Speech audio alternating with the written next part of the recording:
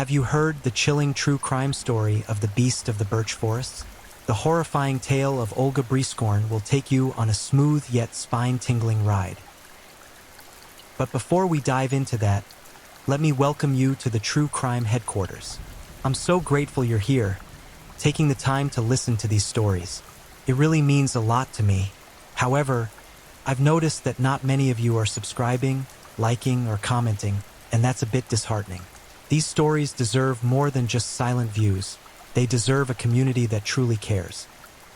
So, whether you're tuning in from New York, Los Angeles, Chicago, Miami, Houston, or anywhere else, please take a moment to hit that subscribe button, like the video, and drop a comment with your city and the time you're watching from. Your support really does make a difference. These stories matter, and together, we can give them the attention they deserve. Thank you for being part of this community. Have you subscribed yet? I'm waiting. Done? Great, thank you for that. Now, let's feast on the story. They called her the Angel of Death. But there was nothing divine about what she did in the darkness. For 17 years, a monster walked freely through the streets of rural Germany, hiding behind the face of a grandmother, a neighbor, a trusted friend.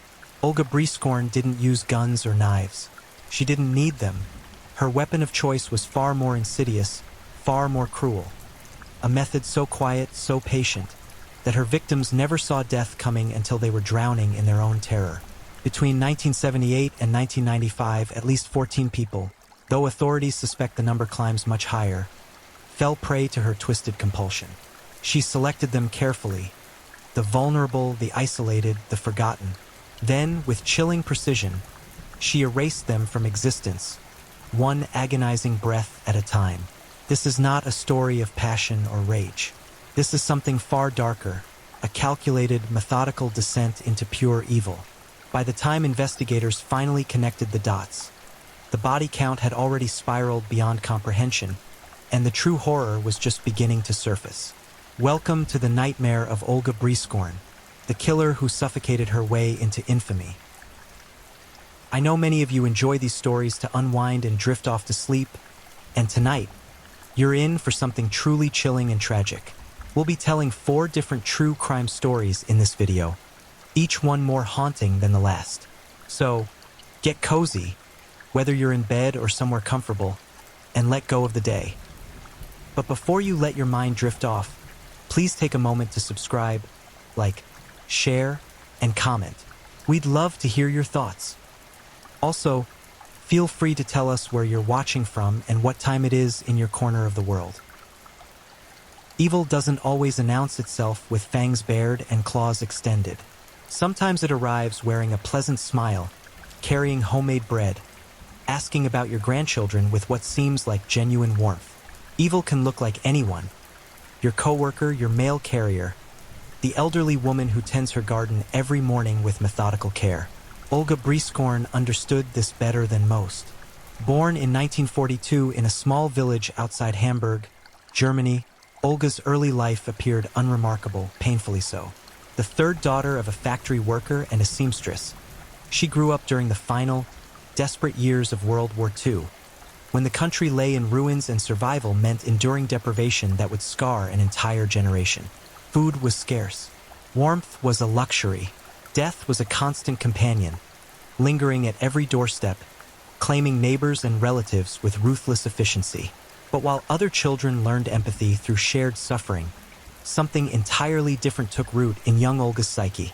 Where others developed compassion, she cultivated curiosity, a dark, probing fascination with the precise moment when life surrendered to death.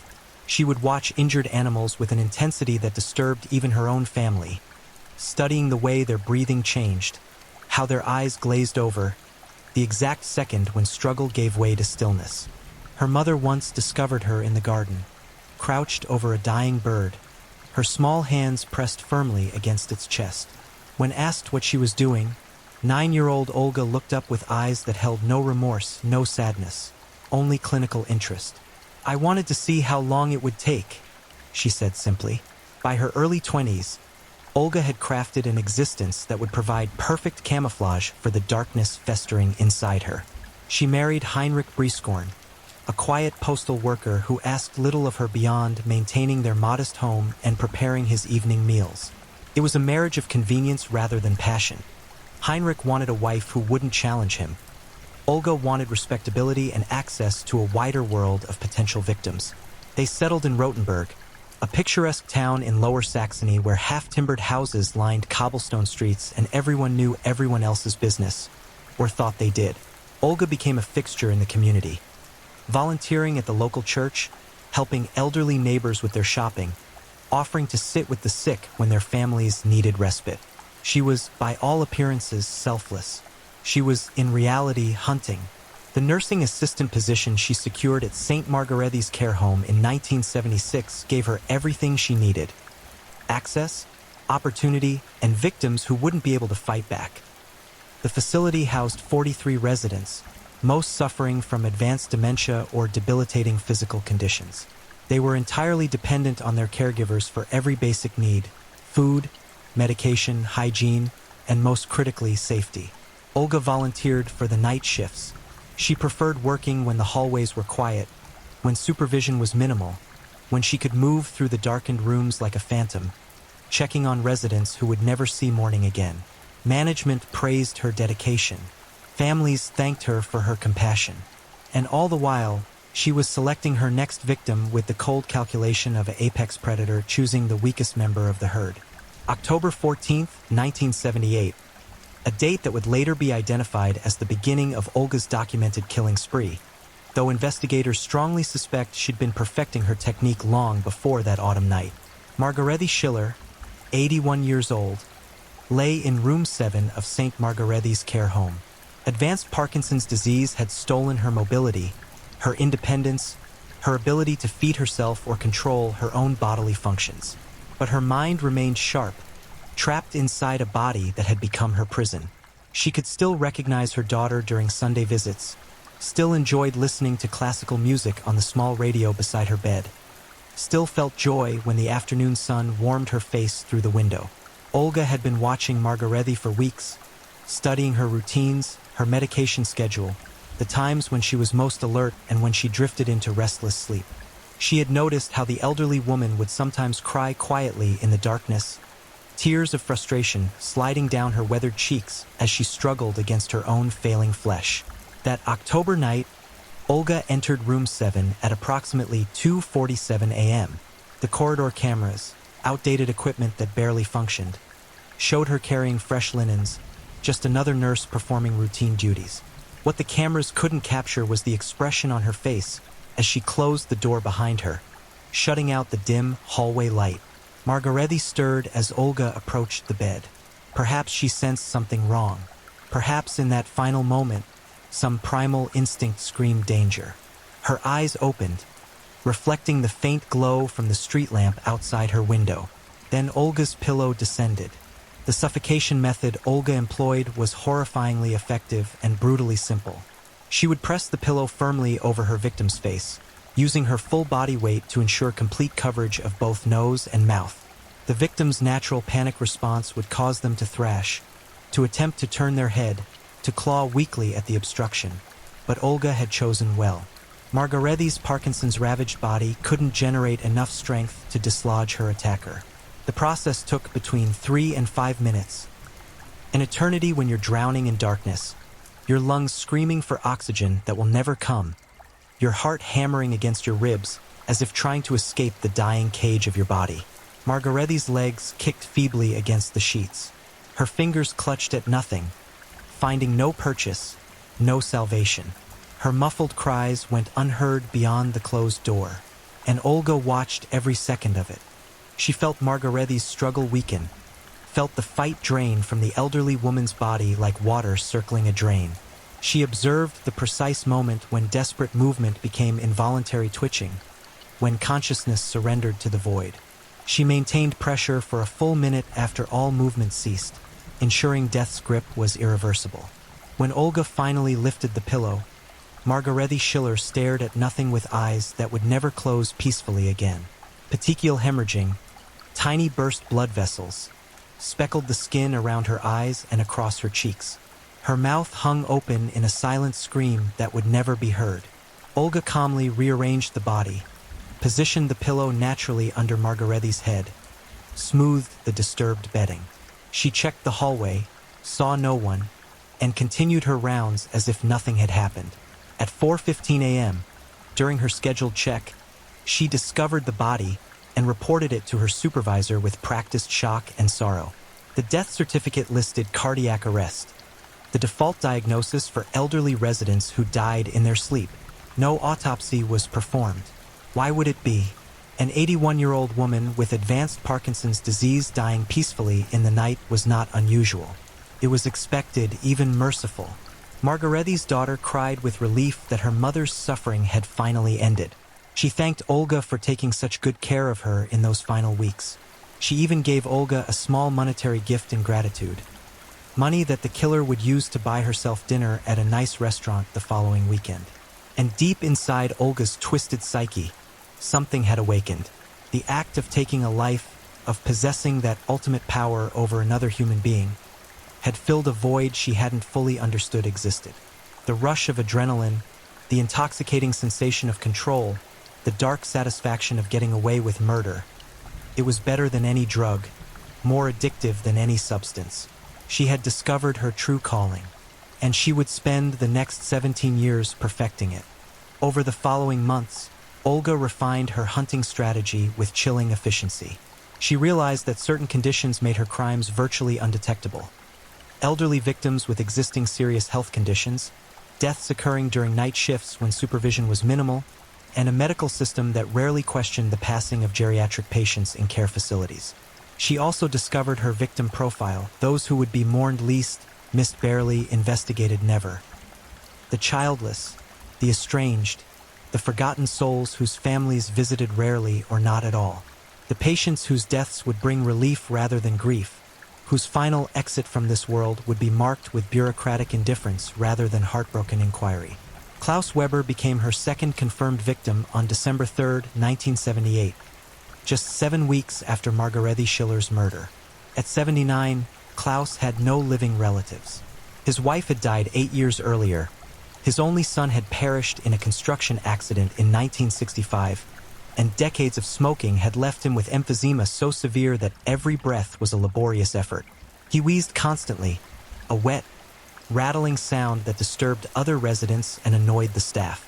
Olga volunteered to move his room to a more isolated section of the facility, ostensibly to prevent his breathing difficulties from disturbing others, but in reality, to give herself privacy for what came next.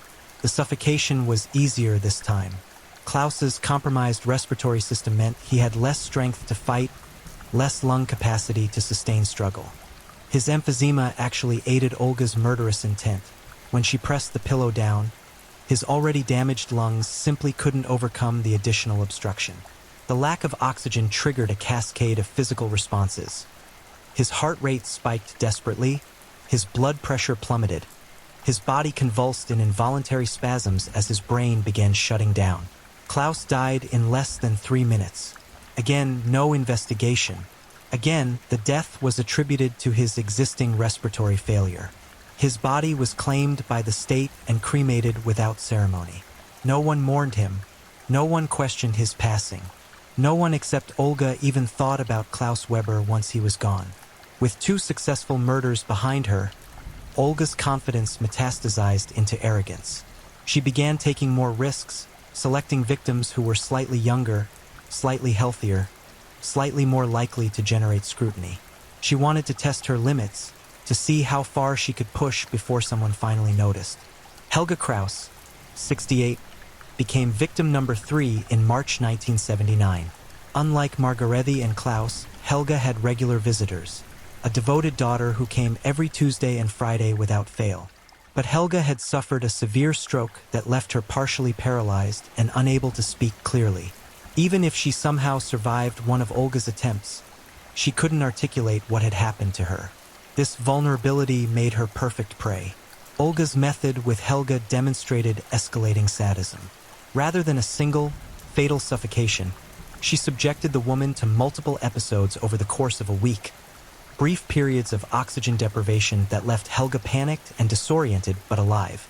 It was torture disguised as respiratory distress, each episode weakening Helga further, priming her for the final assault.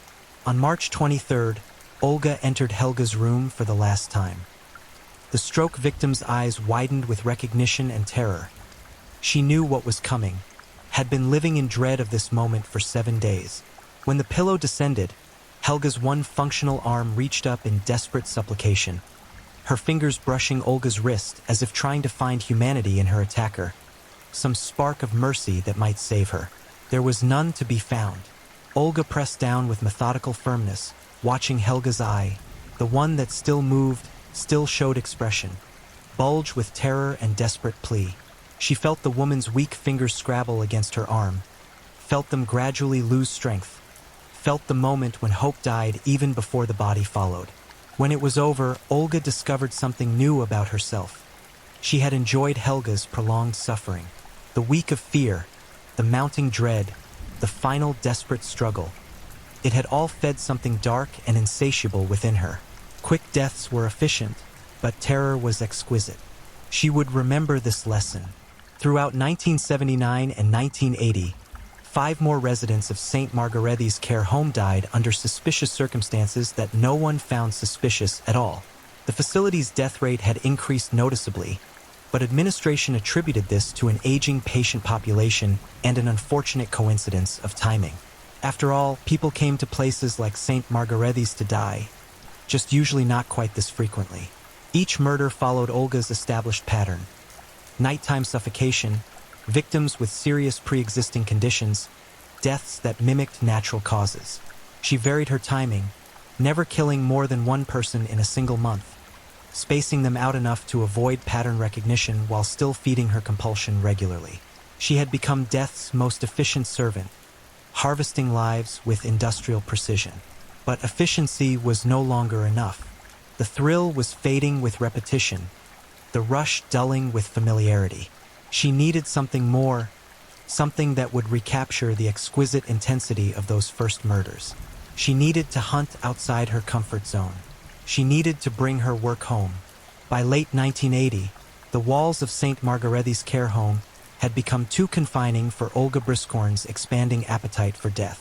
The facility's residents, while easy prey, had begun to feel routine, predictable targets in a controlled environment where her movements followed established patterns. The thrill that once electrified her nerves during each killing had diminished to a dull satisfaction, like a drug user chasing a high that grows increasingly elusive with each use. She craved something different, something that would make her heart race again, that would flood her system with that intoxicating cocktail of fear and power she'd experienced during her earliest murders. The solution came to her one evening as she sat in her own living room, listening to Heinrich snore in his recliner, the television casting flickering shadows across their modest home. If she could kill in the care home, why not in private residences? Why not hunt people in their own sanctuaries, where they believed themselves safe from the monsters that prowled the world outside their locked doors? The idea was simultaneously terrifying and irresistible. Breaking into someone's home carried exponentially more risk: witnesses, alarms, unexpected complications, actual police investigation if she was caught. But that risk was precisely what made it appealing. She had grown too comfortable, too confident in her invincibility. She needed to feel that edge of danger again, needed to remind herself that she was dancing on the razor's edge between triumph and catastrophe. She began her reconnaissance with methodical care, applying the same patient observation skills she'd used to select victims at St. Margarethi's. During her days off, she would drive through neighboring towns, studying neighborhoods, identifying homes where elderly people lived alone. She learned to read the signs: unkempt lawns suggesting mobility issues, pharmacy delivery notices on front doors, handicap parking permits visible through car windows, the absence of children's toys or evidence of multi-generational households. She was hunting again, but now her stalking grounds had expanded to encompass entire communities. Ernst Hoffmann, 73, lived alone in a small cottage on the outskirts of Bremervord, approximately 45 kilometers from where Olga resided with Heinrich. The distance was strategic, far enough that no one would connect her to the area, close enough to reach easily during her husband's predictable absences. Ernst was a widower whose wife had succumbed to cancer 3 years earlier. His 2 adult children had moved to Munich decades ago and called perhaps once a month, their duty performed with minimal enthusiasm. He spent his days tending a small vegetable garden, listening to radio dramas, and waiting for death with the patient resignation of a man who had outlived everyone he'd ever truly loved. Olga had observed him for 6 weeks before making her move. She knew his routines with intimate precision. His 7 p.m. dinners, his habit of leaving the kitchen window unlatched for ventilation, his nightly ritual of taking sleeping pills at 9:30 before retiring to the bedroom. She knew he had no alarm system, no dog, no neighbors close enough to hear anything short of sustained screaming. He was perfect. November 12, 1980. A moonless night when fog rolled in from the surrounding fields, reducing visibility to barely 10 meters. Olga wore dark clothing and gloves, carrying nothing but a small flashlight. She had told Heinrich she was working a double shift at St. Margarethi's. He had grunted acknowledgement without looking up from his newspaper, as disinterested in her whereabouts as he was in everything else about her life. She arrived at Ernst's cottage at 11:45 p.m., parking her vehicle 3 streets away and approaching on foot through the mist. The kitchen window opened with barely a whisper of resistance. Ernst was trusting to a fault, a relic from an era when people didn't lock their doors at night. Olga slipped inside with practiced ease, her rubber-soled shoes silent on the linoleum floor. The house smelled of old coffee and loneliness. She stood motionless in the kitchen for a full 3 minutes, allowing her eyes to adjust to the deeper darkness inside, listening for any indication that her entry had been detected. The only sounds were the ticking of a clock somewhere in the living room and the faint whistle of Ernst's breathing from behind his bedroom door.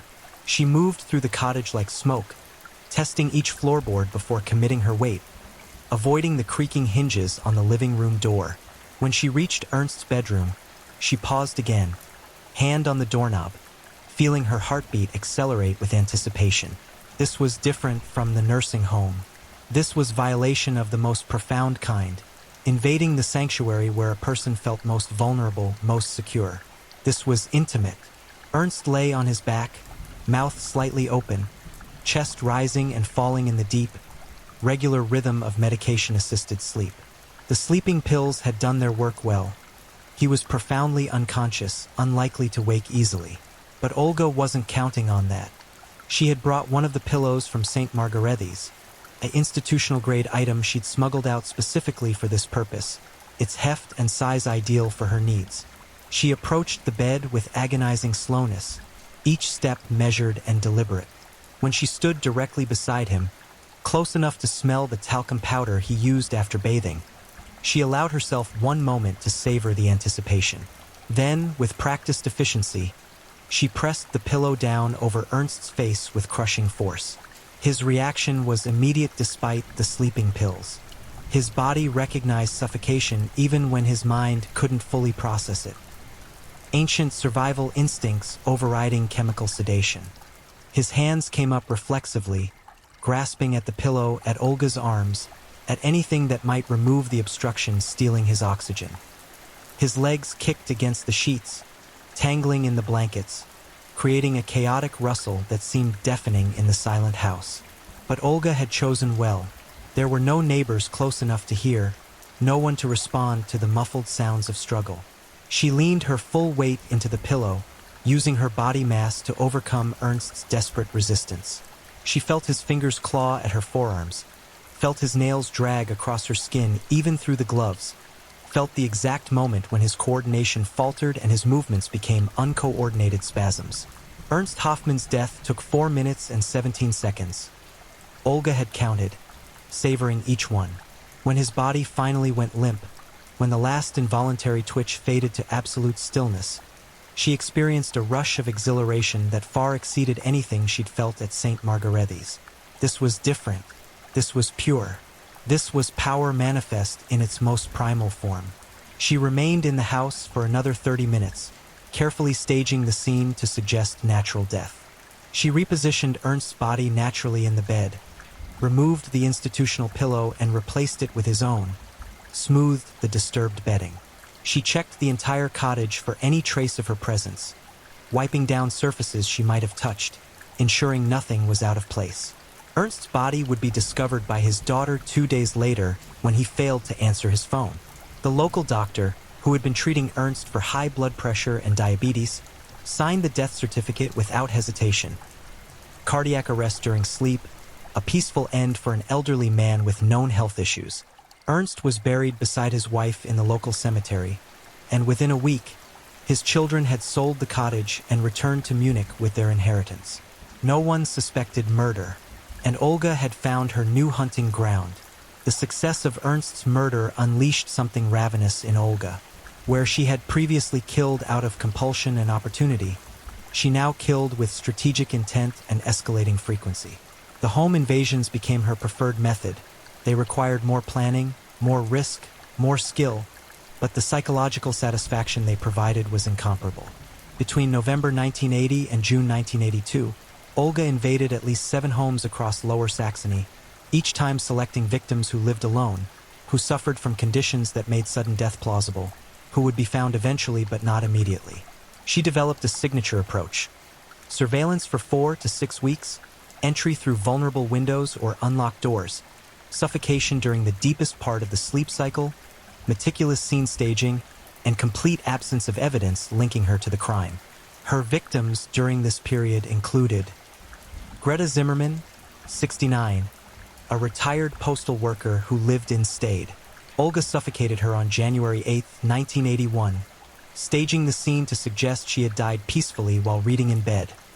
A book still clutched in her hands, glasses perched on her nose. The detail was theatrical, unnecessary, but Olga had been experimenting with presentation, treating each murder as a dark art form requiring aesthetic consideration. Friedrich Bauer, 77, a former factory foreman with advanced emphysema. Olga killed him in his home in Buxtehude on March 23, 1981. His compromised lungs made the suffocation particularly quick, less than 2 minutes, but also horrifyingly violent. Friedrich's body had convulsed so severely that he'd bitten through his own tongue in the struggle, blood staining his pillow and sheets. Olga had been forced to stage the scene as a nosebleed, tilting his head back and planting tissues on the nightstand. Anna Koch, 65, who lived in a remote farmhouse outside Zeven. Olga murdered her on May 30th, 1981, but this kill was different. Anna had been younger than her typical victims, healthier, and had almost managed to fight back effectively. When the pillow came down, Anna's survival instinct proved ferociously strong. She had bucked and twisted with enough force to partially dislodge Olga, her hand connecting solidly with her attacker's face and leaving scratches that would remain visible for a week. The unexpected resistance had terrified and infuriated Olga in equal measure. She had been forced to use both pillows, pressing one over Anna's face while the other muffled the sounds of struggle. The kill took nearly 7 minutes, with Anna fighting desperately until the very end. Her fingers locked around Olga's wrists even after consciousness had fled, as if her body refused to surrender even when her mind had already descended into darkness. Olga had left Anna's farmhouse shaking with adrenaline and rage, vowing to be more careful in her victim selection. But 3 weeks later, when the terror had faded and the scratches had healed, she realized that Anna's murder had been her most satisfying yet. The challenge, the danger, the extended struggle, they had made the kill more meaningful, more real. She began actively seeking victims who might fight back. Throughout this period of escalating violence, Olga maintained her facade of normalcy with remarkable discipline. She continued working at St. Margarethi's care home, where she remained a valued employee, punctual, professional, seemingly compassionate. She occasionally killed residents there, but less frequently now, viewing the nursing home murders as mere maintenance of her skills between the more thrilling home invasions. Her marriage to Heinrich continued in its state of mutual indifference. He worked his postal routes, came home, ate dinner, watched television, and went to bed, rarely engaging Olga in conversation beyond the purely functional. He never asked about her night shifts, never questioned her occasional absences, never noticed the scratches or bruises she sometimes carried home beneath her sleeves. To the outside world, they were the epitome of an ordinary couple, neither particularly happy nor notably miserable, simply existing in parallel lives that occasionally intersected at meals and in shared bills. Heinrich's disinterest in Olga's activities provided perfect cover for her nocturnal hunting. She could disappear for entire nights with only the flimsiest of excuses, knowing he would neither verify her story nor particularly care if it was fabricated. She had created the perfect life for a serial killer: respectable employment that provided legitimate access to vulnerable victims, a marriage that offered social camouflage without emotional demands, and a community that trusted her implicitly. She was the helpful neighbor, the dedicated nurse, the quiet woman who kept to herself and never caused trouble. She was also a remorseless murderer who had claimed at least 15 lives by the summer of 1982, with no intention of stopping. August 14, 1982, the night Olga nearly made her first critical mistake. Wilhelm Drescher, 71, lived in a tidy bungalow in Sittensen. Olga had been surveilling him for 5 weeks, noting his predictable routines and apparent isolation. What she hadn't known, couldn't have known without more invasive surveillance, was that Wilhelm's grandson was visiting from Bremen, sleeping in the spare bedroom. Olga entered through the back door at 1:30 a.m., moving with her usual stealth through the darkened house. She had observed Wilhelm taking his nightly medications, had waited the requisite 90 minutes for them to take full effect. When she entered his bedroom, he was deeply asleep, exactly as expected. The suffocation proceeded normally, pillow applied, struggle initiated, resistance weakening. Wilhelm was more frail than some of her previous victims, his strength fading quickly as oxygen deprivation took its toll. Olga estimated he would be dead within 3 minutes. Then she heard footsteps in the hallway. The grandson, awakened by bladder pressure or some subconscious awareness of wrongness in the house, was moving toward the bathroom, which required passing directly by Wilhelm's bedroom. Olga froze, pillow still pressed firmly over her victim's face, her mind racing through options. If she fled now, Wilhelm might survive to describe the attack. If she stayed, she risked discovery. She made a split-second decision. She maintained pressure on the pillow while moving to position herself behind the door, hoping the grandson would use the bathroom and return to bed without checking on his grandfather. Wilhelm's movements had stilled now. He was either dead or very close to it, but she couldn't risk lifting the pillow to verify.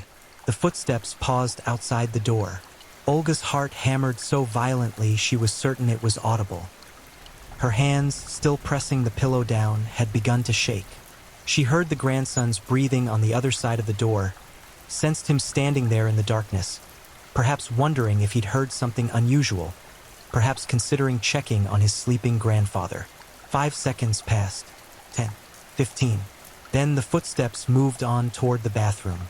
Olga heard the door close, heard water running, heard the toilet flush.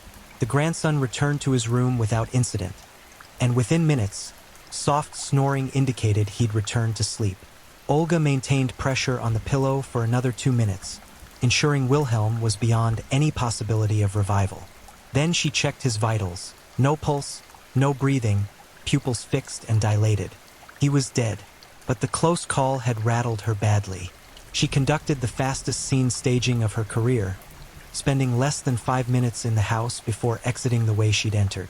Wilhelm's body was discovered the next morning by his grandson, who found him sleeping peacefully and initially didn't realize he was dead. The death certificate listed heart failure, and the grandson never mentioned hearing anything unusual during the night. If he'd sensed something wrong, he'd convinced himself it was meaningless, a product of sleeping in an unfamiliar house. But Olga learned a crucial lesson that night. Surveillance could never be perfect, and random variables could emerge without warning. She had been seconds away from disaster, from exposure, from the end of everything. The experience should have frightened her into stopping, or at least into being more cautious.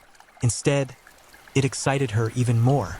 Following the close call with Wilhelm Drescher, Olga temporarily retreated to the relative safety of St. Margarethi's care home. The facility provided controlled conditions where she could kill with minimal risk while planning her next home invasion more carefully.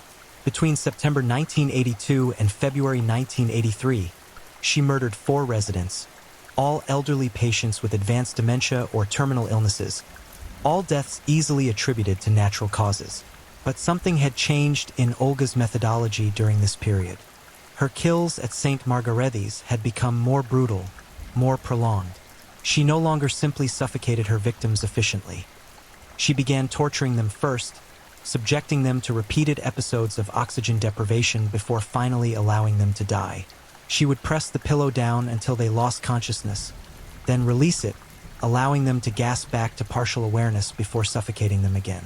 Else Hartmann, 84, endured 3 such cycles before Olga finally permitted her to die on October 11, 1982. The elderly woman's heart, weakened by years of congestive failure, nearly gave out during the second suffocation, but Olga had revived her specifically to experience a third round of terror. When Else was found the next morning, her face was locked in an expression of absolute horror, her eyes still open and staring at something no one else could see. The night nurse who discovered her body had nightmares for weeks afterward. Ludwig Brenner, 79, suffered an even worse fate on December 4, 1982. Olga spent nearly 30 minutes with him, alternating between suffocation and strangulation, studying the different effects each method produced. Ludwig's advanced dementia meant he couldn't comprehend what was happening to him, couldn't form memories of the attacks between consciousness and unconsciousness, but his body still reacted with primal terror each time the assault renewed. By the time Olga finally killed him, a prolonged suffocation that lasted over 5 minutes, Ludwig's heart had been subjected to such extreme stress that it had developed an irregular rhythm visible on examination. The facility's doctor noted it in his report but attributed it to the chaotic electrical patterns common in dying hearts. He never considered that the irregularity had been torture-induced. Olga's sadism was evolving, expanding beyond the simple act of killing into something far darker. She had discovered that power over death was intoxicating, but power over the dying process itself, the ability to orchestrate suffering, to choreograph terror, was transcendent. She was no longer just a serial killer. She was becoming something monstrous. By spring 1983, Olga felt ready to resume her home invasions, but with enhanced methodology. The near discovery at Wilhelm Drescher's house had taught her that observation alone was insufficient. She needed intelligence gathering that went deeper, that accounted for variables her distant surveillance couldn't capture. She began a new practice, befriending her potential victims before killing them. It started almost accidentally when she encountered Ingrid Meyer, 72, at a local market in Rothenburg. Ingrid was struggling to load her groceries into her car, her arthritic hands making the simple task nearly impossible. Olga offered assistance with a warm smile and gentle demeanor, helping the elderly woman pack her vehicle while engaging in pleasant small talk about the weather, the quality of produce, the challenges of aging. The conversation revealed exactly what Olga needed to know. Ingrid lived alone following her husband's death from lung cancer 2 years earlier. Her children visited monthly at most. She took sleeping pills for insomnia. Her home security consisted of locks she sometimes forgot to engage. She kept a spare key under a flower pot by her front door, just in case of emergencies. Ingrid invited Olga for coffee the following week. Olga accepted, of course, and during that visit she learned even more. The layout of Ingrid's home, her daily routines, her medical conditions, the locations of her bedroom, and the windows that opened most easily. She also confirmed that Ingrid lived in genuine isolation. No nearby neighbors, no regular visitors, no one who would notice if she disappeared for days.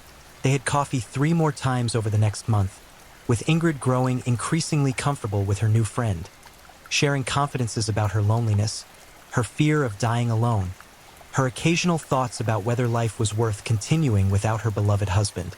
She told Olga things she'd never told her own children, opening herself completely to the woman who was methodically planning her murder. On April 22, 1983, Olga entered Ingrid's home using the key from under the flower pot. She knew Ingrid would be deeply asleep.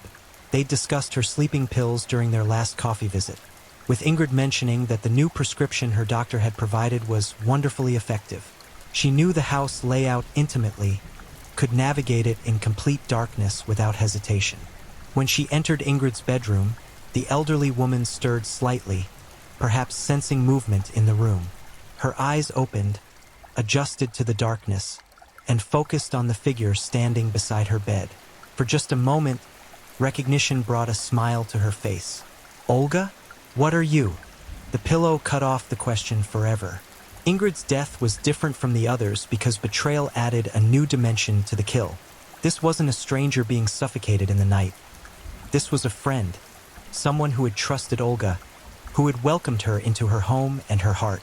That trust made Ingrid's final moments of realization, when she understood that her friend had come to kill her, exquisitely painful. Olga watched as comprehension flooded Ingrid's eyes, replacing confusion with horror, trust with betrayal. She felt Ingrid's weak hands push against her arms, not with the strength of survival instinct, but with the desperate plea of emotional anguish. Why? How could you? The suffocation lasted 6 minutes, longer than necessary, prolonged deliberately so Olga could savor the emotional destruction alongside the physical. When it was over, when Ingrid lay dead with tears dried on her cheeks and the ghost of betrayal still visible in her frozen expression, Olga felt a satisfaction so profound it was almost spiritual. She had discovered a new refinement to her craft. The intimacy of betrayal made murder transcendent, and she would employ this technique again, and again, and again. The murder of Ingrid Meyer marked a turning point in Olga Briskorn's killing career. She had transcended the opportunistic predator who struck randomly at vulnerable targets and evolved into something far more sophisticated, a social engineer who weaponized human connection itself. Trust, she had discovered, was the ultimate vulnerability. People would accept things from those they trusted that they would instinctively resist from strangers. They would open their doors, lower their defenses, ignore warning signs their instincts screamed at them to heed. Throughout late 1983 and into 1984, Olga refined this betrayal methodology with surgical precision. She would identify isolated elderly individuals through careful observation at markets, pharmacies, church services, and community centers. Then she would orchestrate seemingly chance encounters, helping with dropped groceries, offering directions, complimenting a piece of jewelry, and asking about its history. These initial contacts were brief, forgettable, designed to plant seeds of familiarity without raising suspicion. The second encounter would feel like happy coincidence. "Oh, we met at the market last week. How lovely to see you again," Olga would exclaim with manufactured delight, her performance so convincing that even she sometimes forgot she was acting. She would extend these conversations, discovering details about her target's life, identifying pain points and vulnerabilities, establishing herself as a caring, attentive listener in a world where few people truly listened anymore. By the third or fourth encounter, invitations would flow naturally. Coffee at a local cafe, a walk through the park, eventually visits to the target's home, where Olga would gather the intelligence necessary for murder. Routines, medications, security measures, and most importantly, the depth of the victim's isolation. She became a chameleon of compassion, adapting her personality to match each victim's needs. For the religious, she quoted scripture and spoke of faith's comfort. For the intellectual, she engaged in discussions about literature and philosophy. For the simply lonely, she offered the precious gift of undivided attention, making each victim feel seen and valued, perhaps for the first time in years. And then, when trust was absolute and guards were completely lowered, she would strike. Between May 1983 and December 1984, Olga cultivated relationships with at least 6 individuals specifically for the purpose of murdering them. Each killing carried the same emotional architecture. Friendship established, trust earned, vulnerability exploited, life extinguished. The pattern was consistent, but each murder possessed unique elements that satisfied different aspects of Olga's psychological needs. Hermann Voigt, 76, a retired mathematics professor who lived in Stiesel. Olga met him at the public library where he spent his afternoons reading scientific journals, his mind still sharp despite his body's deterioration from Parkinson's disease. She struck up a conversation about a physics text he was perusing, impressing him with her knowledge, actually memorized from a book she'd studied specifically to engage him. Their friendship developed over 4 months of twice-weekly library meetings, during which Hermann would explain complex theories while Olga listened with rapt attention. He was starving for intellectual connection, his family having long ago grown tired of his academic lectures. In Olga, he found an eager student, someone who actually cared about the mathematical elegance of quantum mechanics and the philosophical implications of relativity. He invited her to his home to see his personal library, a collection of rare texts accumulated over 50 years of academic life. She visited 3 times, memorizing the layout, noting his medication schedule, observing how his tremors worsened in the evenings after his Parkinson's drugs wore off. On August 3, 1984, she returned at 2 a.m. using a key she'd quietly had duplicated during her last visit. Hermann's Parkinson's medications included sleeping pills to combat the insomnia his condition caused. He was deeply unconscious when Olga entered his bedroom, surrounded by stacks of books he'd been reading before sleep claimed him. The pillow descended onto a face that had smiled at her just days earlier, that had animated with joy when explaining Heisenberg's uncertainty principle, that had looked at her with grandfatherly affection and intellectual pride. Hermann barely struggled. The Parkinson's and sleeping pills had stolen his body's ability to mount significant resistance. His death took less than 3 minutes, but those 3 minutes were psychologically devastating in ways that purely physical murders weren't. Hermann's eyes had opened briefly as consciousness flickered one final time.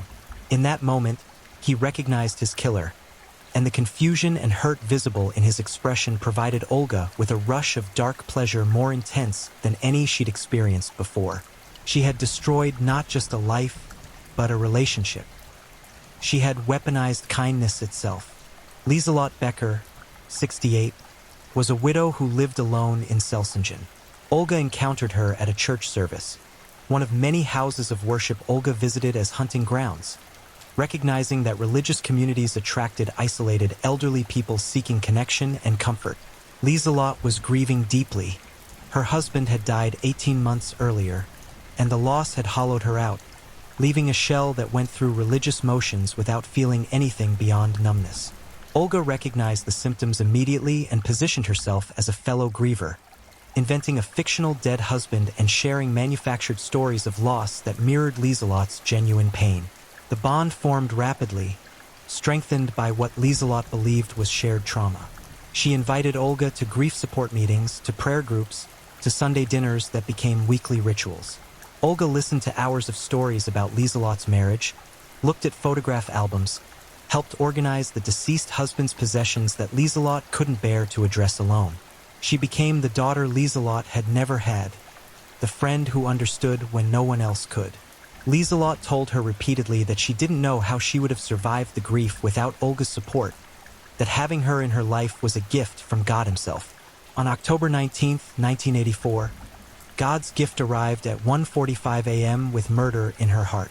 Lieselotte took powerful anti-anxiety medications to manage her grief-induced panic attacks. Combined with sleeping pills, they rendered her nearly comatose at night. Olga entered through the back door, for which she'd been given a key in case of emergencies, and moved through the house she knew as well as her own. When the pillow pressed down over Lieselotte's face, the elderly woman didn't wake immediately. The suffocation was well underway before consciousness returned enough for her to realize what was happening. By then, oxygen deprivation had already stolen most of her strength. She managed only weak, fluttering movements as her brain struggled to process the impossible. Her friend, her beloved companion through grief's darkest valleys, was murdering her. Olga maintained pressure for 5 full minutes after all movement ceased, ensuring death was absolute. Then she staged the scene with particular care, positioning Lieselotte's body in a posture of peaceful repose, placing her Bible on the nightstand open to Psalm 23. "Though I walk through the valley of the shadow of death, I will fear no evil." The detail was unnecessary, theatrical, but Olga had come to view her murders as performances requiring aesthetic completeness. Lieselotte's body was discovered by church members 3 days later when she missed Sunday service. The congregation mourned her passing as a peaceful reunion with her beloved husband, never suspecting that her final moments had been terror and betrayal so profound they defied comprehension.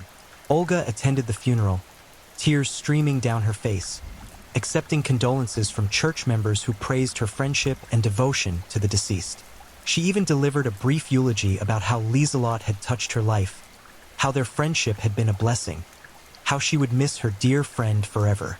Every word was sincere, every word was true, and every word was spoken by the person who had suffocated her. While conducting her betrayal murders outside St. Margarethes, Olga maintained her position at the care facility and continued killing residents with disturbing regularity.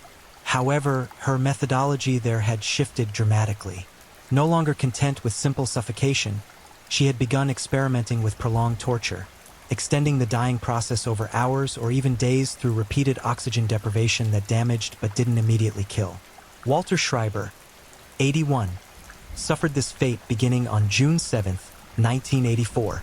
Walter had suffered a massive stroke that left him conscious but almost completely paralyzed, locked-in syndrome, though that diagnosis was rarely made in 1984 Germany. He could move his eyes and nothing else, trapped inside an unresponsive body, aware of everything but unable to communicate except through the most basic eye movements. Olga recognized his condition as providing the perfect opportunity for her darkest impulses. Over the course of 8 nights, she subjected Walter to systematic torture that medical science didn't even have terminology for. Each night during her shift, she would enter his room and suffocate him to the edge of death, watching his eyes bulge with terror and desperate plea, maintaining pressure until his consciousness began to fade, then releasing the pillow at the last possible moment. Walter would gasp back to horrible awareness, his eyes the only part of him capable of expressing the agony he experienced. And Olga would wait, sometimes for hours, allowing the terror to settle in, allowing him to dread her return, before beginning the cycle again. She never spoke during these sessions.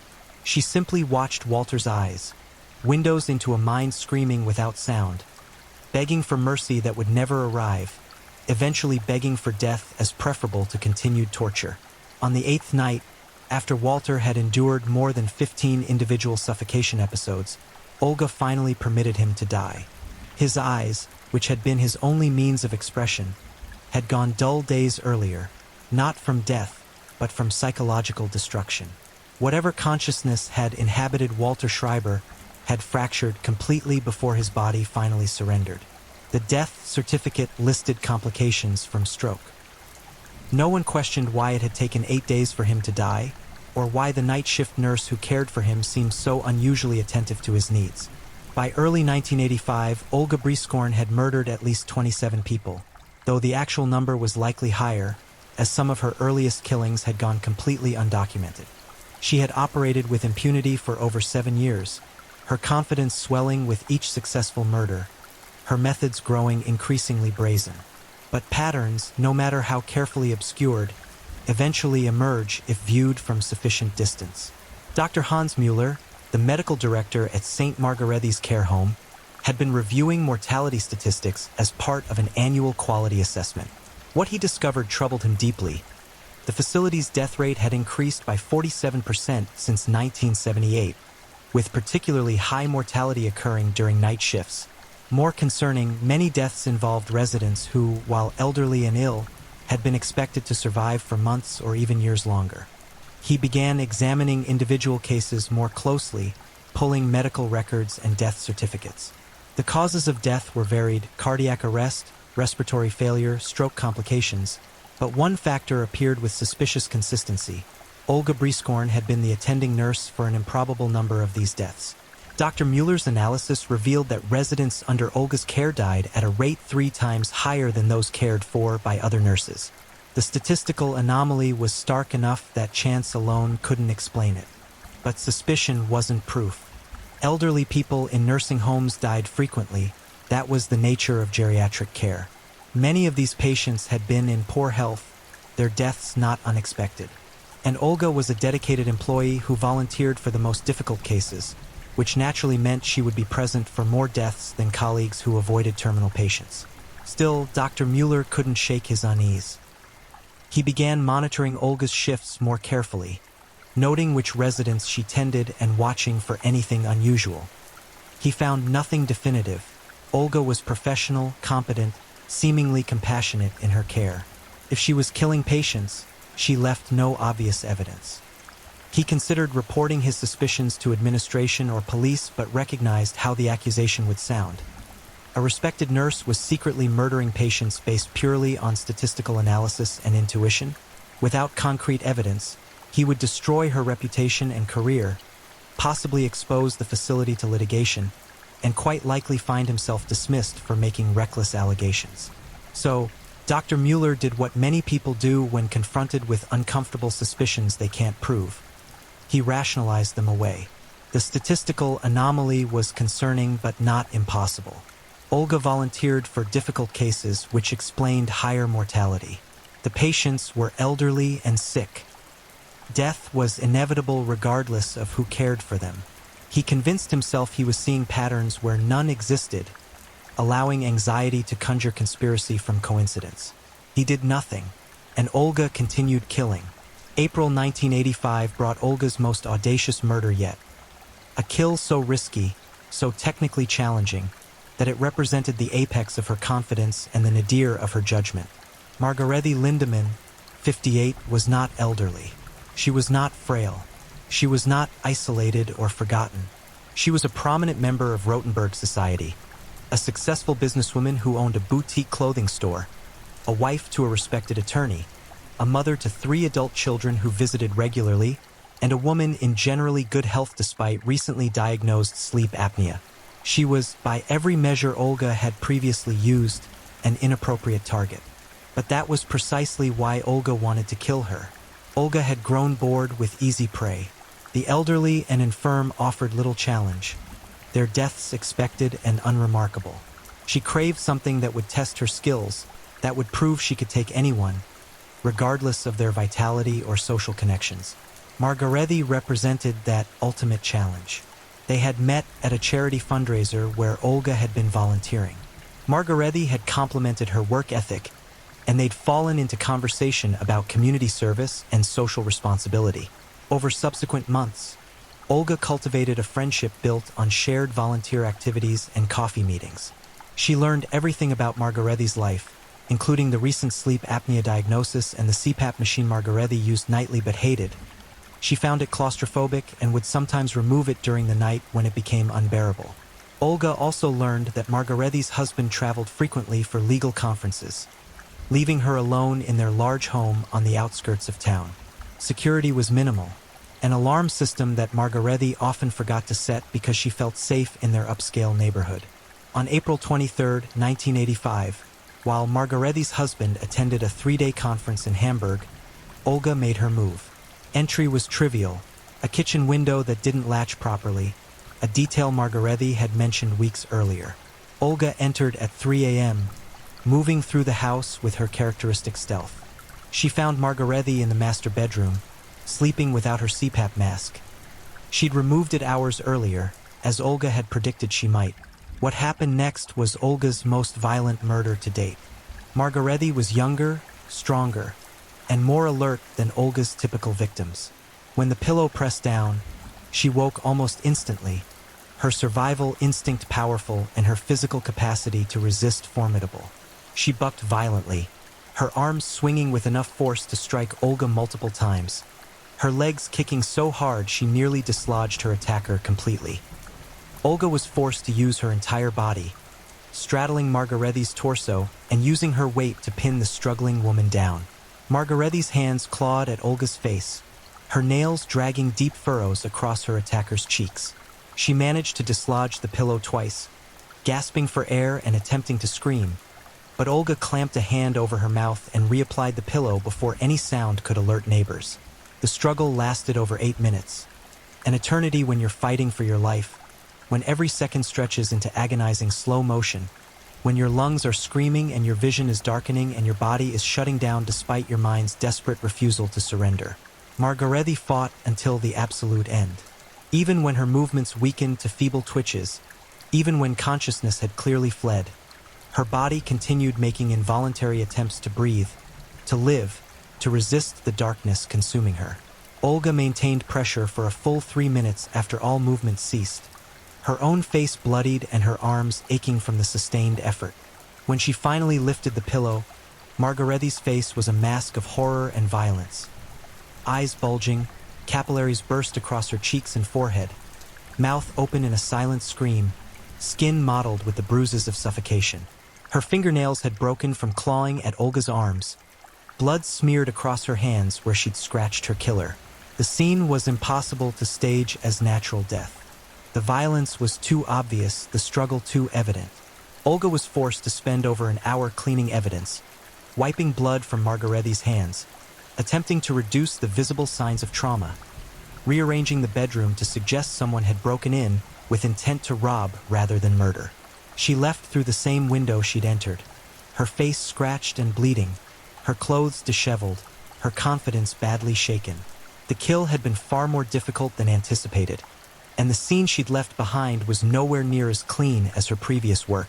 For the first time in her killing career, Olga Briskorn had made serious mistakes. Margarethi Lindemann's body was discovered the following afternoon by her husband, who had returned early from his conference. His anguished screams brought neighbors running, and within an hour, police had cordoned off the house as a crime scene. The investigation that followed was far more thorough than any previous death associated with Olga. Margarethi was young, prominent, and had died violently. This was not an elderly person passing peacefully in the night. This was murder, obvious and brutal. Forensic examination revealed massive trauma consistent with suffocation. The petechial hemorrhaging, the scratches on her hands, the defensive wounds all pointed to a prolonged struggle.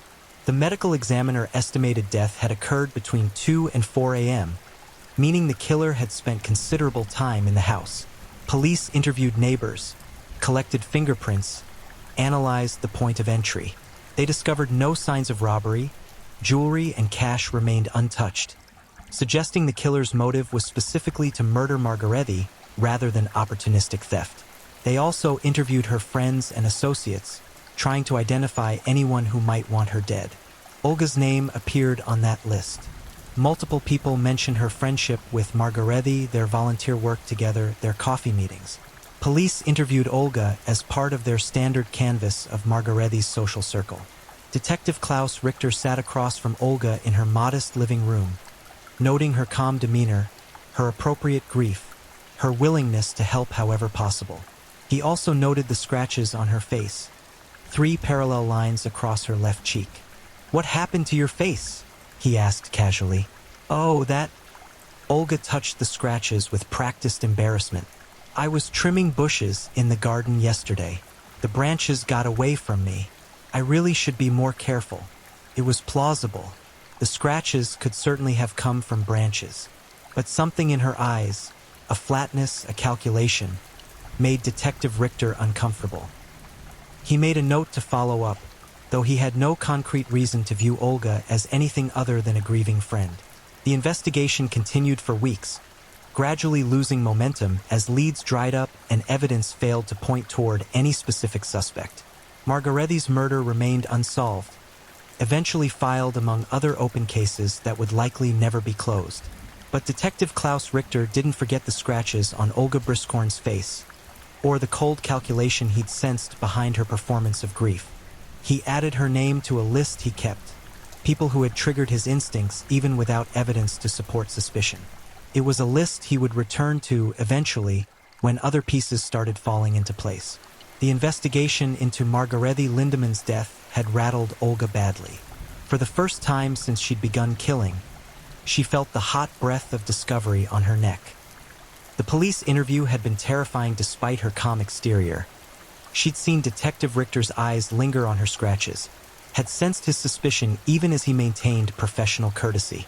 She stopped killing entirely for 6 months, retreating into her cover life with heightened paranoia. She waited for police to return, for evidence to emerge, for the careful house of cards she'd constructed to collapse. Every knock on the door sent adrenaline surging through her system. Every unusual phone call triggered panic.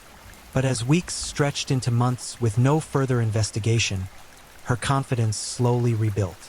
The police had nothing concrete. The scratches had healed. Margarethi's murder, while horrific, had no clear evidence linking it to anyone specific. Olga had gotten away with it. Again, by October 1985, the compulsion to kill had returned with vengeance. 6 months of abstinence had left her psychologically starving, craving the power and satisfaction only murder could provide. The close call with Margarethi hadn't frightened her into retirement. It had merely taught her to be more careful with victim selection. She would never again choose someone so vital, so connected, so likely to generate serious investigation. She would return to the vulnerable, the isolated, the forgotten. She would return to doing what she did best. And this time, she would be more careful than ever before. The 6-month hiatus following Margarethe Lindemann's murder had been psychological torture for Olga Briskorn. The compulsion to kill wasn't merely a desire she could suppress through willpower. It was a fundamental need, as essential to her psychological functioning as breathing was to her physical survival. Without the outlet murder provided, she found herself becoming increasingly unstable, irritable, prone to violent fantasies that played endlessly through her mind during sleepless nights. Heinrich noticed nothing, of course. His wife's deteriorating mental state went completely unobserved, hidden behind the same mask of normalcy she'd worn for decades. But at St. Margarethe's care home, colleagues began commenting on her mood. She'd become short-tempered with residents, impatient with questions, prone to slamming doors and muttering under her breath. Several patients complained about rough handling during routine care, though nothing rose to the level of formal discipline. Dr. Mueller, already harboring unspoken suspicions, observed these behavioral changes with growing concern. In his experience, nurses who became hostile toward patients were often experiencing burnout or personal crises that required intervention. He scheduled a meeting with Olga to discuss her apparent stress, hoping to offer support while also monitoring her more closely. The conversation took place in his office on October 15, 1985. Olga sat across from him, her hands folded demurely in her lap, her expression one of appropriate concern mixed with slight embarrassment at being called in. "Olga, I've noticed you seem stressed lately." Dr. Mueller began gently. "Several staff members have mentioned you appear tired, perhaps overwhelmed. I wanted to check if everything is all right, both here at work and in your personal life." Olga manufactured a weary sigh, adding just the right touch of vulnerability to her performance. "I apologize, doctor. You're right. I have been struggling lately. My husband's health has been concerning me, and the emotional weight of losing so many patients over the years has been accumulating. Sometimes I wonder if I'm strong enough to continue this work." It was masterful deflection, acknowledging the problem while providing plausible explanation, even hinting at leaving the job to preempt any suggestion that she be removed. Dr. Mueller found himself sympathizing despite his underlying suspicions. Burnout was real, compassion fatigue was well documented, and Olga had indeed been present for many difficult deaths over her years of service. "I understand completely," he said. "This work takes an emotional toll that people outside healthcare rarely appreciate. Would you like to take some time off? A few weeks away might help you recharge." "That's very kind, but I don't think time away is the solution," Olga replied, her voice carefully modulated to convey both gratitude and determination. "These residents need consistent care, and abandoning them, even temporarily, feels like a betrayal. I just need to be more mindful of my own well-being, perhaps get more sleep, take better care of myself." The meeting concluded with Dr. Mueller satisfied that he'd addressed the issue appropriately, while Olga left with her position secure and suspicions temporarily deflected. But the conversation had served an important purpose for her. It reminded her that she was being observed, that behavioral anomalies were noticed, that she needed to maintain her mask more carefully.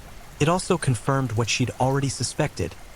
Dr. Mueller didn't have actual evidence against her, only vague unease he couldn't articulate.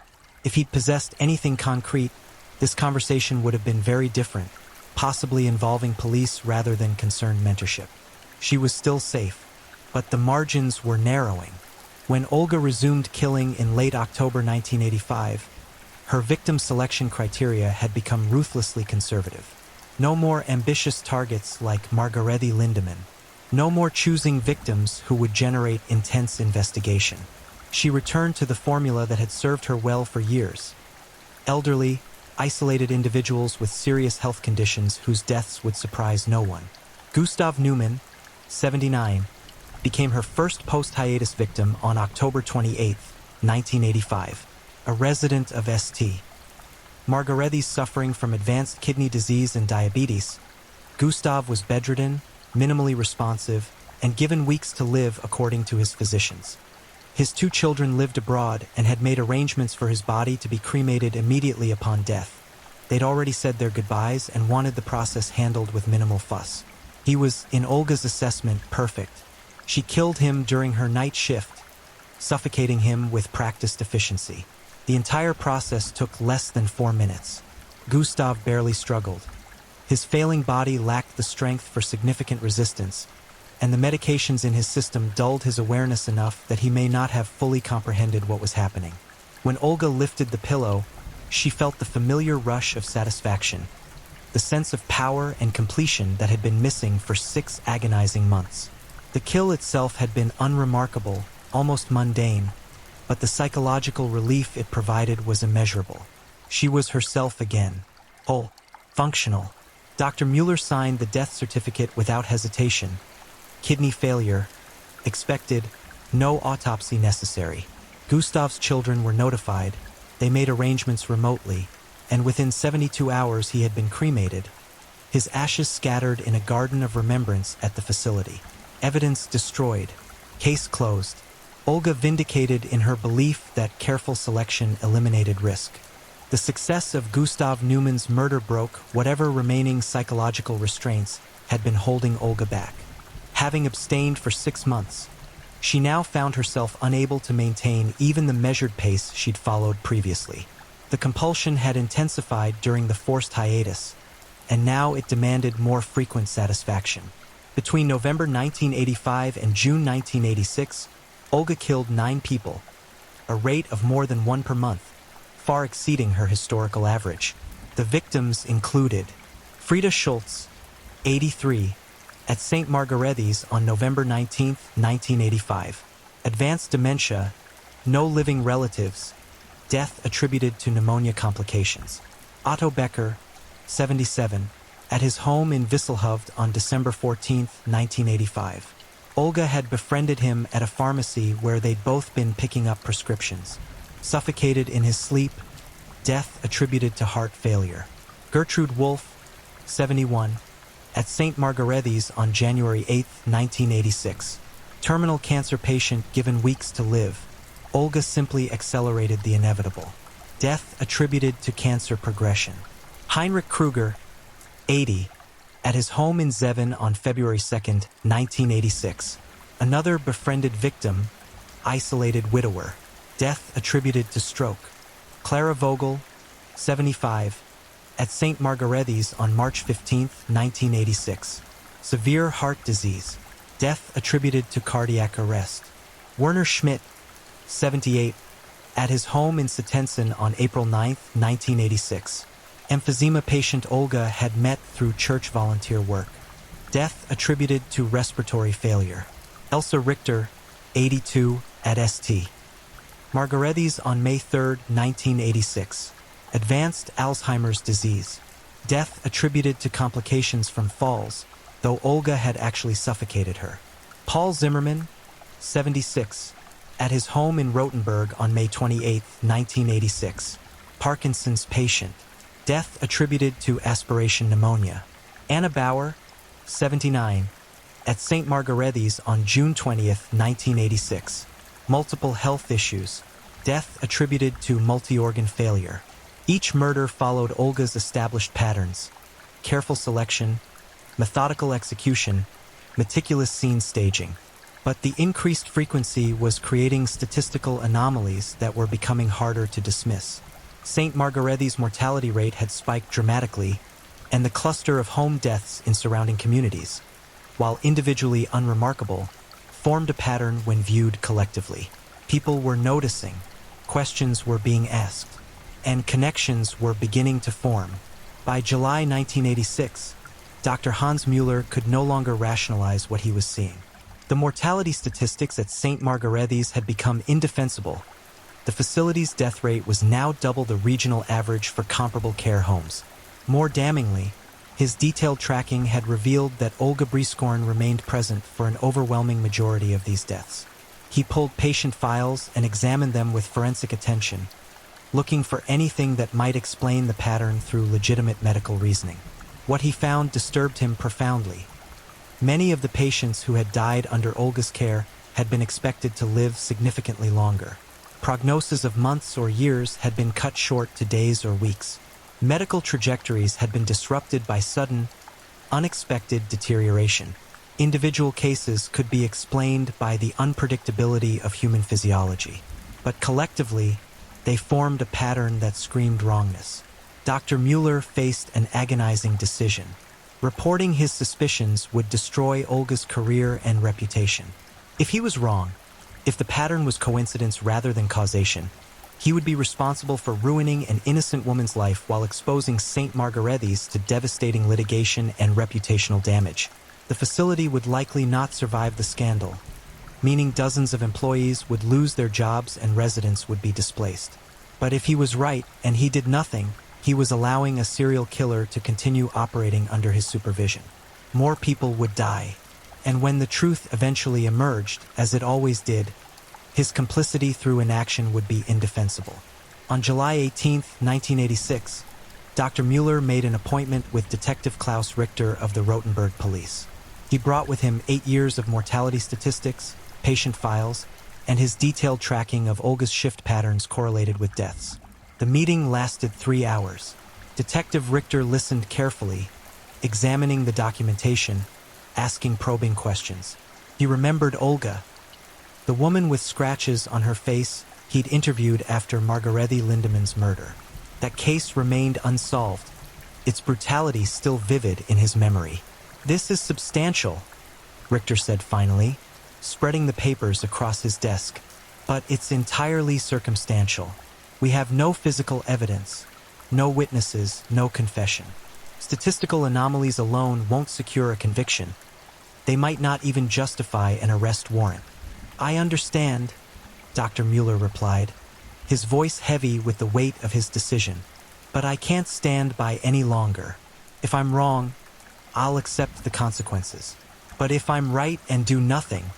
He didn't finish the sentence. He didn't need to. Detective Richter nodded slowly. "I'll open an investigation. Quietly, initially, we'll review records, interview families, look for any physical evidence we might have missed. If we find sufficient cause, we'll expand from there. But Dr. Mueller, I need you to understand, this process could take months or even years, and it may ultimately lead nowhere if we can't develop concrete evidence." "I understand," Dr. Mueller said. "Just, please, stop her before she kills again." But stopping Olga Brieskorn would prove far more complicated than anyone anticipated. Detective Klaus Richter assembled a small team to investigate Olga discreetly. They began by examining death certificates and autopsy reports, though autopsies had been performed in only a tiny fraction of cases, as elderly deaths rarely warranted post-mortem examination. The few autopsies that existed showed findings consistent with the listed causes of death: heart failure, respiratory failure, organ failure. But Richter knew that suffocation, particularly in elderly victims with pre-existing conditions, could easily be mistaken for natural death.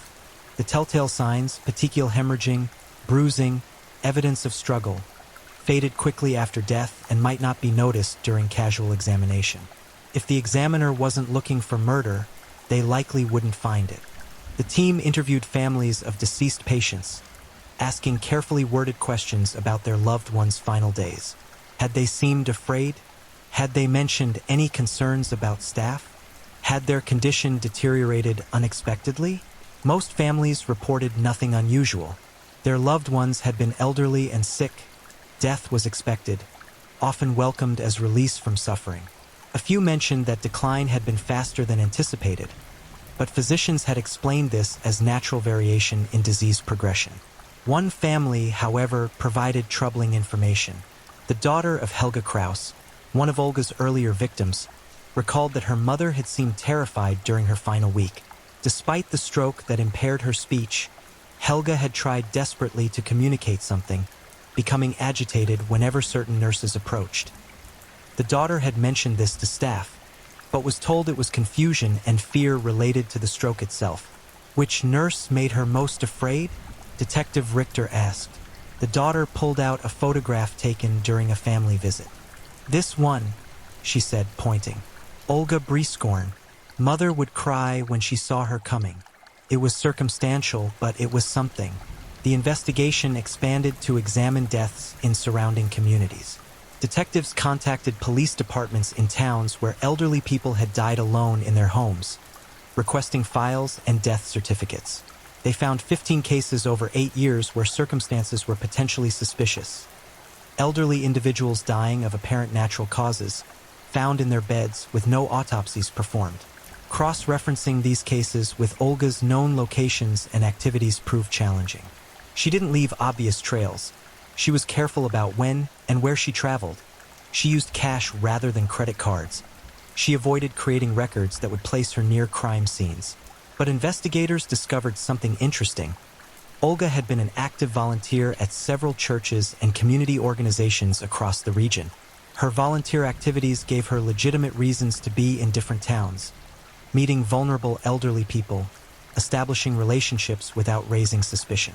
Detectives interviewed people from these organizations, asking about Olga's interactions and friendships. They discovered that she had befriended several individuals who subsequently died, including Otto Becker, Heinrich Kruger, Werner Schmidt, and Paul Zimmermann. Again, it was circumstantial. People who volunteered with elderly populations naturally encountered death regularly. Friendship followed by death was tragic but not inherently suspicious. Detective Richter knew they needed more. They needed physical evidence, eyewitness testimony, or a confession. Without these, no prosecutor would touch the case. By October 1986, the investigation had been underway for 3 months with frustratingly little progress. Detective Richter decided on a more aggressive approach: direct surveillance of Olga Briskorn. Officers began monitoring her movements, documenting where she went, who she met, how she spent her time outside work. They installed listening devices in her car with appropriate warrants and tracked her vehicle using a hidden transmitter. The surveillance revealed that Olga was actively cultivating a new friendship with Hildegard Stein, 67, a widow who lived alone in Stiesel. Hildegard suffered from moderate heart disease but was otherwise functional and expected to live for years with proper medical management. Over 6 weeks, officers documented 9 meetings between Olga and Hildegard, coffee dates, shopping trips, visits to Hildegard's home. The pattern was identical to how Olga had befriended previous victims: building trust, gathering information, establishing access.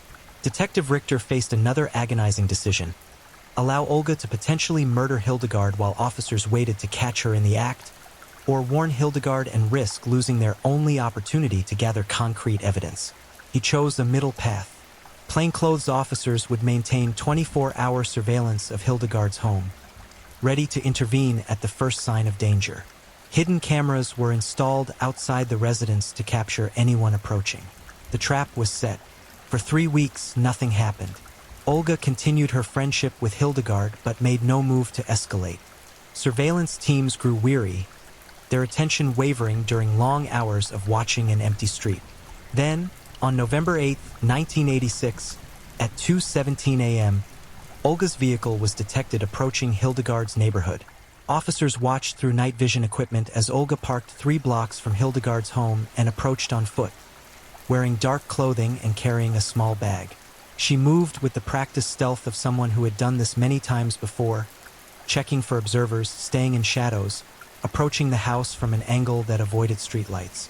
She produced a key, duplicated from Hildegard's original during one of her visits, and unlocked the back door with barely a sound. She disappeared inside the house. All units, subject has entered the residence. The surveillance commander whispered into his radio, "Stand by for my signal." Inside the house, Olga moved through familiar territory toward Hildegard's bedroom. She'd visited enough times to know the layout intimately, could navigate in complete darkness without hesitation. Her heart raced with anticipation. It had been nearly 5 months since her last kill, and the hunger had grown overwhelming. She entered the bedroom where Hildegard slept peacefully, undisturbed by the predator who had crossed her threshold. Olga stood beside the bed, looking down at the woman who had welcomed her friendship, who had confided her loneliness and fears, who trusted her completely. She removed a pillow from the bag she carried, institutional quality, identical to those at St. Margarethes, the instrument of so many previous deaths. Outside, Detective Richter made his decision. All units, move in now. Go, go, go! Officers burst through both front and back doors simultaneously, flashlights blazing, weapons drawn. Police! Don't move! Olga froze, the pillow in her hands hovering over Hildegard's sleeping form. For a moment that stretched into eternity, she stood paralyzed by the sudden explosion of light and sound. Forensic linguists matched the documented dates to known deaths with chilling accuracy. Perhaps most damning was a collection of personal items Olga had taken from victims as trophies. A wedding ring, a religious medal, a watch, a brooch. Each could be traced to deceased individuals through family identification and photographs. The physical evidence, combined with statistical analysis, witness testimony, and Olga's own journals, built an overwhelming case. Under interrogation, Olga initially maintained silence, as was her right. But Detective Richter, using psychological tactics refined over years of homicide investigation, gradually broke through her defenses. He appealed not to her conscience, she had none, but to her ego. He framed her murders as sophisticated crimes that demonstrated remarkable skill, acknowledging her intelligence and capability. "You were better at this than anyone we've ever seen," he said during their 5th interview. "Most serial killers make obvious mistakes early on, but you operated for nearly a decade without detection. That requires extraordinary intelligence and discipline." The approach worked. Olga's narcissism, combined with her desire to be recognized for her accomplishments, gradually overcame her survival instinct to remain silent. She began talking initially in abstract terms, then with increasing specificity. "They were already dying," she said. "I simply accelerated the inevitable. In many cases, I ended suffering that would have continued for months or years. But they didn't want to die," Richter countered. "They fought you. They were terrified." Olga considered this thoughtfully. "Yes," she said finally, "that was necessary. The fear was part of it. Without that, it was just ending a biological process. With the fear, it became something more meaningful." Meaningful to whom? To me. Over subsequent interviews, Olga provided details of 14 confirmed murders, acknowledging there were others she either couldn't recall specifically or chose not to discuss. She showed no remorse, no understanding that she had committed profound moral evil. She spoke of her victims the way a hunter might discuss deer, as targets selected and taken according to criteria that made perfect sense within her twisted worldview. Olga Briscorn's trial began in September 1989, nearly 3 years after her arrest. Prosecutors charged her with 14 counts of murder, with additional charges pending as investigations continued. The trial attracted massive media attention. The Angel of Death case dominated headlines across Germany and internationally. The prosecution presented overwhelming evidence. Forensic findings, victim testimony from Hildegard Stein, who had witnessed her near murder, Olga's journals, trophy items, statistical analysis, and most devastatingly, Olga's own admissions during police interrogation. The defense attempted to argue diminished capacity, suggesting Olga suffered from mental illness that impaired her ability to understand the wrongfulness of her actions.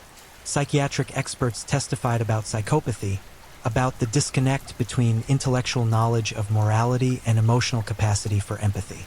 But Olga's meticulous planning, her sophisticated methods of avoiding detection, her clear understanding of legal consequences, all demonstrated she knew exactly what she was doing and that it was wrong.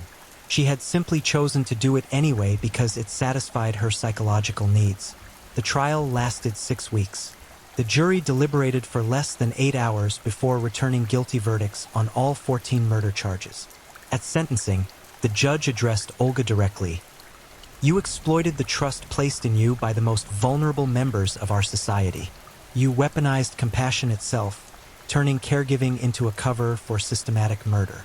The court has seen no evidence of remorse, no indication you understand the magnitude of suffering you have inflicted not just on your victims, but on their families who must now live with the knowledge that their loved ones' final moments were terror and betrayal. You are sentenced to life imprisonment without possibility of parole." May God have mercy on your soul, because this court has none." Olga showed no reaction to the sentence. She was led from the courtroom in shackles, her expression as calm and untroubled as if she'd been sentenced to a pleasant afternoon rather than spending the rest of her life in prison. Olga Brieskorn was incarcerated at Vecta Prison, a maximum security facility for female offenders in Lower Saxony. Investigations into suspicious deaths continued for years, with authorities eventually attributing at least 27 murders to her with high confidence, and suspecting her involvement in as many as 40 additional deaths that couldn't be definitively proven. St. Margarethi's care home closed within a year of Olga's conviction, unable to survive the scandal. Dr. Hans Müller, while praised for eventually coming forward, carried the guilt of his delayed action for the rest of his life. He died in 1997, reportedly still haunted by the question of how many people might have been saved if he'd acted sooner on his suspicions.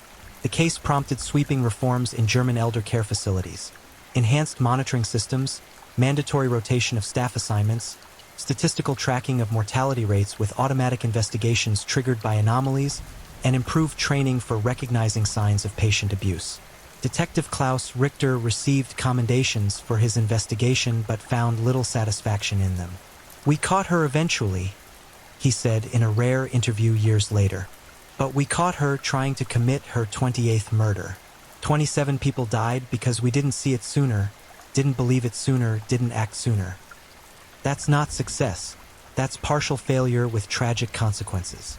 Hildegard Stein, the woman whose near murder finally brought Olga to justice, struggled with severe PTSD for years. She had welcomed a killer into her home, confided her deepest loneliness and fears to someone who planned to suffocate her to death. The betrayal broke something fundamental in her ability to trust. She died in 2003, having never fully recovered from the psychological trauma. As for Olga Brieskorn herself, she adapted to prison life with the same chilling efficiency she'd brought to her killing career. She became a model prisoner, cooperative, quiet, causing no trouble. She participated in psychological studies, allowing researchers to examine the mind of a serial killer in exchange for small privileges. In these studies, she occasionally discussed her crimes with clinical detachment. "I don't feel guilt," she explained to one researcher. "I understand intellectually that society considers what I did wrong, but I don't feel it's wrong. It's like you're telling me that blue is actually red, that up is actually down. I can acknowledge your perspective, but I can't internalize it as truth." She never expressed remorse. She never apologized. She simply existed in her cell, reading books, watching television, maintaining the same mask of normalcy she'd worn during her killing years, only now wearing it for other prisoners and guards rather than potential victims. The horror of Olga Brieskorn isn't just in the body count. Though 27 confirmed murders and potentially 40 or more suspected deaths represent a staggering toll, the true horror lies in what her case reveals about the nature of evil itself. Evil doesn't always look monstrous.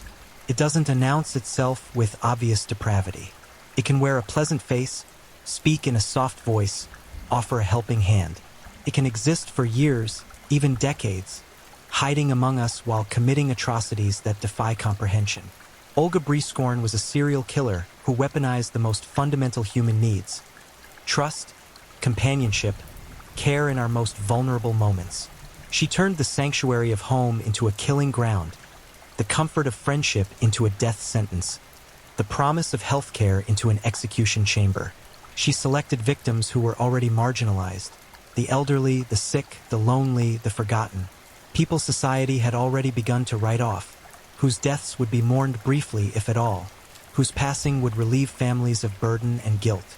She recognized that these victims existed in a social blind spot where death was expected and investigations were rare, and she exploited that blind spot with ruthless efficiency for nearly 2 decades. The victims of Olga Brieskorn deserve to be remembered not as statistics, not as entries in a true crime catalog, but as human beings whose lives were stolen from them in their most vulnerable moments. They died in terror, betrayed by someone they trusted, suffocated by hands that had pretended to offer comfort. Their deaths raise uncomfortable questions about how we care for our most vulnerable, about the systems we trust to protect those who cannot protect themselves, about how evil can flourish when we collectively decide certain lives matter less than others. Olga Brieskorn remains imprisoned in Germany, now in her 80s herself. She will die in prison, having long since exceeded the lifespan of most of her victims. She has outlived the consequences of her actions, surviving while her victims lie in graves or scattered as ash. There is no justice sufficient for what she did. There is no punishment that restores what she destroyed. There is only the grim satisfaction that she was finally stopped, and the haunting knowledge of how many lives might have been saved if someone had acted sooner on suspicions they dismissed as impossible. Because monsters don't look like monsters. Sometimes they look like a pleasant elderly woman who volunteers at church and takes such good care of the patients on her ward. Sometimes they look like someone you might trust with your life. And sometimes that trust is exactly what kills you. If you're new here, welcome to the channel, where we dive into true crime stories with calmness and respect. A special shout out to my amazing subscribers who've been with me from the start. Thank you for your incredible support. If you're still with me, drop a comment. Let me know where you're tuning in from and what time it is in your part of the world. Or just say hello so I know you're still here. And if you haven't already, make sure to like this video and hit subscribe so you won't miss any of our upcoming true crime stories perfect for winding down. Now, let's move on to our second story. Story 2, The Shadow of Moscow, The Chilling Chronicles of Nikolai Radkevich. Winter gripped Moscow with frozen fingers in 1992, but the ice that ran through one man's veins was far colder than any Siberian wind. While Russia convulsed through the death throes of the Soviet Union, a predator walked freely among the chaos, invisible to authorities overwhelmed by collapsing systems and exploding crime rates. His name was Nikolai Radkevich, and for 2 blood-soaked years, he transformed the city's underbelly into his personal hunting ground. This wasn't a story of quick violence or crimes of passion. This was calculated terror, a methodical dismantling of human life carried out with surgical precision and unfathomable cruelty. 14 victims, 14 souls extinguished, each death more horrifying than the last. What drives a man to look into the eyes of strangers and steal their final breath? What darkness festers within someone who finds satisfaction in the slow erasure of life? The answers lie buried in one of Moscow's most disturbing criminal cases, a nightmare that still haunts the investigators who worked tirelessly to stop him. This is the story of a killer who thrived in shadows, a monster who wore a human mask, and the relentless pursuit that finally dragged him into the light. Moscow 1992 presented a metropolis in transition, teetering on the precipice of monumental change. The Soviet Empire had crumbled just months earlier, leaving behind a power vacuum that sucked civilization itself into question. Organized crime syndicates battled for territorial control in broad daylight. Government institutions hemorrhaged authority and resources. Police departments struggled with skeleton crews, outdated equipment, and wages that arrived months late, if they arrived at all. Against this backdrop of societal disintegration, predators of every variety found fertile ground. Nikolai Radkevich understood this landscape intimately. Born in 1971, he had come of age during the final, turbulent years of communist rule, watching as certainties dissolved and structures collapsed. By 21, he possessed neither stable employment nor meaningful family connections. What he did possess, however, was something far more sinister, an insatiable compulsion that whispered to him during sleepless nights, urging him toward unspeakable acts. The psychological profile that would later emerge painted a portrait of profound dysfunction. Radkevich exhibited classic markers of antisocial personality disorder, combined with sadistic tendencies that manifested in his absolute inability to recognize the humanity in others. To him, people existed as objects, instruments through which he might satisfy the terrible hunger that gnawed at his psyche. This wasn't mere criminal opportunism. This was something primal, something broken at the fundamental level where empathy and conscience should reside. His first confirmed victim disappeared on a frost-laden evening in late January 1992. Marina Sokolova, a 34-year-old seamstress, had been walking home from her sister's apartment when she vanished from a well-traveled street near Korskaya station. Her family reported her missing immediately, But in a city where hundreds disappeared weekly amid economic chaos, one more missing person report barely registered with overwhelmed authorities. Marina's body surfaced 3 days later in a neglected courtyard behind a condemned apartment building. What had been done to her defied easy description. The medical examiner's report, written in clinical language that barely concealed the physician's horror, documented extensive antemortem injuries. Radkevich had taken his time with Marina. He had bound her wrists with electrical wire, the metal cutting deep into flesh as she struggled. Bruising patterns indicated she had been beaten systematically over an extended period, not in rage, but with deliberate, measured strikes designed to inflict maximum pain while maintaining consciousness.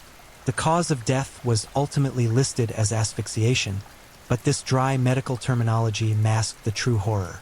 Radkevich had strangled Marina manually, his hands wrapped around her throat, applying pressure slowly, releasing, then applying again. This wasn't the quick death of a broken neck or crushed windpipe. This was torment stretched across agonizing minutes, a drowning in air where each brief respite offered cruel hope before the pressure resumed. The terror Marina experienced during those final moments remained unimaginable to investigators who examined the scene. What truly distinguished this crime, however, were the post-mortem injuries.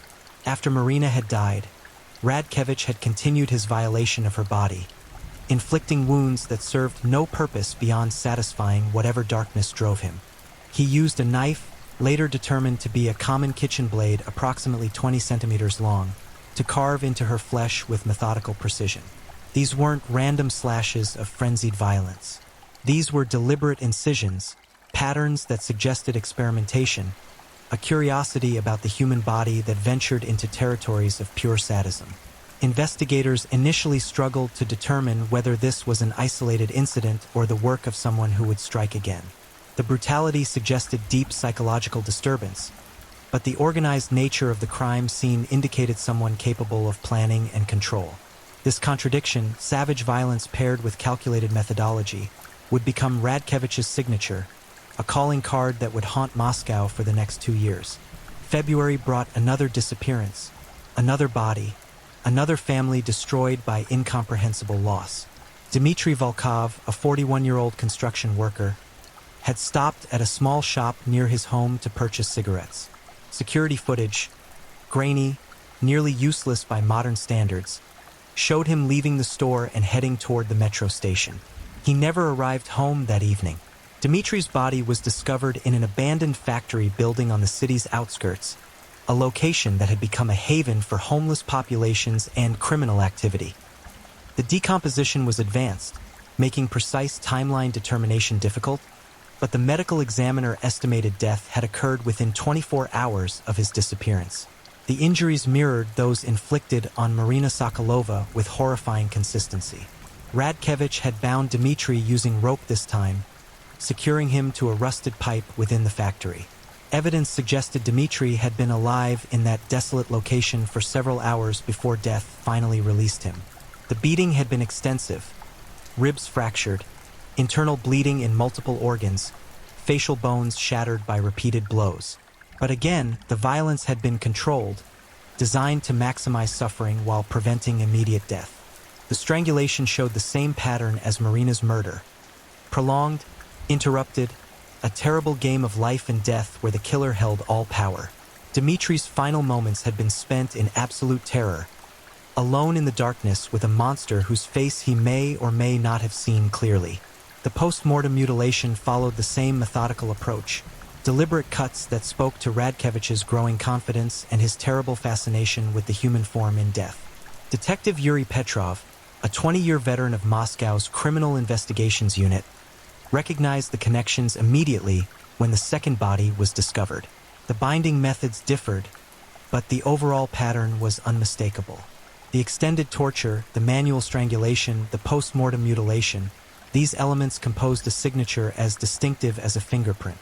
Moscow had a serial killer, and given the short interval between murders, he was accelerating.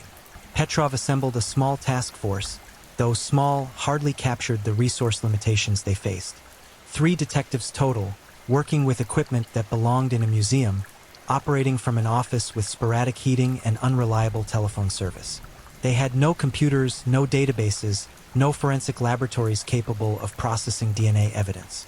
What they possessed was experience, determination, and a grim understanding of what would happen if they failed to stop this killer quickly.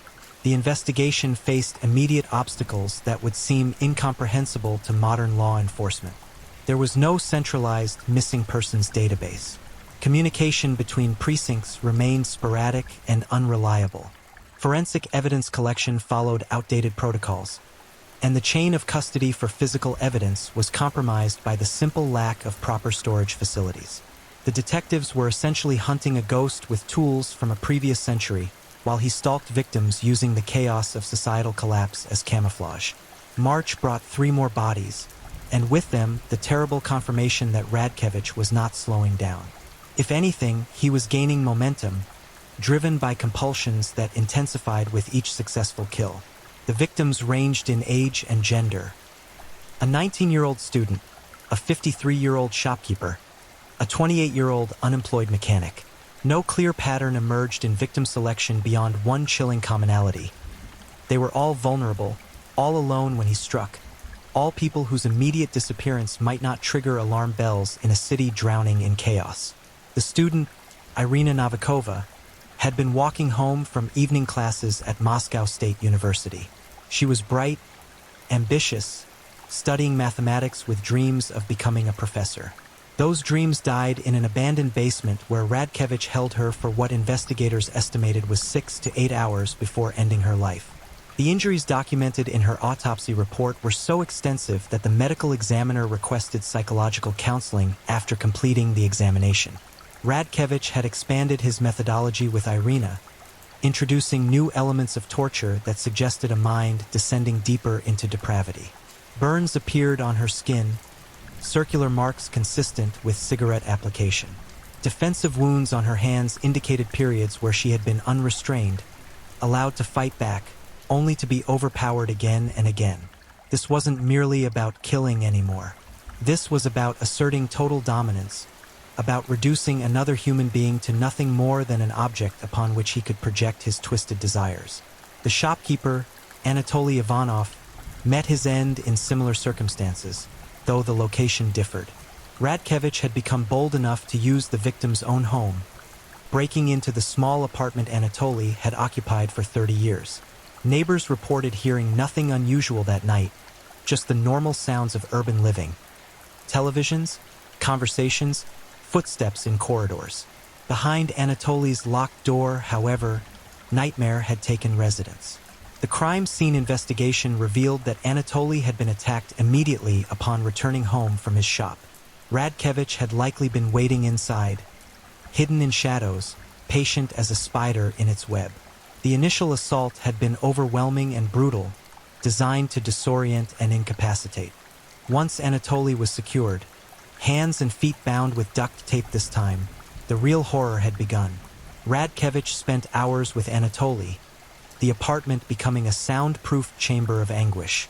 He used household items as instruments of torture, kitchen knives, a hammer, even broken glass from a shattered mirror. The systematic nature of the injuries suggested Radkevich was exploring, testing, learning what the human body could endure. Medical examiners noted that several of the wounds, while horrifically painful, had been precisely calculated to avoid major blood vessels or vital organs. This was controlled sadism, violence employed with surgical awareness.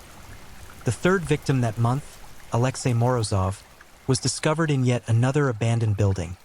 This one a former government office that had been closed and forgotten amid the administrative chaos following the Soviet collapse. Alexei's death had followed the established pattern, but investigators noted troubling escalations in the torture methodology. Radkevich was becoming more experimental, more confident, more willing to push boundaries of cruelty. Detective Petrov and his small team worked 20-hour days, fueled by bad coffee and growing desperation.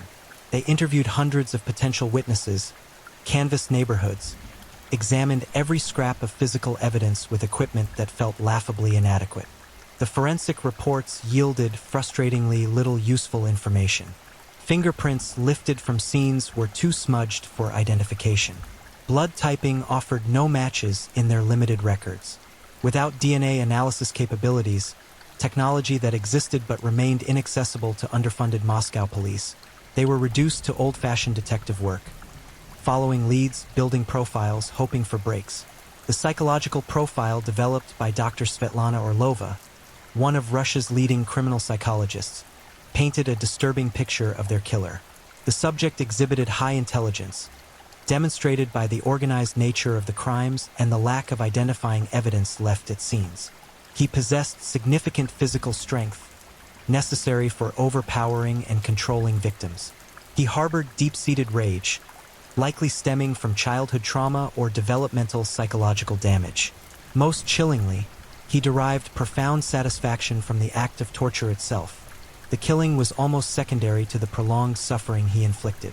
Dr. Orlova warned the task force that killers with this psychological profile rarely stopped voluntarily. They escalated, driven by tolerance. Each murder provided less satisfaction than the previous one, requiring more extreme acts to achieve the same psychological release. If they didn't capture this killer soon, the body count would climb exponentially, and the brutality would intensify beyond what they had already witnessed. Public fear began to ripple through Moscow's streets as news of the murders spread through informal channels. The official media, still adjusting to post-Soviet freedoms, provided limited coverage, but word traveled through neighborhoods like wildfire. Women altered their routines, avoiding solitary walks after dark. Men looked over their shoulders on empty streets. The city that was already reeling from economic and political upheaval now faced the additional terror of a predator who struck without warning or pattern.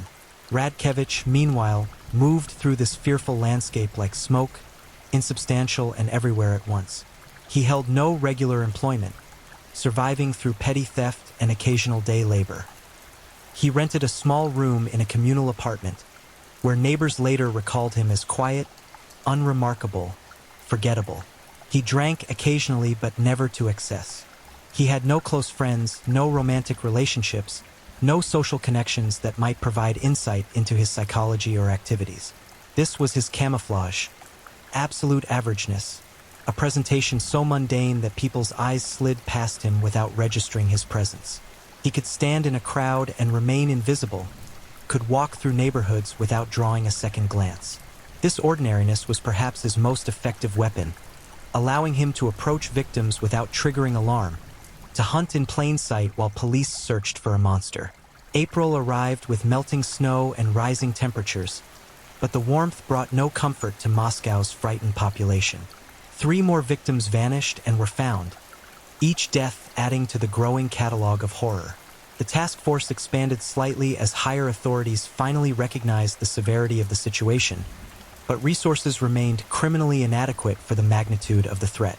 The pattern continued with mechanical regularity. Victims were abducted from various locations throughout the city, always alone, always vulnerable, always in areas where surveillance was minimal or non-existent.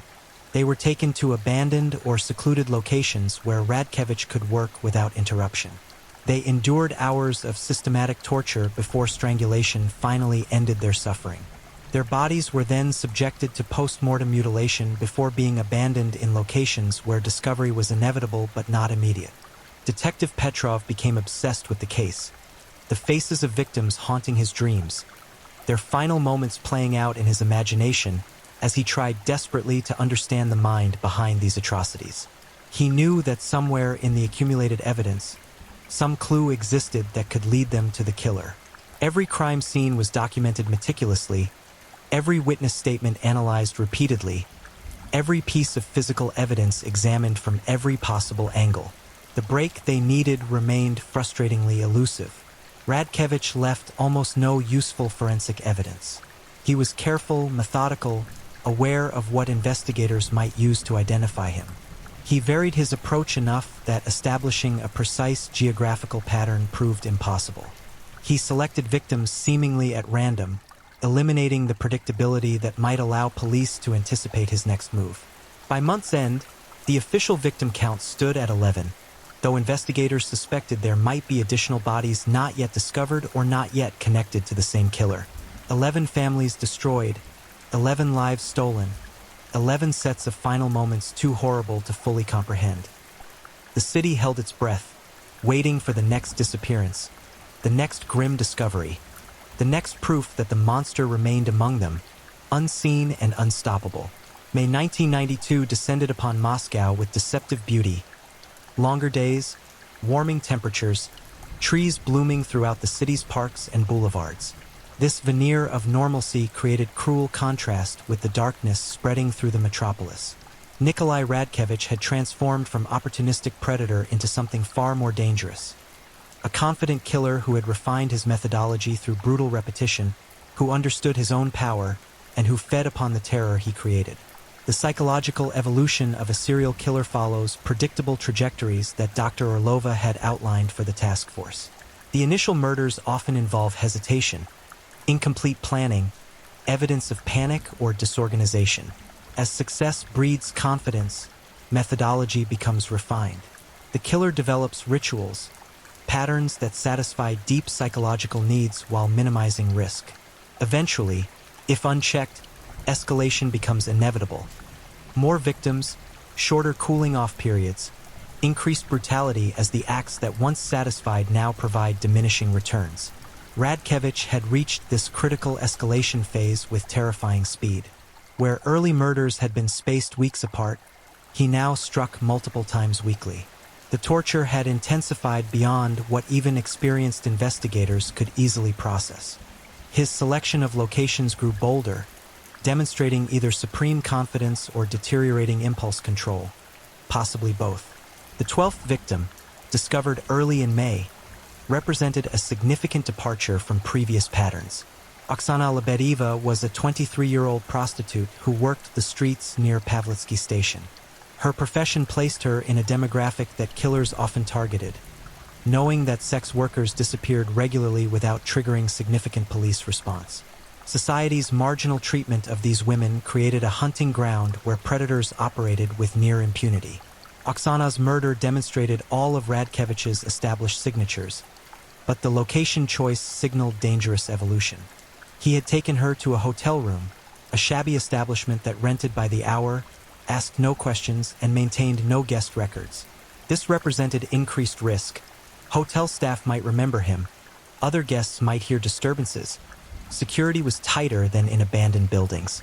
Yet Radkevich had apparently felt confident enough to operate in this environment. The room where Oksana died became a chamber of sustained agony. The crime scene investigation revealed that she had been restrained to the bed frame using handcuffs and rope. The assault began immediately, systematic beating that broke bones and ruptured organs. Radkevich employed tools he had brought specifically for this purpose, a variation on his pattern that suggested premeditation and planning. Oksana endured hours of torture that methodically explored the limits of human suffering. Radkevich used cutting implements, burning implements, blunt force trauma, and techniques designed to maximize pain while preventing fatal injury, at least initially.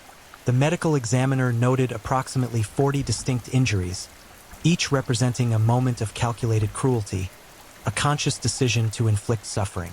The strangling, when it finally came, must have seemed almost merciful after what Oksana had endured. Radkevich used a ligature this time rather than manual strangulation. A belt wrapped around her throat, tightened slowly, released, tightened again. The ligature marks on her neck told the story of prolonged asphyxiation, minutes of desperate suffocation before unconsciousness brought relief, then death shortly after. Post-mortem, Radkevich had continued his violation of Oksana's body with knife work that grew increasingly elaborate. The pattern suggested almost artistic intention, as though he viewed her flesh as canvas upon which he might express whatever darkness inhabited his psychology. This wasn't rage or frenzy. This was something colder, more methodical, perhaps even more disturbing in its calculated nature. Hotel staff discovered Oksana's body the following afternoon when housekeeping entered the room. The scene they encountered would require years of therapy for the two cleaners who opened that door. The police response was immediate, the investigation intensive, but Radkevich had already vanished back into Moscow's anonymous crowds, just another face among millions, carrying terrible secrets behind unremarkable features. Detective Petrov's team worked the hotel murder with renewed urgency, sensing that this deviation from pattern might finally provide the breakthrough they desperately needed. Hotel staff were interviewed extensively, but memories proved frustratingly vague. A man had rented the room, paying cash in advance, giving a false name that couldn't be traced. Descriptions were contradictory. Some recalled him as tall, others average height. Some remembered dark hair, others thought it might have been light-colored. The only consistent detail was that he had been utterly forgettable, possessing no distinguishing features that lodged in witnesses' memories. 3 days after Oksana's murder, another body surfaced. Viktor Sorokin, a 37-year-old taxi driver, had disappeared after his shift ended in the early morning hours. His cab was found abandoned near a residential area, keys still in the ignition, no signs of struggle. Viktor himself turned up in a construction site, his body positioned in a drainage ditch where workers discovered him the next morning. The autopsy revealed the now familiar pattern of extensive antemortem torture. Viktor had been bound with wire that cut deep into his wrists and ankles as he struggled against restraints. The beating had been methodical and prolonged. Fractured skull, broken ribs, ruptured spleen, damage so extensive that the medical examiner marveled Viktor had remained conscious through much of the ordeal. But what distinguished Viktor's murder was the apparent length of time Radkevich had spent with him. Forensic analysis suggested Viktor had been alive for possibly 10 to 12 hours after his abduction, meaning Radkevich had devoted nearly half a day to this single victim. The implications chilled investigators to their core. This wasn't opportunistic violence anymore. This was dedicated, focused sadism requiring safe locations where screams wouldn't be heard, where the killer could work without interruption or time pressure. The strangulation method mirrored previous murders, manual compression of the throat, applied intermittently to extend suffering. Viktor's final conscious moments had been spent in agony, alone with a monster who viewed his pain as entertainment, his life as something to be slowly extinguished for personal gratification. The post-mortem mutilation followed established patterns, methodical cutting that served no purpose beyond satisfying Radkevich's twisted psychological needs.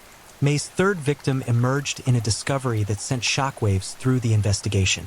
16-year-old Andrei Volkov had been a runaway, one of thousands of displaced youth who haunted Moscow streets during the chaotic post-Soviet period.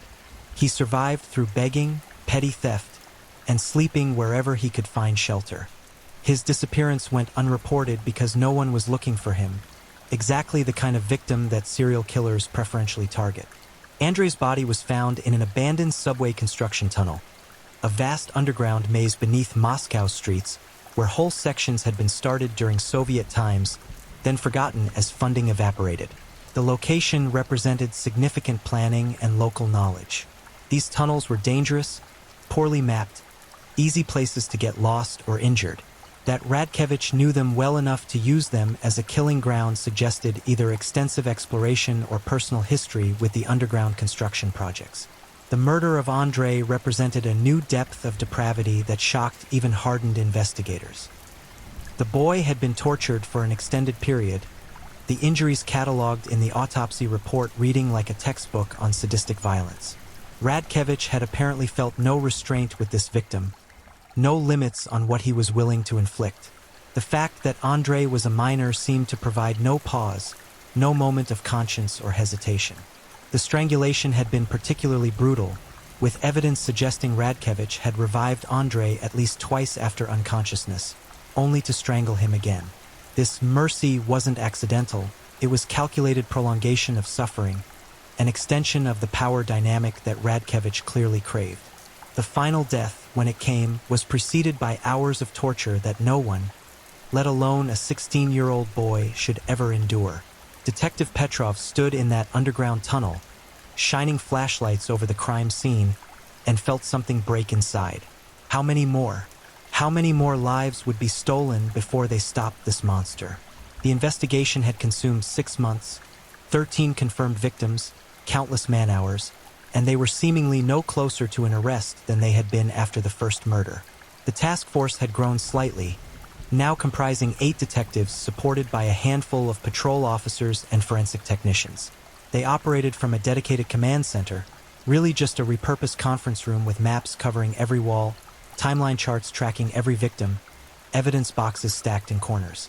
The room smelled of stale coffee, cigarette smoke, and frustration. Dr. Orlova provided updated psychological profiles as each new murder added data points to her analysis. The killer, she explained, was experiencing what psychologists termed hedonic adaptation, the psychological phenomenon where repeated exposure to stimuli requires increasingly intense stimulation to achieve the same response. In practical terms, this meant Radkevich needed more brutal torture, longer sessions, possibly multiple victims to satisfy the compulsions driving him. The profile painted a picture of someone in his 20s or 30s, physically strong, intelligent, organized, and completely lacking normal human empathy. He likely lived alone or in circumstances where his activities wouldn't draw scrutiny. He might hold sporadic employment but nothing requiring rigid schedules or close supervision. He would appear normal in casual interactions, perhaps even charming or friendly, but deeper engagement would reveal emotional flatness, inability to form genuine connections, and worldviews centered entirely on personal gratification without regard for others' suffering. This profile described thousands of men in Moscow, making it simultaneously accurate and practically useless for narrowing suspects.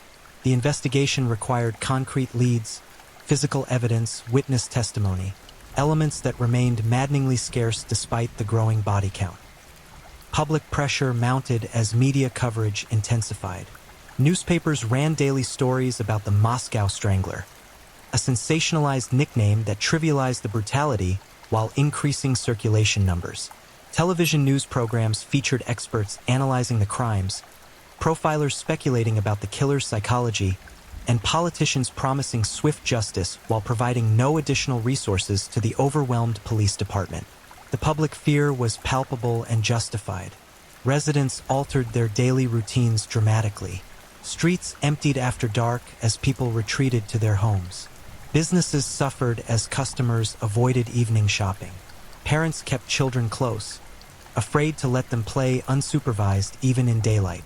The city that had been struggling with economic and political transformation now faced an additional burden of pervasive fear that affected everyone, regardless of age, gender, or social status. Radkevich, meanwhile, seemed to revel in the attention. Though police hadn't publicized many crime scene details, the mere fact of multiple murders created the notoriety that some killers craved. He was important now, feared, talked about, the source of citywide terror. For someone whose entire existence had been marked by insignificance and invisibility, this represented a twisted form of success, validation of his terrible power over others. The 14th victim appeared in late May, marking the peak of Radkevich's killing spree. Tatiana Michailova was a 29-year-old schoolteacher, a woman with friends, family, a stable job, and a life full of normal connections. Her disappearance triggered immediate alarm when she failed to arrive at school, and her family contacted police within hours. Tatiana's body was discovered 2 days later in yet another abandoned building, this one a former factory on Moscow's industrial outskirts. The crime scene revealed that she had endured everything previous victims had suffered, plus innovations in torture that suggested Radkevich's descent into ever deeper depravity. The medical examiner's report documented injuries so extensive that cataloging them required 20 pages of clinical description. What made Tatiana's murder particularly significant was a single critical error. Radkevich had left behind a partial fingerprint on a piece of broken glass used in the torture. It was smudged, incomplete, far from the clear prints that would guarantee identification. But it was something, the first significant physical evidence directly linking the killer to a crime scene. The forensics team worked with that fingerprint using every technique available to them, photographing it from multiple angles, enhancing the image through chemical treatments, comparing it against every criminal record in their limited database. The process was painstaking and time-consuming, hampered by outdated equipment and incomplete records, but they persisted because this represented their first real opportunity to identify the killer through physical evidence. Simultaneously, the investigation pursued traditional detective work with renewed intensity. Tatiana's final days were reconstructed in minute detail. Every person she had encountered was interviewed. Every location she had visited was documented. Security footage from nearby businesses was collected and analyzed frame by frame, searching for any glimpse of her abductor. A pattern finally emerged from the accumulated evidence. Several victims had been seen in the vicinity of specific metro stations in the hours before their disappearances. The stations weren't adjacent, but they formed a rough geographical cluster on Moscow's southwest side. This suggested their killer likely lived or worked in that area, that these stations represented his comfortable territory where he felt secure hunting. The task force deployed undercover officers to these locations, watching for suspicious behavior, documenting individuals who appeared repeatedly, building a database of potential suspects. It was tedious work with no guarantee of success, but they had few other options available. Days stretched into weeks as May surrendered to June. The fingerprint analysis continued at an agonizingly slow pace. Undercover operations monitored metro stations without producing clear suspects. Public pressure intensified as media coverage created a feeding frenzy around the case. The investigation had reached a critical juncture. Either they caught a break soon, or the body count would continue climbing with no end in sight. June 1992 brought simmering heat to Moscow's streets, temperatures rising along with tempers frayed by 6 months of fear and frustration. The investigation into what media had dubbed the Moscow Strangler murders had consumed enormous resources while producing minimal progress. 14 confirmed victims, possibly more not yet discovered or connected to the same killer. 14 families shattered by incomprehensible loss. A city held hostage by terror that pervaded every aspect of daily life. Detective Yuri Petrov looked older than his 43 years, the investigation having etched new lines into his weathered face. Sleep came in brief, insufficient intervals interrupted by nightmares populated with victims' faces. His marriage had deteriorated under the strain of 16-hour workdays and psychological burden impossible to leave at the office. His health suffered from diet consisting primarily of coffee and cigarettes. But stopping wasn't an option, not while the killer remained free, not while the next victim might be abducted at any moment. The breakthrough began with that partial fingerprint recovered from Tatiana Mikhailova's crime scene. Forensic technician Dmitry Kozakov had spent 3 weeks meticulously comparing the smudged print against every record in Moscow's criminal database, a collection that was embarrassingly incomplete but represented their only option. The work was eye-straining, requiring examination of thousands of prints through magnifying equipment that belonged in a museum rather than an active investigation. On June 8th, Kozakov identified a potential match. The confidence level was far from certain, perhaps 60% probability, well below the threshold that would satisfy modern forensic standards. But 60% represented infinitely more than the 0% they had been working with for 6 months. The print matched records from a man named Nikolai Radkevich, arrested 3 years earlier for assault during a street altercation. Charges eventually dropped due to witness recantation and insufficient evidence. Petrov reviewed Radkevich's file with mounting excitement tempered by professional caution. The suspect was 21 years old, unemployed, living in a communal apartment in Moscow's southwestern district, precisely the geographical area their analysis had identified as the probable hunting ground. His physical description matched the vague witness accounts collected from various crime scenes. Average height, average build, unremarkable features that allowed him to blend invisibly into crowds. The assault arrest 3 years earlier provided disturbing context. The incident report described Radkevich attacking another man outside a bar, the violence escalating beyond normal drunken scuffle into something more calculated and savage. The victim had required hospitalization for severe beating, but later claimed mistaken identity and refused to testify. Reading between the lines, Petrov suspected intimidation had played a role in the recantation, that Radkevich had somehow convinced the victim that cooperation with prosecutors would prove unwise. Surveillance began immediately, assigned to the task force's 2 most experienced undercover officers. Following a potential serial killer required extreme caution. Any indication that police were watching could prompt the suspect to either flee or destroy evidence, eliminating any chance of successful prosecution. The officers needed to document Radkevich's movements, identify locations he frequented, build a pattern of behavior, all while remaining completely invisible. Radkevich's daily routine proved maddeningly mundane. He lived in a communal apartment on Leninskaya Prospect, occupying a single room approximately 3 meters by 4 meters, sharing kitchen and bathroom facilities with 5 other residents. Neighbors described him as quiet, unremarkable, someone who kept to himself but wasn't overtly antisocial. He paid rent irregularly, sometimes falling months behind before catching up with cash from sources no one questioned during economically desperate times. His employment history was sporadic: day labor on construction sites, occasional work loading trucks, brief stints in warehouses or factories that ended after weeks or months. He had no apparent friends, no romantic relationships, no social activities beyond solitary walks through Moscow streets at odd hours. He frequented cheap cafeterias for meals, sometimes going days without eating much of anything. He drank occasionally, beer or vodka consumed alone in his room, never to excess that neighbors noticed. This profile of isolation and marginality fit Dr. Orlova's psychological assessment perfectly. Serial killers often existed on society's periphery, disconnected from normal social structures, lacking the relationships that might provide early warning signs or intervention. Their isolation served dual purposes.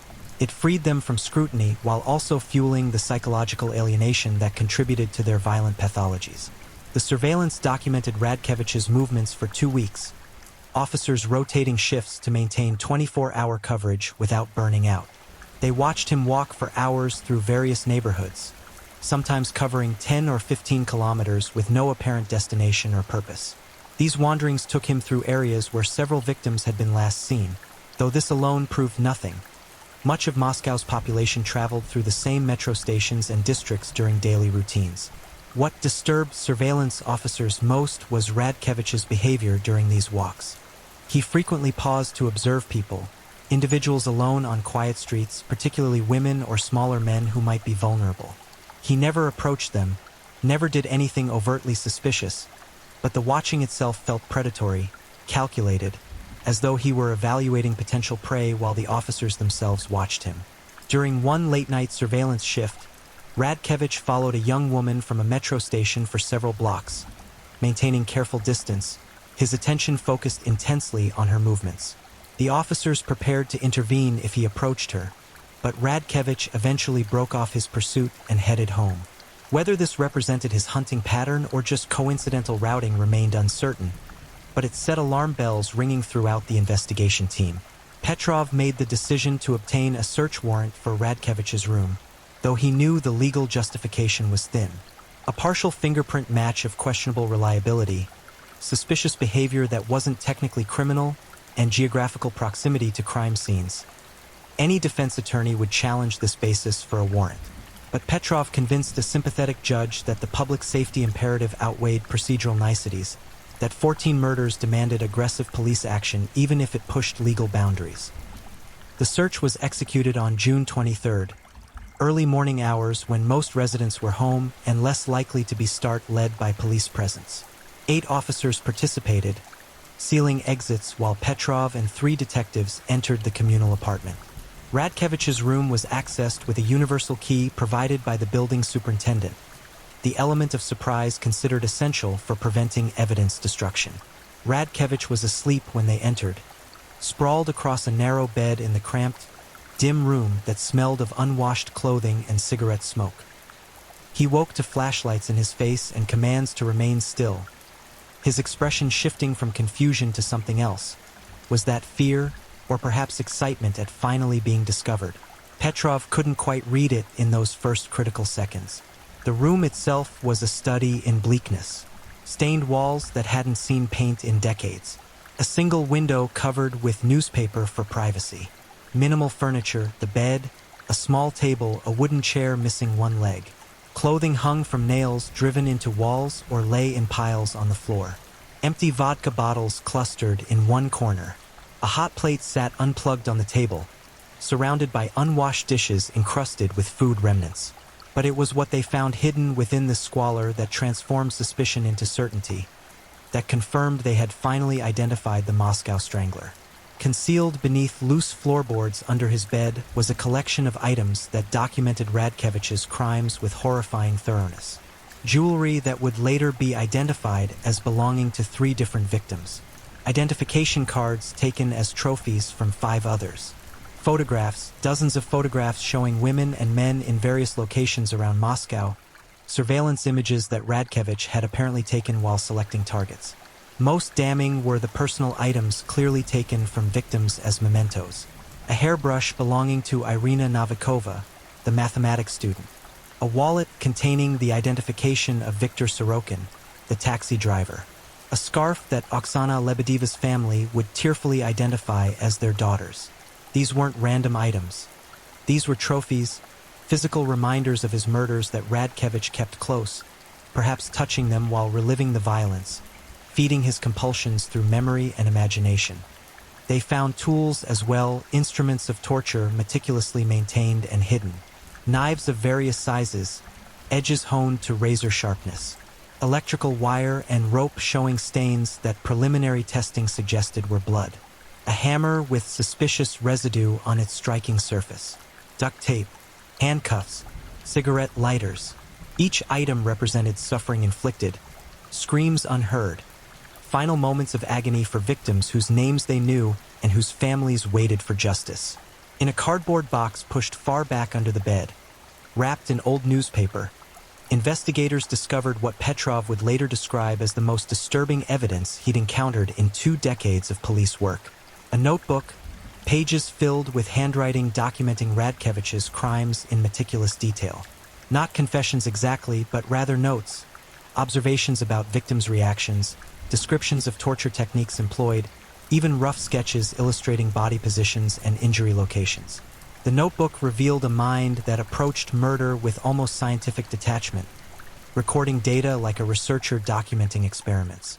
Subject showed high pain tolerance, read one entry, discussing a victim investigators recognized from the description. Strangulation method be more effective for extended consciousness. Noted another passage, comparing manual compression versus ligature techniques. This wasn't the frenzied writing of a madman.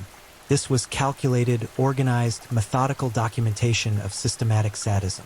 Even more chilling were passages that suggested Radkevich viewed his activities as a form of exploration, discovery of truths about human nature revealed only through extreme circumstances.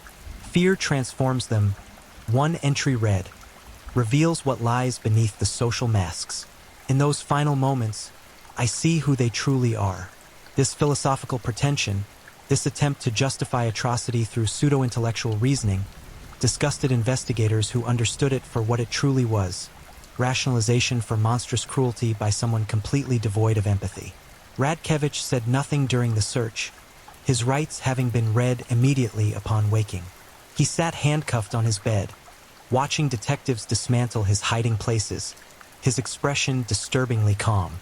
There was no panic, no attempt to claim innocence, no angry denials, just watchfulness, as though he were observing proceedings with detached curiosity rather than fear of consequences. The arrest was executed formally once sufficient evidence had been documented and photographed. Radkevich was transported to police headquarters while forensic teams continued processing his room, bagging and cataloging every item that might provide additional evidence or victim identification. The communal apartment's other residents gathered in the hallway, shocked expressions revealing they had lived alongside a monster without ever suspecting the horror that transpired behind his closed door. News of the arrest spread through Moscow with remarkable speed, unofficial channels communicating information faster than official police statements. By afternoon, crowds had gathered outside police headquarters, some celebrating the capture while others expressed rage at the man who had terrorized their city for 7 months. Media descended in force, cameras and reporters jamming sidewalks, demanding information, speculation running rampant about details still being processed by investigators. The interrogation of Nikolai Radkevich began that evening in a small room designed for exactly this purpose. Windowless, soundproofed, furnished only with a table and chairs. Detective Petrov led the questioning, accompanied by Dr. Orlova and another senior detective. Everything was recorded on audio tape, the questioning following strict protocols designed to ensure admissibility of any confession in subsequent trial. Radkevich waived his right to an attorney present, a decision that surprised investigators given the severity of charges he faced. When asked why he chose to speak without legal representation, Radkevich simply shrugged, his first real response since awakening to police in his room. "It doesn't matter now," he said, voice flat and emotionless. "You found everything. What's the point of hiding anymore?" The confession that followed unfolded over 6 hours of questioning that tested even experienced interrogators' ability to maintain professional composure. Radkevich spoke with disturbing calmness about murders that had required months of investigation to document. He confirmed 14 victims, providing details that only the killer could know. Specific injury patterns, exact locations, items taken as trophies, even victims' final words as they begged for mercy that never came. But he also revealed 2 additional victims that investigators hadn't yet discovered or connected to his killing spree. Both were homeless individuals whose deaths had been attributed to exposure or misadventure rather than homicide. Their bodies had been found months earlier in circumstances that hadn't triggered murder investigations. Radkevich provided enough detail about those killings that recovery of remains and re-examination confirmed his claims. 2 more families who would learn terrible truths about loved ones' final moments. When asked about his motivation, Radkevich struggled to articulate clear reasoning.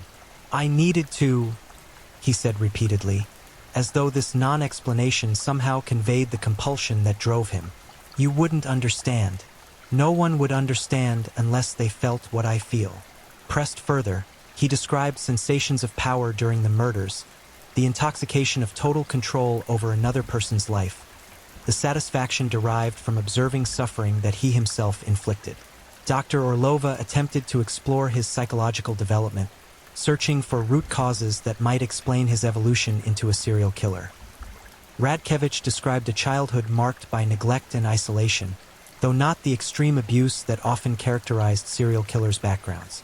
His parents had been emotionally distant but not overtly cruel. He had no siblings, no close friends during formative years. He had been bullied occasionally in school, but nothing that seemed sufficient to explain the profound psychological damage evident in his adult behavior. What emerged from the interrogation was a portrait of someone fundamentally disconnected from normal human emotion. Radkevich experienced pleasure, particularly through violence and dominance. He experienced satisfaction when achieving goals, like successfully abducting and killing victims without detection. But empathy, compassion, love, guilt, these seemed completely absent from his psychological makeup. He understood intellectually that society deemed his actions wrong, but he felt no remorse, no regret for suffering inflicted or lives destroyed.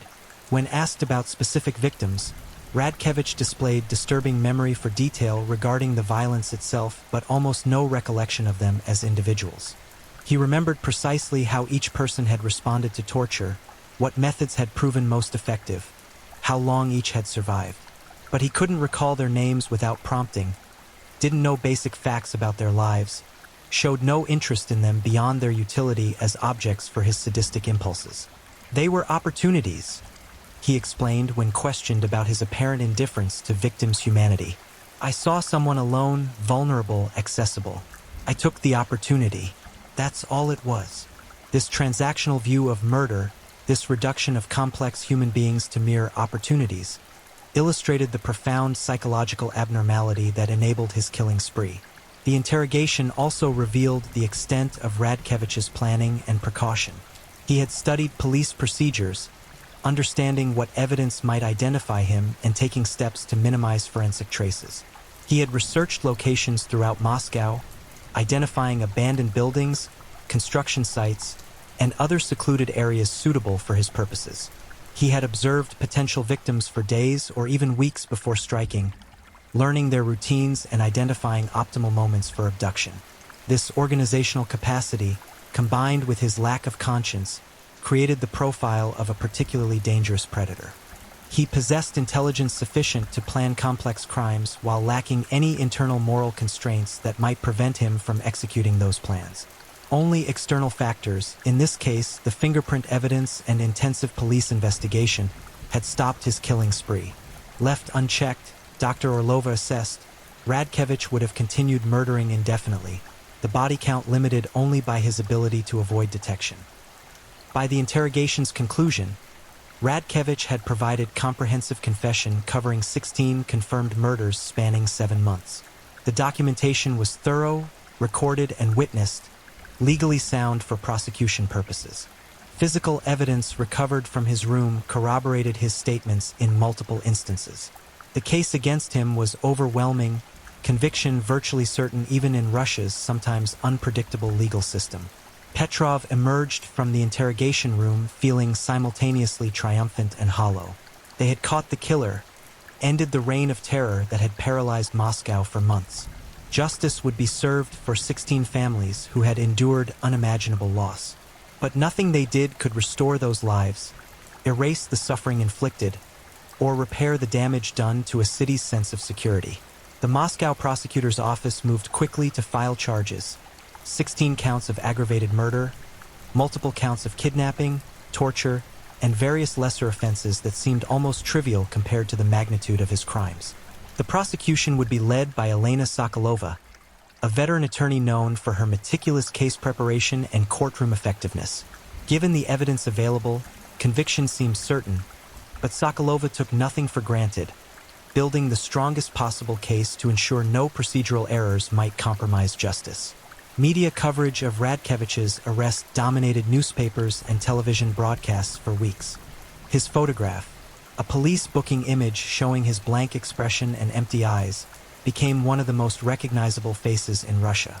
Experts analyzed his psychology, criminologists debated how such killers might be identified earlier, and politicians proposed new laws and police procedures designed to prevent similar cases. Public reaction oscillated between relief that the killer had been caught and rage at what he had done. Some called for immediate execution, though Russia maintained a moratorium on capital punishment at the time. Others demanded life imprisonment under the harshest possible conditions. A few voices cautiously raised questions about systemic failures that had allowed Radkevich to operate undetected for so long, though these critical perspectives were largely drowned out by the louder calls for vengeance. For the families of victims, the arrest brought complicated emotions. There was relief that no one else would suffer at Radkevich's hands, that he would face justice for his crimes. But there was also renewed grief as details of their loved one's final moments emerged through evidence and confession. Some families attended every court hearing, needing to witness the legal process that would hold him accountable. Others found the public nature of the proceedings too painful, preferring to grieve privately while trusting the legal system to deliver appropriate punishment. The investigation didn't end with Radkevich's arrest. Detectives continued working to identify any additional victims, following leads generated by items found in his room or details mentioned in his confession. They re-examined unsolved missing persons cases from the relevant time frame, searching for possible connections.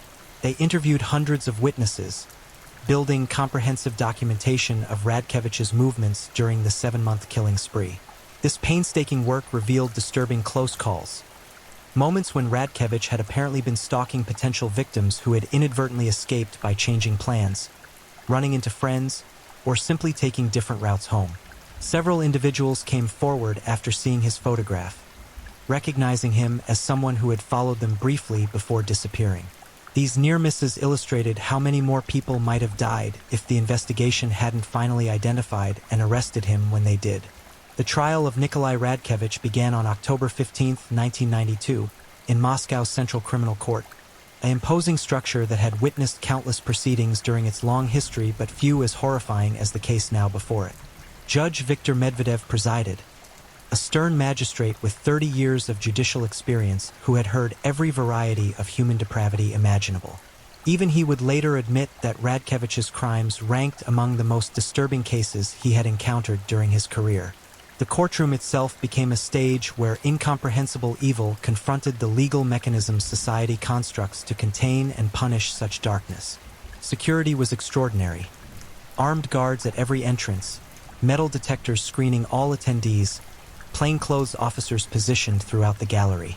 Threats against Radkevich had been numerous and credible, requiring precautions to ensure he survived long enough to face justice through proper legal channels rather than vigilante violence. Radkevich entered each day's proceedings shackled and flanked by guards, His appearance transformed from the unremarkable man who had blended invisibly into Moscow's crowds. Prison confinement had left him gaunt, his skin pale from absence of sunlight, his eyes somehow more empty than in his booking photograph. He showed no emotion as he sat at the defendant's table, no reaction to the gallery packed with journalists, victims' families, and curious public attendees who had waited hours for seats. Prosecutor Elena Sokolova opened with a statement that laid out the case in devastating detail. Over 3 hours, she walked the court through the 7-month killing spree that had terrorized Moscow. 16 confirmed victims, each murder more horrific than reasonable people could easily comprehend. She described the systematic torture, the prolonged strangulation, the post-mortem mutilation that served no purpose beyond satisfying Radkevich's sadistic compulsions. She presented physical evidence, witness testimony, forensic analysis, and ultimately Radkevich's own detailed confession. The prosecution's case was methodically constructed, each piece of evidence presented with careful attention to legal requirements and chain of custody. Physical items recovered from Radkevich's room were introduced: jewelry, identification cards, personal effects taken as trophies from victims. The notebook containing his detailed documentation of murders was read into the court record, passages describing torture techniques and victims' reactions delivered in the prosecutor's steady voice while gallery attendees struggled to control their emotions. Forensic experts testified about evidence recovered from crime scenes: the partial fingerprint that had finally identified Radkevich, blood spatter patterns consistent with the violence described in his confession, ligature marks and injury patterns documented in autopsy reports. Medical examiners walked the court through their findings, using clinical language that barely masked the horror of what had been done to each victim. These testimonies were difficult even for experienced legal professionals, several jurors visibly struggling to maintain composure as details accumulated. Victim impact statements provided heartbreaking context to the cold forensic evidence.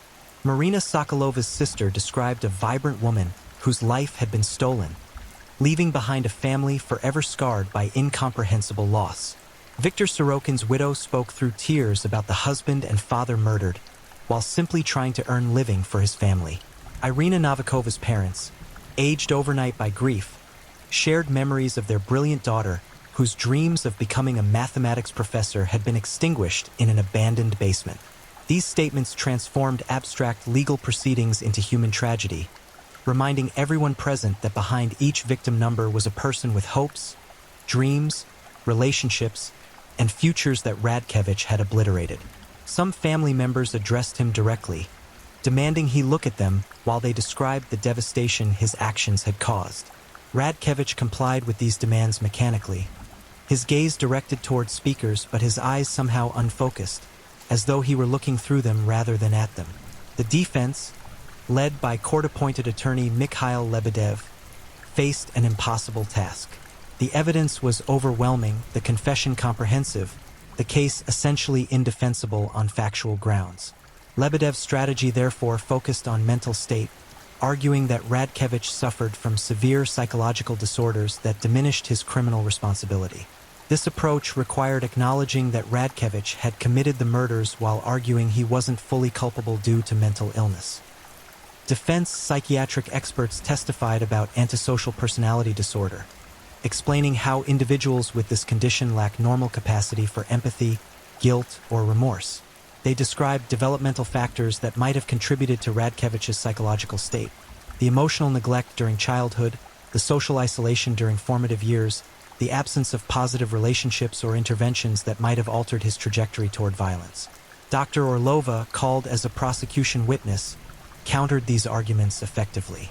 While acknowledging Radkevich's psychological abnormalities, she testified that he clearly understood his actions were illegal and took extensive precautions to avoid detection.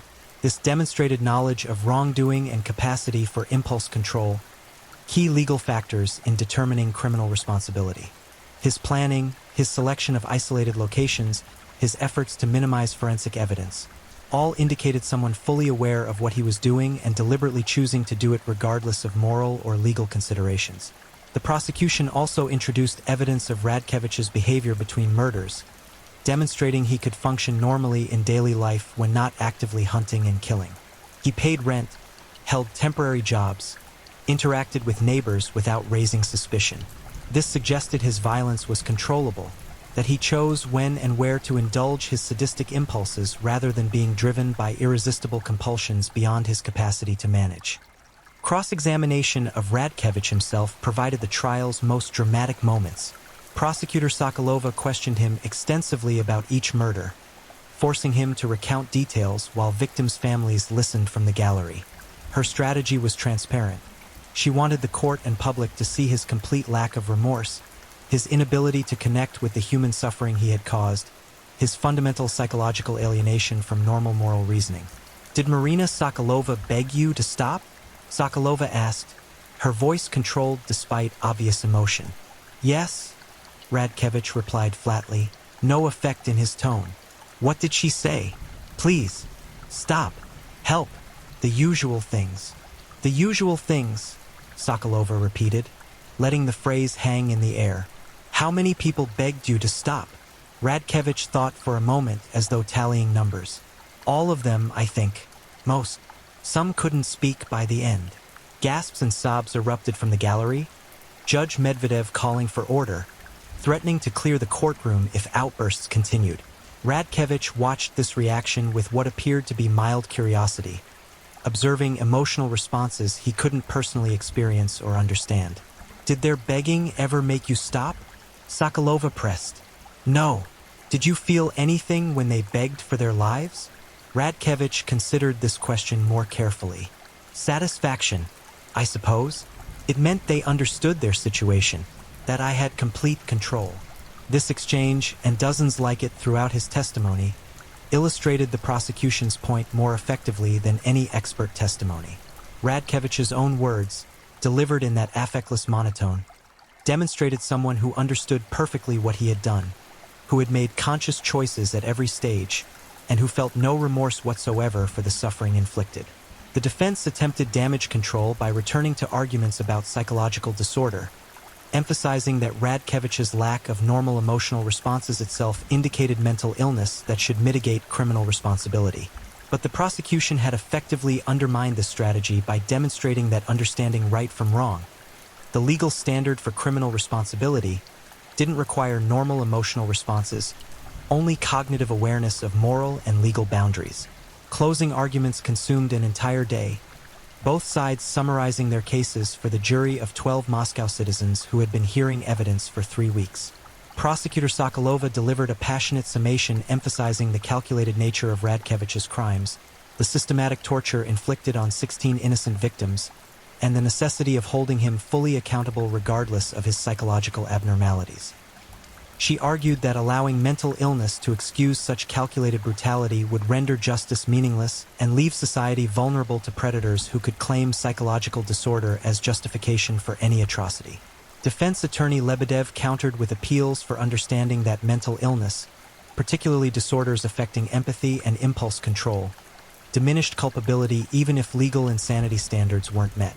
He asked jurors to consider what combination of genetics, environment, and developmental factors had created Nikolai Radkevich, arguing that punishing someone for being fundamentally broken psychologically served no productive purpose. He requested a verdict that acknowledged guilt while recommending psychiatric treatment rather than pure punishment. The jury deliberated for 7 hours before returning with their verdict. The courtroom fell silent as Judge Medvedev asked the foreman to announce the findings. Guilty on all 16 counts of aggravated murder. Guilty on all kidnapping charges. Guilty on torture charges. Guilty on every single count presented against him. The verdict was unanimous. No dissenting voices among the 12 jurors who had heard the evidence and reached their conclusion without extended deliberation. Sentencing occurred 2 days later, allowing Judge Medvedev time to review pre-sentence reports and consider appropriate punishment. Russia had suspended capital punishment in accordance with Council of Europe membership requirements, eliminating execution as an option despite public calls for Radkevich's death. The maximum available sentence was life imprisonment, which could be served under varying security and confinement conditions depending on the judge's assessment of danger posed. Judge Medvedev delivered his sentence with gravity appropriate to the unprecedented horror of the case. Life imprisonment without possibility of parole, to be served under especially strict regime, the harshest confinement conditions available within the Russian prison system. This meant solitary confinement 23 hours daily, minimal human contact, restricted privileges, and constant surveillance. Essentially, Radkevich would spend the rest of his natural life in a cell measuring 2 meters by 3 meters, alone with his thoughts and memories of what he had done.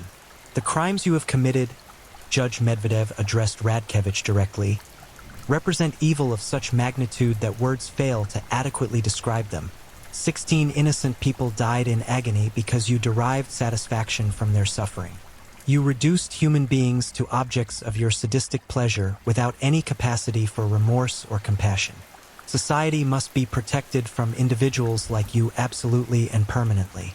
You will never again walk free. You will never again have opportunity to harm another person.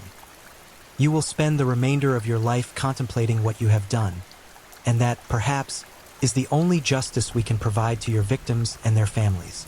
Radkevich showed no reaction to the sentence, his expression remaining blank and empty as guards escorted him from the courtroom for the final time. He had been given opportunity to make a statement before sentencing but had declined, having apparently said everything he wished during his confession and testimony. What else was there to say? He had killed 16 people, described doing so in detail, and showed no remorse. No statement could make that reality any better or worse. For the families present in the courtroom, the verdict and sentence brought complicated relief. Justice had been served within the constraints of the legal system. Their loved one's killer would spend his life in prison, never experiencing freedom or pleasure again. But no sentence could restore what had been taken, erase the suffering inflicted, or heal the profound wounds his crimes had created. They would carry this trauma forever, the knowledge of what happened to their family members a burden that time might ease but never fully lift. The media response to the verdict was overwhelming and largely positive. Headlines proclaimed justice served. Editorials praised the prosecutors and detectives who had worked tirelessly to stop Radkevich and build an airtight case. Some debates emerged about the appropriateness of life imprisonment versus capital punishment, with advocates on both sides arguing their positions passionately. But the overwhelming consensus supported Judge Medvedev's sentence as appropriately severe given the unprecedented brutality of the crimes. Radkevich was transferred immediately to Correctional Colony No. 56 in Nizhny Tagil, Sverdlovsk Oblast, one of Russia's harshest prison facilities specifically designed for the country's most dangerous criminals. The facility housed serial killers, terrorists, and violent criminals deemed too dangerous for standard prisons. Security was extraordinary. Walls topped with razor wire, guard towers positioned every 50 meters, electronic surveillance monitoring every corridor and cell. His cell was exactly as specified, 2 meters by 3 meters, containing a narrow cot, a toilet, a small sink, and nothing else.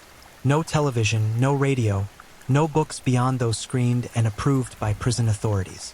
1 hour daily of exercise in a concrete yard measuring 5 meters by 5 meters, alone, observed by guards from above. Meals delivered through a slot in the steel door. Human contact limited to brief exchanges with guards during cell inspections or medical checkups.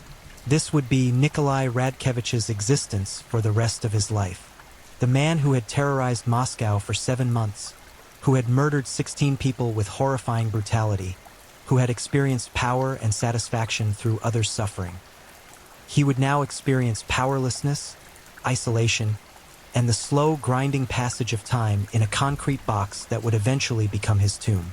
Prison psychologists monitored Radkevich regularly during his initial years of incarceration, documenting his adjustment to confinement and tracking any changes in psychological state. Reports indicated he adapted to prison life with the same emotional flatness that had characterized his entire personality. He showed no signs of remorse or guilt. He didn't attempt to form relationships with guards or fellow inmates during the brief moments of contact.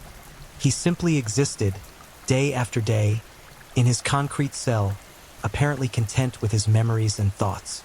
Over time, he began refusing to discuss his crimes with psychologists or participate in any therapeutic programs. He maintained his physical health through the limited exercise available, ate the meals provided, and otherwise withdrew into himself. He became, essentially, a ghost haunting his own life, present but not really living, existing in a liminal space between life and death that stretched toward an inevitable conclusion years or decades in the future. For Moscow itself, recovery from the 7-month nightmare proved gradual and incomplete.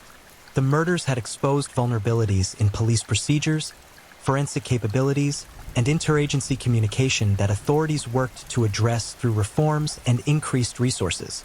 The metro stations and neighborhoods that had been Radkevich's hunting grounds slowly returned to normal patterns of life, though older residents never completely forgot the fear that had once pervaded every evening walk or solitary journey home.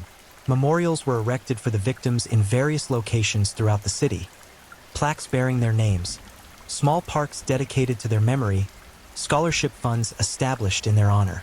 These memorials served dual purposes: remembering those whose lives had been stolen while also affirming society's commitment to protecting its vulnerable members from predators who might emerge from the shadows.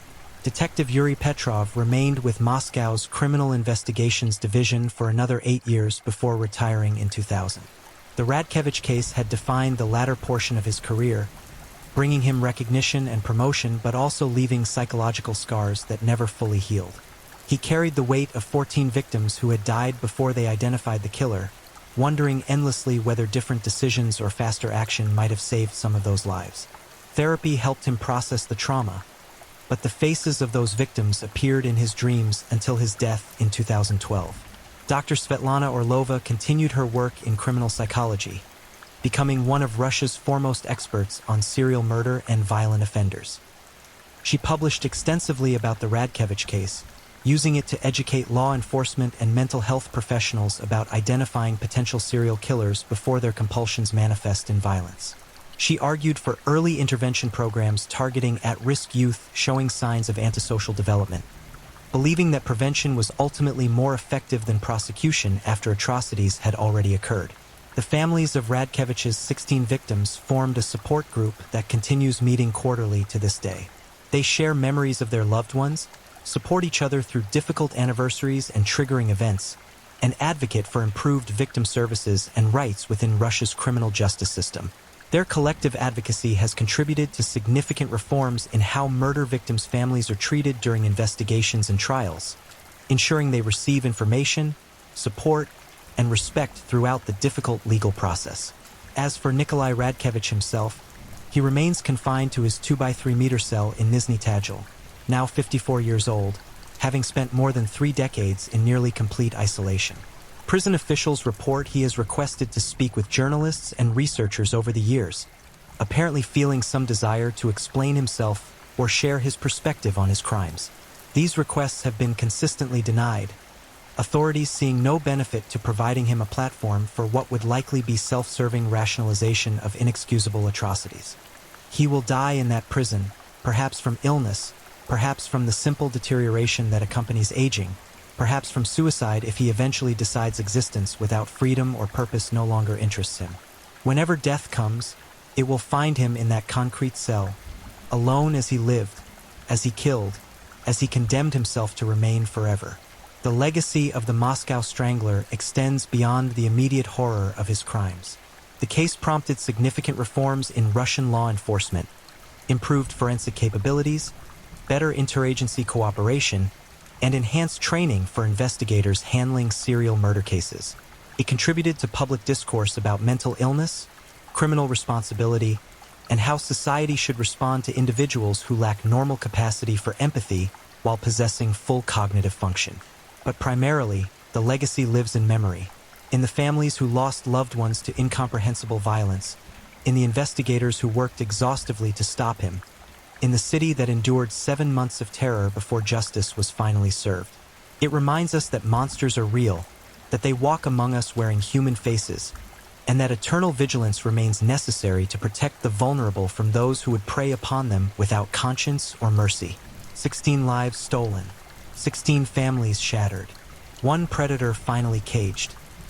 This is the story of Nikolai Radkevich, the Moscow Strangler, whose name became synonymous with calculated evil and whose crimes remain etched in the darkest chapters of Russian criminal history. May his victims rest in peace. May their families find healing where possible. and may his name serve as eternal warning about the darkness that can dwell within human hearts when empathy dies and conscience fails. If you're enjoying these stories, don't forget to leave a comment. I'd love to hear where you're tuning in from and what time it is in your part of the world. And if you haven't already, be sure to like this video and subscribe so you don't miss the next true crime story to help you drift off to sleep. Now, let's move on to our third story. Story 3. The Betaisk Maniac. When Darkness Walked Among Us.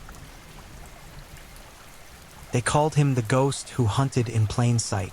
Between 1992 and 1998, the quiet streets of Betaisk became a hunting ground where evil wore the mask of normalcy. Konstantin Cheryomushkin didn't lurk in shadows. He walked brazenly through daylight, selecting his victims with chilling precision. Women vanished from bus stops, from quiet roads, from the very doorsteps of safety. What he did to them in those final moments defies comprehension. This is the story of a predator who turned a Russian town into his personal killing field, leaving behind a trail of mutilated bodies and shattered families. 21 lives stolen, 21 families destroyed, one monster who almost got away with it all. This is the true story of the Betaisk Maniac. Betaisk, Russia, 1992. A town where everyone knew their neighbors, where children played freely in courtyards, where women walked home alone after dark without a second thought. The Soviet Union had just collapsed, and the entire nation was reeling from the chaos of transformation. Amid the uncertainty of a new era, nobody noticed when the killing began. Konstantin Cheryomushkin was the kind of man who disappeared into crowds. Average height, unremarkable features, a face that blended seamlessly into any gathering. Born in 1960, he'd grown up in this very region, the son of working-class parents who never suspected the darkness gestating within their child. His childhood appeared ordinary on the surface: school, friends, the usual routines of Soviet life. But something fundamental was missing in Konstantin's psychological architecture, some crucial element of human empathy that separates us from monsters.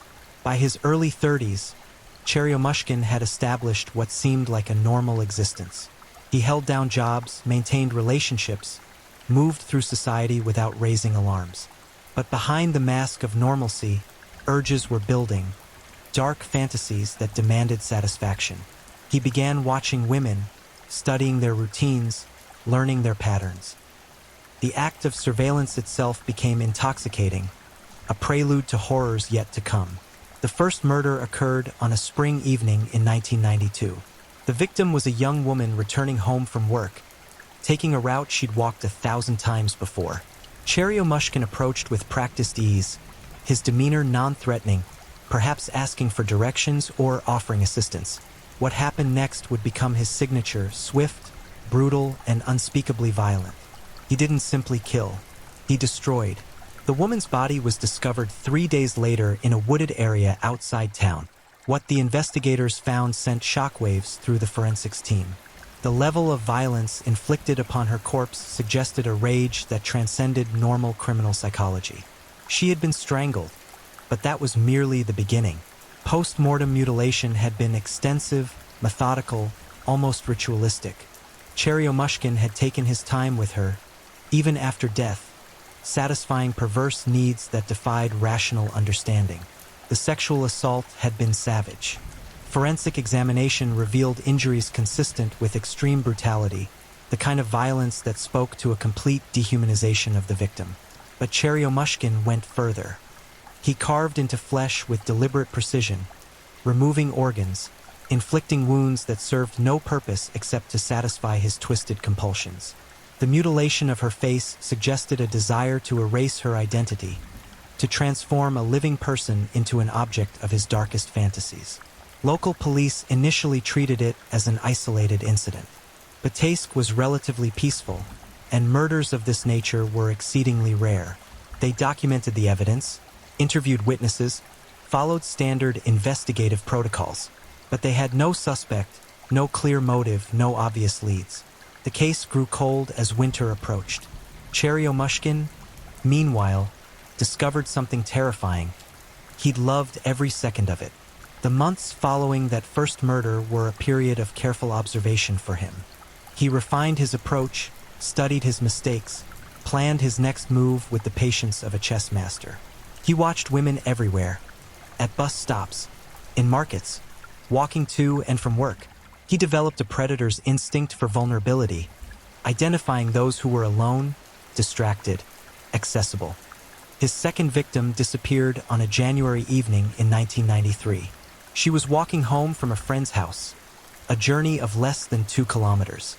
Witnesses later reported seeing a man matching Cheryomushkin's general description walking in the same direction, but nobody thought anything of it at the time. Why would they? He looked like anybody else. The discovery of her body 3 weeks later, preserved by winter's cold, revealed the evolution of Cheryomushkin's depravity. The same violent sexual assault, the same strangulation, but the mutilation had intensified. He'd spent even more time with this victim, inflicting progressively more horrific injuries. He removed her breasts with crude surgical precision, carved patterns into her abdomen, and dismembered her hands, possibly to prevent identification, possibly simply because he wanted to. The savagery of the crime scene suggested someone completely disconnected from human empathy. Blood had pooled and frozen in grotesque patterns around the body. The positioning of her remains indicated that Cheryomushkin had arranged her in specific ways, staging the scene like some macabre work of art.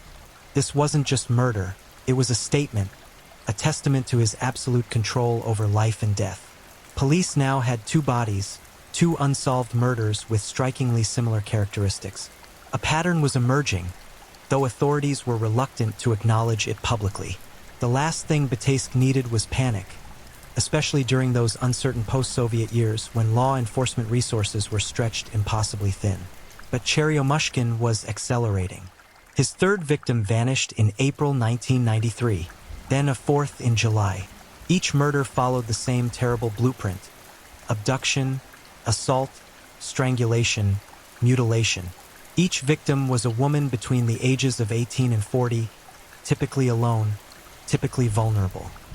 He varied his hunting grounds slightly, moving between Bataysk and surrounding areas, never establishing too obvious a pattern. His intelligence made him exponentially more dangerous. The mutilations grew increasingly elaborate. Cheryomushkin experimented with different methods of inflicting post-mortem wounds, taking organs as trophies, destroying faces beyond recognition. Forensic pathologists examining the bodies struggled to maintain professional detachment. These weren't just crime scenes, they were glimpses into hell itself. What drove him? Psychiatrists would later debate the roots of his pathology. Some pointed to possible childhood trauma, though none was ever conclusively documented. Others suggested a fundamental neurological deficit, an inability to process human suffering as anything other than entertainment. Sexual sadism was clearly a component, but Cheryomushkin's violence exceeded even typical sadistic patterns. He seemed to derive pleasure not just from the suffering itself, but from the act of complete obliteration. Erasing these women from existence, reducing them to meat and memory. By late 1993, Bataysk police knew they had a serial killer operating in their jurisdiction. The admission came quietly, without public announcement, but investigative resources were finally being coordinated. A special task force was assembled, though understaffed and under-equipped by Western standards. This was Russia in the immediate post-Soviet era. Chaos, poverty, and institutional collapse made even basic police work nearly impossible. Cheryomushkin continued killing. His methods showed remarkable consistency. He approached victims in public spaces, typically during transitional times, dusk, early morning, moments when people were moving between destinations. He used his unremarkable appearance as camouflage, blending into the landscape of everyday life. His ability to gain proximity to victims without triggering alarm suggested either practiced social skills or a profound understanding of human psychology. The actual abductions were swift and efficient. Witnesses who later came forward described seeing women talking to a man, then walking with him voluntarily, at least at first. Cheryomushkin likely used ruses to separate victims from populated areas. Perhaps he claimed his car had broken down nearby. Perhaps he asked for help with directions. Perhaps he pretended to be injured or in distress. Whatever his approach, it worked repeatedly. Once isolated, the violence began immediately. Strangulation was his preferred method of killing, though not the quick, merciful kind. Forensic evidence suggested prolonged asphyxiation, pressure applied and released, applied again, extended over minutes rather than seconds. He wanted them conscious, aware, terrified. The sexual assaults occurred both before and after death, a detail that underscored his complete detachment from normal human boundaries. The mutilations served multiple purposes. They satisfied his sadistic impulses, certainly, but they also hampered identification efforts. Facial destruction, removal of fingertips, extraction of teeth. These weren't random acts of violence. They were calculated attempts to obscure victim identities, buying him time before bodies were discovered and identified. Time he used to hunt again. By the end of 1994, Cheryomushkin had murdered at least 10 women. The exact number remained uncertain because some bodies hadn't been found, and others had been so extensively mutilated that identification proved impossible. Betaisk lived under a shadow of fear, though many residents still didn't grasp the full scope of the horror unfolding around them. The police maintained relative silence, partly to avoid panic, partly because they had so little useful information to share. Cheryomushkin, meanwhile, grew bolder. He began taking greater risks, abducting women from increasingly populated areas, killing more frequently. The psychological literature on serial killers describes this pattern. An escalation driven by habituation, the need for increasingly intense stimulation to achieve the same satisfaction. What had begun as carefully planned murders evolved into more impulsive acts, though no less brutal. His 11th victim was taken in broad daylight from a crowded market area. Witnesses saw a man helping a woman carry groceries toward a parking area. Nobody intervened. Nobody questioned. Why would they? It looked like simple courtesy, a kind gesture in difficult times. The woman's mutilated corpse was discovered 4 days later in a drainage ditch. Cheryomushkin had carved her body with what appeared to be frenzied intensity, inflicting dozens of post-mortem wounds, extracting organs, leaving behind a scene that traumatized even experienced investigators. The brutality defied comprehension. How could one human being inflict such suffering on another? What internal landscape allowed for this level of violence? These questions haunted investigators, but answers remained elusive. Cheryomushkin was a ghost, leaving behind only bodies and terror. As 1995 arrived, Betaisk existed in a state of suspended dread. Women no longer walked alone. Parents kept daughters home after dark. The simple routines of daily life became fraught with danger. And still, the killing continued. The years 1995 and 1996 marked the apex of Konstantin Cheryomushkin's reign of terror. The Betaisk maniac, as newspapers began calling him, operated with a frequency that suggested either supreme confidence or complete psychological collapse. Possibly both. His victim count climbed steadily, each new body adding to the growing catalog of horror. Understanding Cheryomushkin's methodology requires examining not just what he did, but how he did it, the terrifying efficiency of his operation. Unlike disorganized killers who strike randomly and chaotically, he maintained systematic patterns even as his violence intensified. He selected hunting grounds with strategic precision, areas where women might be alone but not so isolated that his presence would seem suspicious. Bus stops became particular danger zones. Cheryomushkin recognized these as transition points where women waited alone, predictable and vulnerable. He would approach casually, starting conversations, offering rides, exploiting the Russian cultural tradition of communal helpfulness. In those difficult post-Soviet years, when public transportation was unreliable and private vehicles rare, accepting a ride from a stranger didn't seem as dangerous as it might today. His 12th victim accepted such an offer on a freezing February morning in 1995. She was a factory worker, mother of 2, waiting for a bus that was running late. Cheryomushkin pulled up in a borrowed car, offered a ride, and she accepted gratefully. Her body was discovered 6 weeks later, buried in a shallow grave outside town. The preservation of tissue due to cold temperatures allowed forensic pathologists to document the full extent of the horrors inflicted upon her. The autopsy report made for nightmarish reading. Strangulation had been protracted, evidenced by multiple hemorrhages at different stages of development. He choked her, released, choked again, extending her suffering. The sexual assault had caused massive internal injuries, suggesting the use of objects in addition to rape. Post-mortem mutilation included the removal of her uterus, breasts, and portions of her thighs. Her face had been systematically destroyed, every feature broken, crushed, obliterated. Cheryomushkin had spent hours with this victim, working methodically, satisfying every twisted impulse. The crime scene photographs, locked away in police archives, captured devastation so complete that investigators struggled to maintain emotional stability. This wasn't the work of someone in a rage-driven frenzy. This was calculated, deliberate, sustained sadism. His 13th victim disappeared 3 weeks later, then a 14th. The pace was accelerating, the intervals between murders shrinking. Psychological profilers brought in to consult on the case suggested Cheryomushkin was entering a phase where the fantasy no longer satisfied. Only the act itself provided relief, and that relief lasted shorter and shorter periods.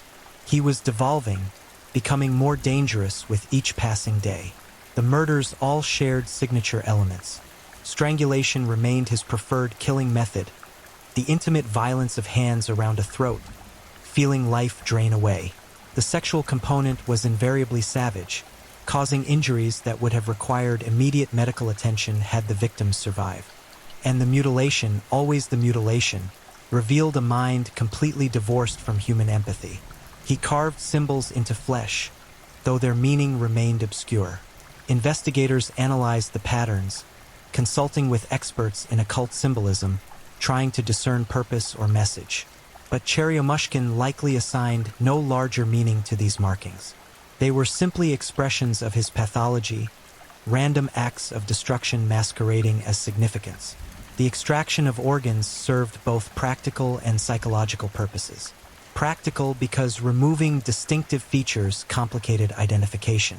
Psychological because the act of dissection represented ultimate power, the ability to disassemble a human being like machinery, to examine internal components with clinical detachment. Several victims had their hearts removed, organs Cheryomushkin apparently kept as trophies, though none were ever recovered. By mid-1995, the investigation had expanded considerably. Federal resources were now involved, though coordination between agencies remained problematic. Soviet-era bureaucratic inefficiency hadn't magically disappeared with the regime change, and turf battles between local and federal investigators hindered progress. Meanwhile, Cheryomushkin continued hunting. His 15th victim was a teenager, just 17 years old. She disappeared walking home from evening classes, a distance of less than a kilometer. Witnesses reported seeing her talking to a man near a parking area, but descriptions were vague, unhelpful. She seemed relaxed, not distressed, suggesting Cheryomushkin had once again successfully deployed whatever social strategies allowed him to approach victims without triggering alarm. The discovery of her body 2 weeks later traumatized even hardened investigators. She'd been so young, her whole life stolen before it truly began. The violence inflicted upon her matched previous murders, strangulation, rape, extensive mutilation, but somehow felt even more obscene given her age. Cheryomushkin had shown no mercy, no hesitation. She was simply another object to be used and discarded. The public reaction was explosive. Until now, many Bataisk residents had maintained a degree of denial about the danger in their midst. But a murdered teenager shattered that protective delusion. Parents organized neighborhood watch groups. Women bought pepper spray, knives, whatever weapons they could afford.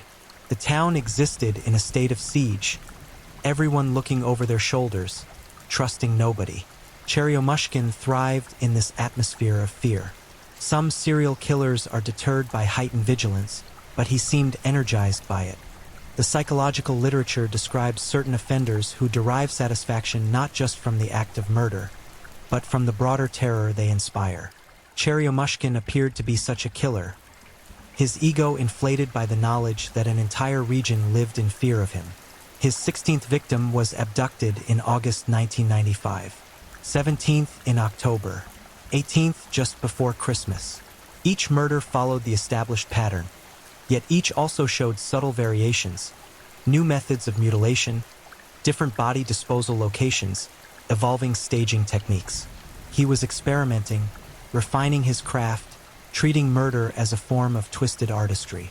The Christmas victim was found on December 28th, positioned in a grotesque mockery of religious imagery.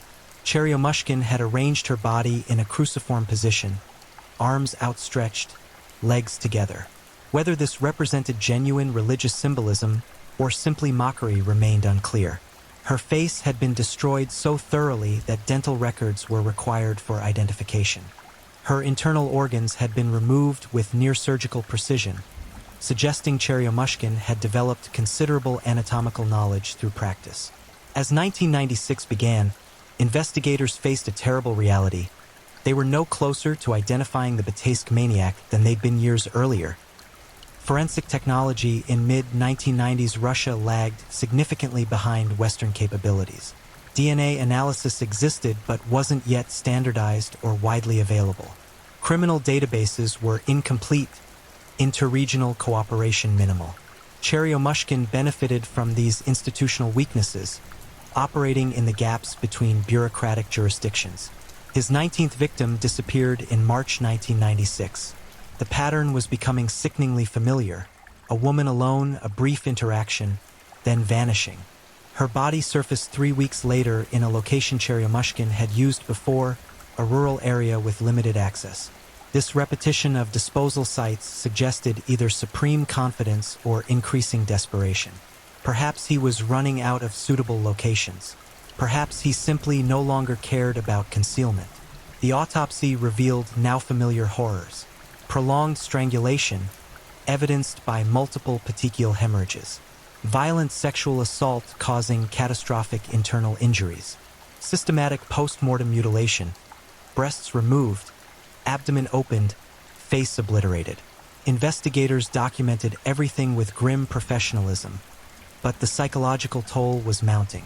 How many mutilated corpses could one examine before permanent psychological damage occurred? Victim 20 vanished in July 1996. Her body was discovered quickly, within 48 hours, found by hikers in a wooded area. The freshness of the crime scene allowed forensic teams to gather more evidence than usual. They found fiber samples, soil deposits, even a partial footprint. But without a suspect to compare these findings against, they represented only potential rather than actual breakthroughs. The mutilations on this victim showed escalating frenzy. Cheryomushkin had inflicted dozens of post-mortem wounds, carved deep into flesh, broken bones, destroyed tissue with apparently random violence. Yet amid the chaos, investigators noted familiar signature elements: the removal of specific organs, the particular pattern of facial destruction, the staging of the body. Even in apparent frenzy, his core pathology remained consistent. His 21st and final victim was taken in October 1996. She was a young mother, walking to pick up her child from a relative's house. Multiple witnesses saw her talking to a man near a bus stop, though again, descriptions were frustratingly vague. She appeared calm, unworried, suggesting Cheryomushkin's approach had been non-threatening. Then she was gone. Her body was discovered 3 days later, and it would prove to be the crime scene that finally began unraveling Cheryomushkin's anonymity. Not because of what he'd done to her. The murder followed his established pattern of strangulation, sexual assault, and extensive mutilation, but because of what he'd left behind. A cigarette butt dropped carelessly near the body, a footprint in soft earth, clear and complete. And most importantly, a witness who'd seen a man matching Cheryomushkin's description in the area shortly before the victim disappeared, driving a specific type of vehicle. These puzzle pieces, accumulated over years of investigation, finally began forming a coherent picture. But Cheryomushkin remained free, still hunting, still killing. The question wasn't whether he would strike again, it was when. The autumn of 1996 marked a turning point in the investigation of the Bedtime maniac. After years of frustrated dead ends, investigators finally possessed actionable evidence. The cigarette butt recovered from the most recent crime scene contained biological material suitable for DNA analysis. The footprint provided concrete data about shoe size and wear patterns. The vehicle description, while generic, narrowed the suspect pool considerably when cross-referenced with regional registration databases. Detective Colonel Mikhail Volkov headed the expanded task force, a grizzled veteran of Soviet-era criminal investigation who'd seen humanity's darkest expressions countless times. But even Volkov admitted that the Bataysk maniac case exceeded anything in his extensive experience. 21 confirmed murders, possibly more undiscovered victims, and a perpetrator who seemed to operate with supernatural invisibility. Volkov implemented a systematic review of every piece of evidence collected across all crime scenes. Teams of investigators worked around the clock, looking for patterns, connections, anything that might illuminate the killer's identity. They constructed elaborate timelines, mapping each murder against local events, weather patterns, even lunar cycles. They interviewed hundreds of potential witnesses again, probing for forgotten details, overlooked observations. The vehicle description proved particularly valuable. Witnesses had seen a dark-colored sedan, possibly a VAZ-2106, near multiple abduction sites. In Russia during the mid-1990s, the VAZ-2106 was ubiquitous, the Soviet automotive industry's answer to affordable personal transportation. But when investigators cross-referenced ownership records with males aged 25 to 45 living within a 50-kilometer radius of Bataysk, the suspect pool became manageable. Konstantin Cheryomushkin's name appeared on that list. Nothing about his profile screamed serial killer. He'd held stable employment at various times, worked construction jobs, lived in modest apartments. No criminal record beyond minor infractions, a drunk driving charge years earlier, an assault complaint that was later withdrawn. The kind of background that characterized thousands of Russian men during those turbulent years. But when investigators looked closer, discrepancies emerged. Cheryomushkin's employment history showed gaps that corresponded with murder clusters. He'd lived in multiple locations around Bataysk, always within the killer's operational zone. He owned a dark VAZ-2106 sedan, and perhaps most significantly, he had no solid alibis for any of the murder dates. Still, circumstantial evidence wasn't enough. Volkov needed something definitive, something that would survive judicial scrutiny. The DNA sample from the cigarette butt offered that possibility, but first they needed a comparison sample from Cheryomushkin. And they needed it without alerting him to their suspicion. Surveillance teams were deployed in late November 1996. They watched Cheryomushkin's apartment, followed him to work, documented his daily routines. What they observed was disturbingly normal. He went to his construction job, stopped at shops, visited friends. Nothing in his behavior suggested the monster investigators knew him to be. He was hiding in plain sight, the ultimate camouflage being complete ordinariness. The surveillance revealed patterns, though. Cheryomushkin frequently drove through areas where victims had disappeared. He loitered near bus stops, watching women. He took drives into the countryside, visiting locations that later proved to be body disposal sites. The accumulated observations painted a damning picture, but still fell short of legal certainty. Investigators needed to force a mistake. They decided on a risky strategy: leak information to the press suggesting the investigation was stalled, that police had no viable suspects. The hope was that Cheryomushkin, feeling secure, might become careless, might leave behind more evidence, might even strike again under circumstances where surveillance teams could intervene. The ethical implications of this approach were profound. Were they using potential victims as bait? Volkov wrestled with the decision, ultimately concluding that the risk of Cheryomushkin killing again was high regardless of police tactics. At least this approach offered a chance of catching him in the act. The press release went out in early December 1996. Local newspapers reported that the Bataysk maniac investigation had gone cold, that leads had evaporated, that police were no closer to an arrest. The articles expressed frustration, demanded accountability, questioned investigative competence. It was all theater, but convincing theater. Cheryomushkin read these articles. Surveillance teams saw him purchase newspapers, saw him reading intently at kitchen tables, saw the small smile that crossed his face. He was pleased, perhaps even amused. The great manhunt had failed. He'd won. And as predicted, he began preparing for another hunt. Surveillance teams observed Cheryomushkin increasing his cruising behavior. He spent hours driving through Bataysk and surrounding areas, clearly searching for victims. He visited bus stops, loitered near markets, positioned himself where vulnerable women might appear. But he was cautious, never approaching anyone while surveillance teams could intervene. Then, on December 18, 1996, Cheryomushkin made his move. He'd been driving through a residential area when he spotted a young woman walking alone in early evening darkness. Surveillance teams, maintaining careful distance to avoid detection, watched as he slowed his vehicle, matching her pace. He pulled alongside her, rolled down his window, spoke to her. The conversation lasted perhaps 30 seconds before she shook her head and continued walking. Cheryomushkin drove on, and surveillance teams breathed collectively. The woman had refused whatever he'd offered. A ride, directions, assistance. She'd unknowingly saved her own life. But Cheryomushkin wasn't finished hunting.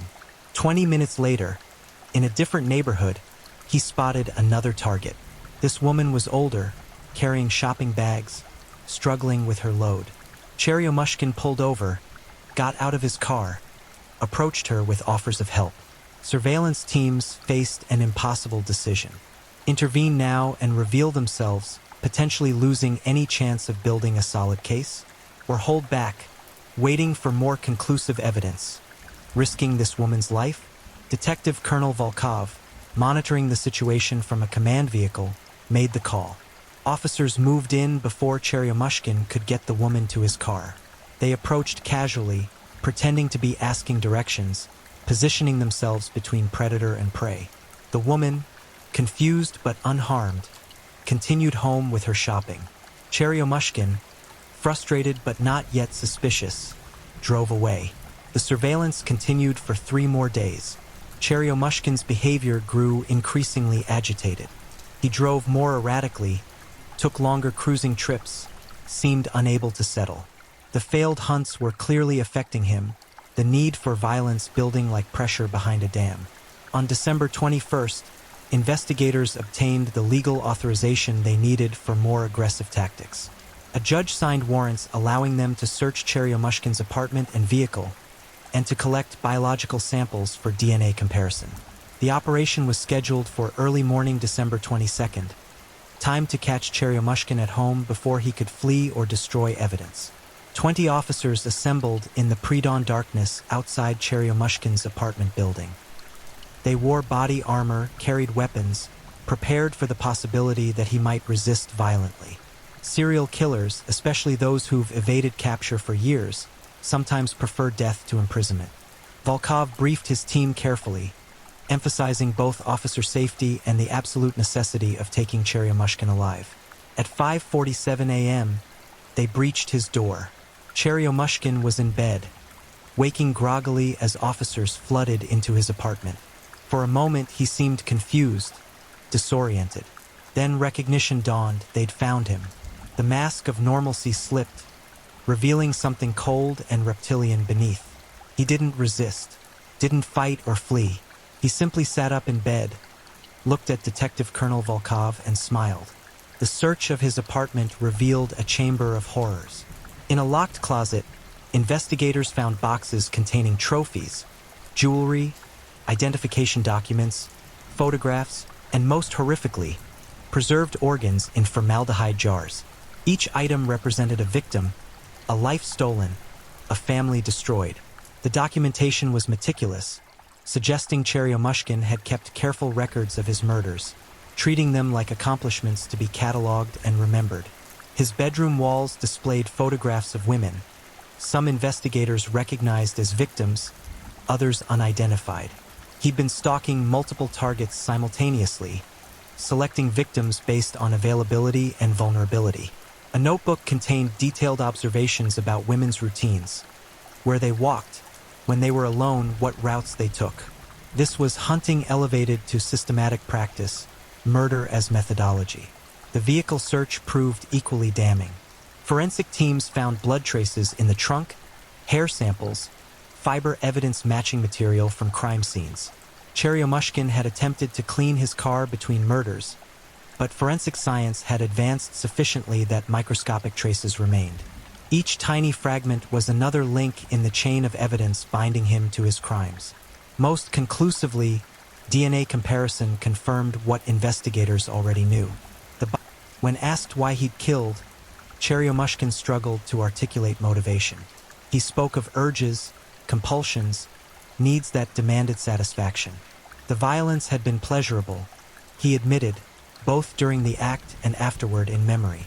He'd kept trophies so he could relive experiences, maintaining psychological access to victims long after their deaths.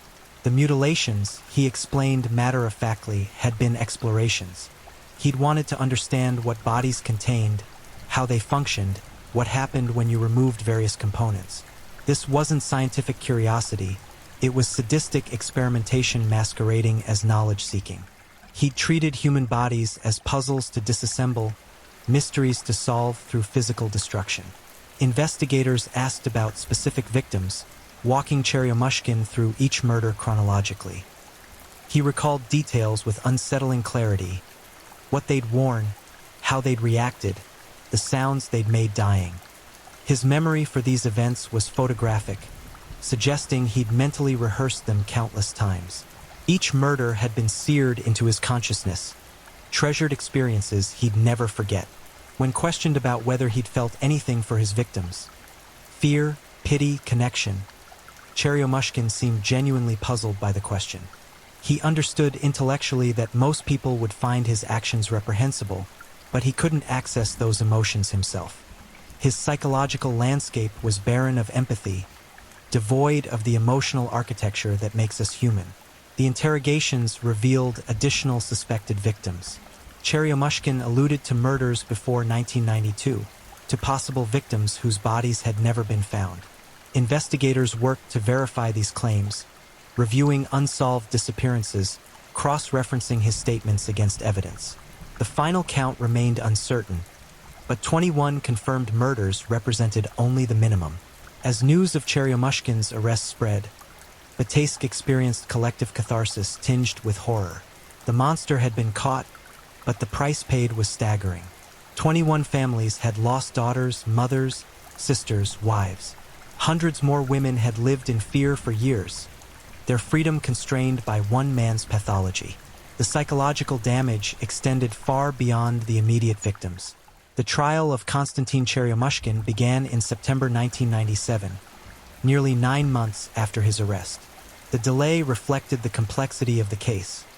21 murder charges, thousands of pieces of evidence, hundreds of witnesses. Prosecutors constructed their argument methodically, building an overwhelming case that left no reasonable doubt about Cheryomushkin's guilt. The proceedings took place in a secure courtroom in Rostov-on-Don, the regional capital. Security was extraordinary, reflecting both the high-profile nature of the case and legitimate concerns about vigilante justice. Victims' families had expressed their rage publicly, their desire for immediate, violent retribution. The state had to ensure Cheryomushkin survived to face formal justice. He entered the courtroom with the same unsettling calm that had characterized his arrest. Where other defendants showed anxiety, fear, or anger, Cheryomushkin displayed only detached curiosity. He studied the proceedings like an observer at a theater performance, showing interest in the legal mechanics while remaining emotionally uninvested in the outcome. The prosecution presented their case over 6 weeks of testimony. Forensic experts detailed the evidence linking Cheryomushkin to each crime scene, DNA matches, fiber evidence, tool mark analysis. Investigators described the surveillance operation and eventual arrest.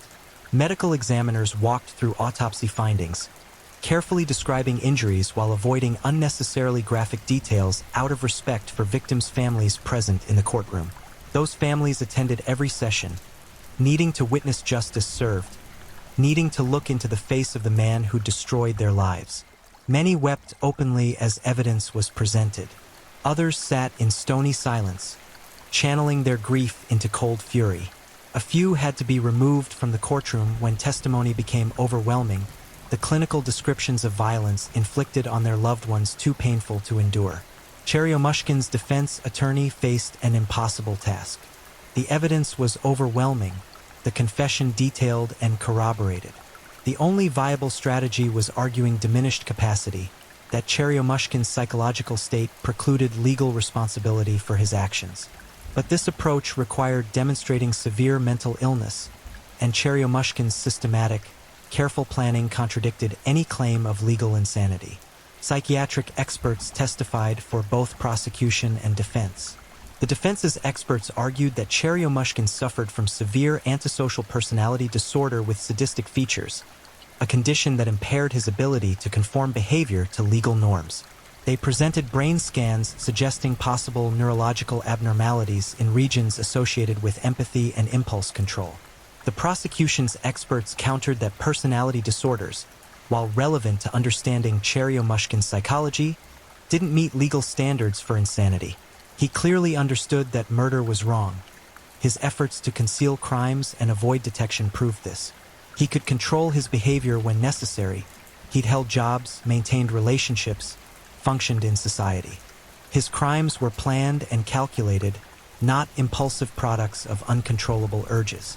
This legal and philosophical debate about responsibility and free will played out against the backdrop of unimaginable horror. The courtroom saw photographs of crime scenes, heard detailed testimony about mutilations, learned exactly what Cheryomushkin had done to each victim. The cumulative weight of this evidence was crushing, a descent into darkness that left everyone involved psychologically scarred. Victims' families were given opportunities to speak. Their testimony provided the emotional counterweight to the clinical evidence, reminding everyone that these weren't just case files. They were beloved human beings whose absences left permanent voids. Elena Sokolova, mother of 19-year-old Natasha, spoke through tears that wouldn't stop flowing. "My daughter wanted to be a teacher," she told the court, her voice breaking. "She loved children. She volunteered at the orphanage every weekend. The last time I saw her, she kissed my cheek and promised to bring home bread from the market. That was 6 years ago. 6 years of not knowing, of hoping maybe she'd run away. Maybe she was alive somewhere. Then they found her body. What he did to my baby." She couldn't continue, collapsing into sobs that echoed through the silent courtroom. Dmitry Volkov, husband of 32-year-old Irina, spoke with barely controlled rage. "We had 2 children, 6 and 8 years old. I had to tell them their mother was never coming home. Do you know what that does to a child? My son still wakes up screaming. My daughter won't let me out of her sight. And this monster," he pointed at Cheryomushkin with shaking hand, "he sits there like he's watching a movie, like our suffering means nothing, like my wife's life meant nothing." One after another, family members stood and spoke. Some expressed rage, demanding the harshest possible punishment. Others spoke of grief so profound it had hollowed them out, leaving them as shells going through the motions of living. Several spoke directly to Cheryomushkin, asking why their daughter, their sister, their mother? What had these women done to deserve such horror? Cheryomushkin listened impassively. Occasionally he took notes, as if documenting interesting aspects of the proceedings. When given the opportunity to address the court, to express any remorse or explanation, he declined. His attorney advised against it, recognizing that anything Cheryomushkin might say would only further inflame the situation. The trial's conclusion came in late October 1997. The judge, clearly affected by weeks of horrific testimony, delivered the verdict with grim formality. Guilty on all 21 counts of murder. Guilty on 21 counts of aggravated sexual assault. Guilty on multiple counts of kidnapping, mutilation of corpses, and unlawful imprisonment. The litany of guilty verdicts continued for nearly 15 minutes, each one another nail in Cheryomushkin's legal coffin. Sentencing followed immediately. Russian law at the time still permitted capital punishment for aggravated murder, though execution methods had evolved from shooting to lethal injection. The judge sentenced Cheryomushkin to death on each murder count, sentences to run consecutively. A symbolic gesture given that one execution would obviously preclude the others, but a statement nonetheless about the magnitude of his crimes. "You have shown yourself to be a predator of the worst kind," the judge declared, his voice heavy with disgust. "You hunted women as if they were animals, showed them no mercy, violated them in ways that defy human comprehension. You have earned no consideration from this court, no possibility of redemption. Society must be protected from you permanently and absolutely. The sentence of this court is death." Cheryomushkin's only reaction was a slight nod, as if the judge had confirmed something he'd already known. Guards led him from the courtroom back to his holding cell, where he would remain while appeals processes played out. Russian capital cases automatically triggered appellate review, though in Cheryomushkin's situation, the outcome seemed inevitable. The appeals process extended over 18 months. Cheryomushkin's attorneys raised various technical objections, challenged evidence handling procedures, questioned witness credibility. These were pro forma efforts, fulfilling legal obligations rather than mounting serious challenges. The conviction was airtight, the evidence overwhelming, the verdict just. During this period, Cheryomushkin was housed in a special isolation unit at a maximum security facility near Rostov-on-Don. Prison officials kept him separated from the general population for his own protection. Russian prison culture has its own code of justice, and child killers and those who victimize women occupy the lowest tier of the hierarchy. Had Cheryomushkin been placed in general population, he likely wouldn't have survived long enough for execution. Psychological evaluations continued during his imprisonment. Researchers from various institutions sought access, hoping to study a rare example of extreme pathology. Cheryomushkin granted some interviews, apparently enjoying the attention. He spoke freely about his crimes with interviewer, showing the same clinical detachment he displayed during interrogation. Dr. Yevgenia Michailova, a forensic psychologist who spent extensive time interviewing Cheryomushkin, later published observations that shed disturbing light on his mental state. "He demonstrates classic psychopathic traits," she wrote. "Complete absence of empathy, inability to form genuine emotional connections, grandiose sense of self-worth, pathological lying when convenient. But beyond these diagnostic criteria, there's something more fundamentally broken. He doesn't just lack empathy, he literally cannot comprehend it as a concept. When I asked him to imagine how his victims felt, he looked at me with genuine confusion. It wasn't that he didn't care. He literally couldn't access that cognitive framework." Dr. Michailova also documented Cheryomushkin's complete lack of remorse or rehabilitation potential. "He doesn't believe he did anything wrong," she noted. When pressed, he'll acknowledge that society condemns his actions, but he views this as arbitrary social convention rather than genuine moral truth. He compares himself to a predator in nature. The wolf doesn't apologize to the rabbit. This isn't rationalization or justification in the normal sense. It's a fundamental incompatibility between his psychological structure and basic human values. The final appeal was rejected in April 1999, nearly 2 years after his conviction. All legal avenues had been exhausted. The execution was scheduled for May 15, 1999, to be carried out at the facility where Cheryomushkin was imprisoned. Russian execution protocol involved lethal injection administered in a special chamber, with only essential personnel present. In the days leading up to execution, Cheryomushkin was offered opportunities to meet with clergy, to make peace with whatever conception of the divine he might hold. He declined all such offers. He showed no interest in spiritual matters, no fear of approaching death, no desire for absolution. When asked how he felt about dying, he shrugged. "Everyone dies eventually," he said. "This way is probably quicker than most." His final meal request was unremarkable, standard prison fare, nothing special. He spent his last hours reading, apparently calm and composed. Guards monitoring him reported no signs of distress, no emotional breakdown, nothing that suggested the approaching execution troubled him in any way. This absence of fear, this complete emotional flatness even facing death, underscored the profound emptiness at his psychological core. On May 15, 1999, at 7 a.m. local time, Konstantin Cheryomushkin was led to the execution chamber. Prison officials followed established protocols, verifying identity, confirming legal authorization, ensuring all documentation was in order. Cheryomushkin cooperated fully, walking calmly, showing no resistance. He was secured to the execution table, restraints fastened around wrists and ankles, and 4-line was established in his left arm, through which the lethal chemicals would flow. The prison director read the formal execution order, officially stating the crimes for which Cheryomushkin had been condemned and the legal authority for carrying out the sentence. Cheryomushkin was offered final words. He declined, didn't ask forgiveness, didn't express regret, didn't acknowledge his victims or their families.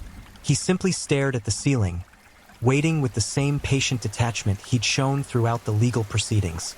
The execution began at 7:14 a.m. A series of drugs were administered, first a sedative to induce unconsciousness, then a paralytic to stop breathing, finally a cardiac agent to stop the heart. The process took approximately 7 minutes. At 7:21 a.m., a physician confirmed death. Konstantin Cheryomushkin, the Betaisk maniac, was gone.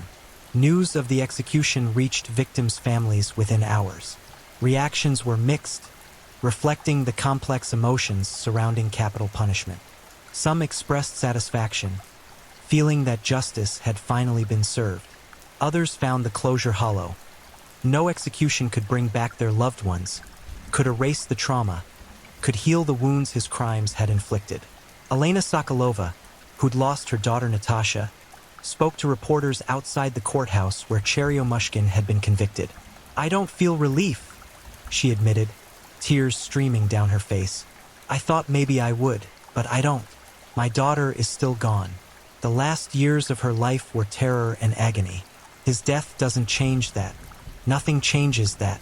But at least he can never hurt anyone else. At least there's that." The broader impact of the Betaisk maniac case extended far beyond the immediate victims. Law enforcement agencies across Russia implemented new protocols for investigating serial crimes, recognizing that the post-Soviet chaos had created gaps that predators exploited. DNA databases were expanded, interregional communication improved, forensic capabilities enhanced. Cheryomushkin's successful evasion of justice for 6 years had exposed systemic weaknesses that demanded correction. Public awareness of personal safety increased dramatically. Women in Betaisk and surrounding regions remained more cautious, more vigilant, more aware of vulnerabilities that Cheryomushkin had exploited. Self-defense classes saw enrollment surge. Community watch programs proliferated. The collective trauma of those years had permanently altered how people moved through public spaces. Psychological support services for crime victims' families were virtually non-existent in 1990s Russia, but the Betaisk maniac case helped change that. Support groups formed spontaneously, victims' families finding solace in shared grief. These organic organizations eventually evolved into more formal support structures, providing counseling, advocacy, and community for those affected by violent crime. The criminal psychology community studied the Cheryomushkin case extensively. His level of violence, the systematic nature of his crimes, his complete absence of empathy, all became textbook examples of extreme psychopathy. Students training in forensic psychology, criminal investigation, and psychiatry examined his case, learning to recognize warning signs, understanding predator psychology, developing skills to identify and apprehend future offenders. Detective Colonel Mikhail Volkov, who'd led the investigation, retired shortly after Cheryomushkin's execution. The case had taken a profound toll on him personally. "I've seen terrible things in my career," he told a colleague, "but nothing prepared me for this. The sheer volume of suffering one man inflicted, the complete indifference he showed, it challenges your faith in humanity. I kept thinking, if someone like him can exist, can hide among us, how do we ever feel safe? How do we trust anyone?" Volkov's question resonated beyond the immediate case. The existence of predators like Cheryomushkin forces society to confront uncomfortable truths about human nature. Evil isn't always obvious, doesn't always announce itself with clear warning signs. Sometimes it wears the mask of normalcy, blending seamlessly into everyday life until it's too late. The Bataisk maniac's hunting grounds gradually returned to normal life. The bus stops where he'd selected victims still serve their mundane purpose. The roads where women disappeared now carry daily traffic. The wooded areas where he disposed of bodies have been reclaimed by nature, the physical traces of horror slowly eroding with time. But memories persist, carried by those who lived through those years of terror. 21 confirmed victims. 21 families forever altered. Hundreds of women who survived only because circumstances intervened, because they refused a ride, because they weren't alone at the crucial moment. Thousands of Bataisk residents who spent years looking over their shoulders, trusting no one, living in fear. The mathematics of trauma extend far beyond immediate casualties, rippling outward in waves that touch entire communities. Today, more than 2 decades after Cheryomushkin's execution, the Bataisk maniac case remains a cautionary tale.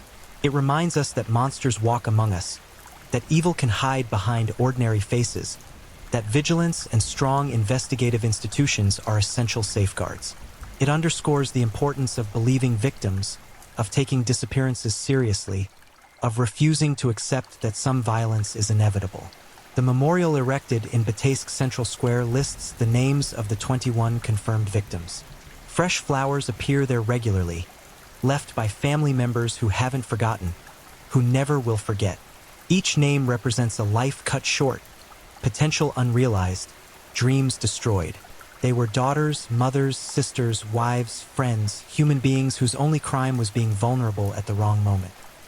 Konstantin Cheryomushkin is gone, but the scars he left behind remain. That's perhaps the most enduring horror of serial predators. They die, but the trauma they inflict lives on in the hearts of survivors, passed down through generations like a hereditary wound. The children who lost mothers grow up carrying that absence. The siblings who lost sisters navigate life with permanent voids. The parents who bury daughters never fully heal, never fully recover, never stop asking why. The Bataisk maniac case serves as a grim reminder that behind every statistic, every crime report, every case file, there are real people whose suffering demands acknowledgement.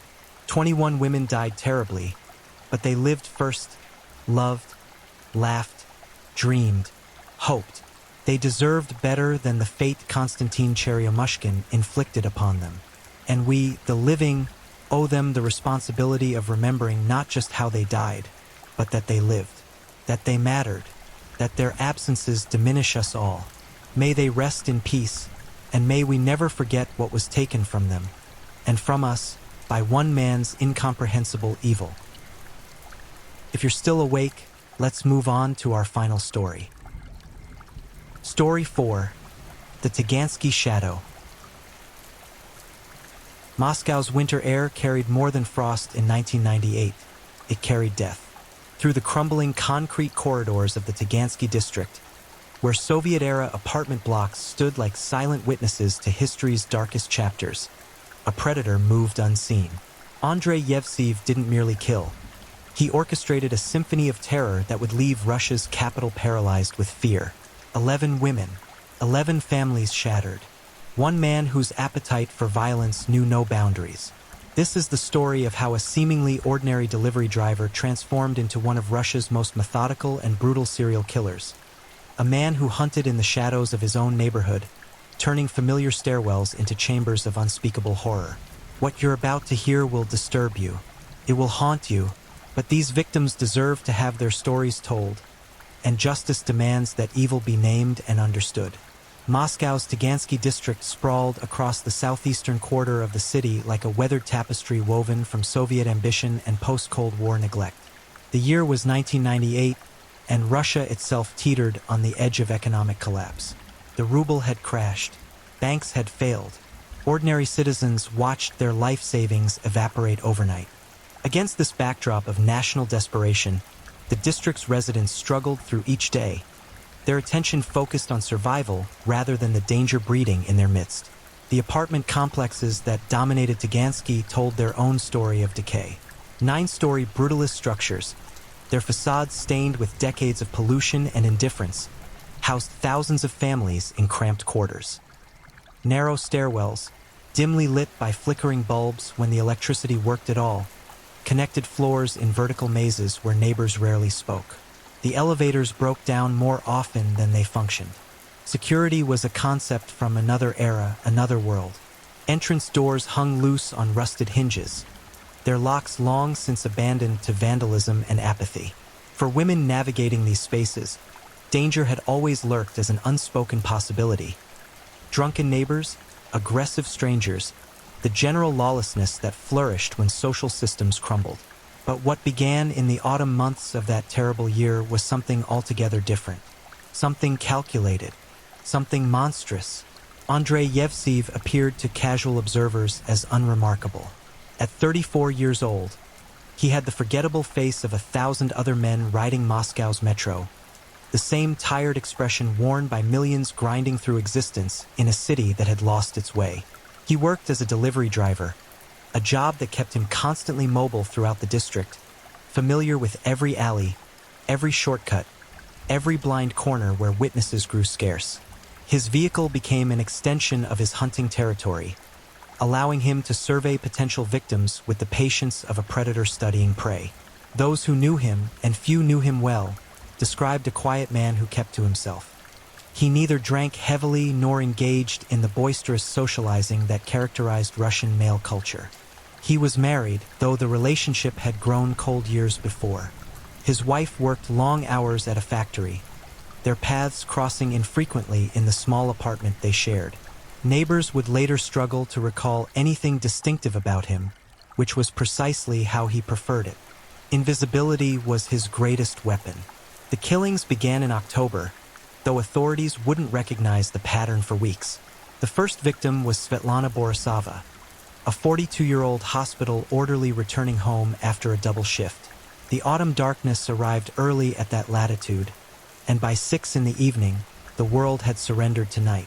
She entered her building on Marxiskaya Street, her footsteps echoing in the concrete stairwell as she climbed toward the 6th floor. She never reached it. Yevseev had watched her routine for days, noting the regularity of her schedule, the exhaustion that slowed her movements, the way she always arrived home alone. He waited in the stairwell between the 4th and 5th floors, pressed into the shadows where a burned-out light created perfect cover. When Svetlana passed, breathing heavily from the climb, he moved behind her with practiced silence. The attack was swift and brutal. He struck her from behind with a length of pipe, the impact fracturing her skull with a sickening crack that echoed up and down the empty stairwell. She crumpled forward, consciousness fleeing as blood began pooling beneath her head. But Yevseev wasn't finished. What followed was an act of such savage violence that investigators would later struggle to understand the rage driving it. He beat her repeatedly, each blow delivered with methodical precision to her head and face, transforming her features into an unrecognizable mass of broken bone and torn flesh. The attack continued long after she had died, driven by something darker than mere murder, a need to destroy, to obliterate, to exercise complete dominion over another human being. When he finally stopped, his chest heaving with exertion, Svetlana Borisova had ceased to exist as anything recognizable. He descended the stairs calmly, wiping the pipe clean with a rag he'd brought for this purpose, and walked out into the Moscow night. No witnesses, no cameras, no one who cared enough about sounds of violence in a building where such sounds were regrettably common. Svetlana's body wasn't discovered until the following morning when a neighbor found her while taking out the trash. The scene was horrific enough that the first responding officers, seasoned Moscow policemen who had seen their share of violence, emerged from the stairwell visibly shaken. But in a city where murders occurred with grim regularity, where organized crime settled disputes with bullets and bombs, one dead woman in a stairwell generated only a cursory investigation. Authorities assumed a robbery gone wrong, despite nothing being taken. The case file grew thin quickly. 3 weeks passed. Yevseev had tasted blood and found in it a satisfaction that nothing else in his hollow existence could provide. The carefully constructed normalcy of his daily life, the delivery routes, the mundane conversations with his wife, the performance of being just another struggling Muscovite, suddenly felt like a mask he could remove at will. Beneath it lived something ancient and terrible, a hunger that demanded feeding. His second victim was Marina Kolesnikova, a 36-year-old schoolteacher who lived alone in a building on Abelmanovskia Street. She was younger than Svetlana, more cautious, the type of woman who kept her keys ready in her hand when approaching her apartment. But caution meant nothing against a predator who had studied her habits with the focus of an apex hunter. Yevseev followed her into her building on a frigid November evening when wind howled through the streets and sensible people hurried inside. The stairwell was darker than most, its few working bulbs creating pools of weak yellow light separated by vast stretches of blackness. Marina climbed quickly, her heels clicking against concrete steps, unaware of the presence behind her, matching her pace, narrowing the distance. He struck as she reached her floor, emerging from the shadows with explosive speed. This time he used his hands, wrapping a cord around her throat from behind, cutting off her scream before it could fully form. Marina struggled, clawing at the ligature digging into her neck, her legs kicking desperately against air and wall. But Yevseev was stronger, fueled by adrenaline and dark purpose. He maintained pressure as she weakened, feeling her resistance fade, experiencing a rush of power as her life drained away beneath his grip. When she finally went limp, he lowered her body to the concrete floor. But killing her wasn't enough. The same rage that had driven him to destroy Svetlana's face now demanded expression. He beat Marina's head against the concrete steps repeatedly, each impact creating sickening sounds that echoed through the empty building. The violence was excessive, purposeless beyond the satisfaction it provided. Her skull fractured, her face swelled and split. When he finished, she lay in a spreading pool of blood that seeped between the concrete steps like dark oil. Again, he walked away undetected. Again, the body lay undiscovered until morning. Again, the police responded, documented the scene, and filed another report in a system overwhelmed by violence. No connections were made, no patterns recognized. Yevseev remained invisible. The pace quickened. December brought 2 more victims in rapid succession. Olga Dmitrievna, a 61-year-old pensioner, became the 3rd victim on December 4th. She was attacked in her building's basement storage area, beaten so severely with a metal bar that dental records would be required for positive identification. Her small frame absorbed punishment that should have been impossible to inflict on another human being, every blow evidence of Yevseev's escalating need for violence. 10 days later, he claimed Natasha Volkova, a 28-year-old waitress returning home after the late shift at a restaurant near Taganskaya Square. She fought harder than the others, her screams piercing the night before Yevseev silenced them with brutal efficiency. He strangled her first, his hands crushing her windpipe, then dragged her body into the shadows beneath a stairwell where he spent 20 minutes systematically breaking bones and destroying flesh. The coroner would later document over 50 separate injuries, each delivered with intentional force. By year's end, for women were dead, and the Tagansky district had become a killing field. Yet the murders remained disconnected in the eyes of authorities, separate tragedies in a city numb to violence. Yevseev moved through his world untouched, the perfect predator in an environment that favored hunting over detection. The new year brought no respite. If anything, Yevseev's appetite intensified. January 1999 saw 3 murders in 4 weeks, each more violent than the last. When reports of the 7th murder crossed his desk in early February, something nagged at his instincts. The violence was too specific, too excessive to be random acts by different perpetrators. He began pulling files, spreading them across his desk in the poor light of his office. 7 women, 7 brutal murders in stairwells, 7 cases where nothing was stolen, where sexual assault wasn't the motive, where the violence exceeded any practical purpose. The pattern crystallized before his eyes like frost forming on winter glass. Moscow had a serial killer. Major Kuznetsov sat in his office through the night, smoking cigarette after cigarette as he studied the case files spread before him like cards in a deadly game. The fluorescent lights hummed overhead, casting harsh shadows across crime scene photographs that would haunt him for years. Each image told the same story: women beaten beyond recognition, their lives ended in moments of incomprehensible violence, their bodies left in the very places they should have felt safest. He began constructing a profile, working from intuition and experience rather than formal training. The killer was local, intimately familiar with the district's geography. He knew which buildings had broken lights, which stairwells attracted the least traffic, which times of day offered maximum opportunity with minimum risk. This suggested someone who lived in the area, who moved through it regularly, whose presence wouldn't trigger suspicion. The victims were all women, but they spanned a wide age range from 28 to 61. This wasn't a killer targeting a specific type based on appearance or age. He was hunting opportunistically, selecting victims based on availability and vulnerability rather than preference. The lack of sexual assault was particularly significant. Whatever drove this killer, it wasn't sexual gratification. The violence itself was the point.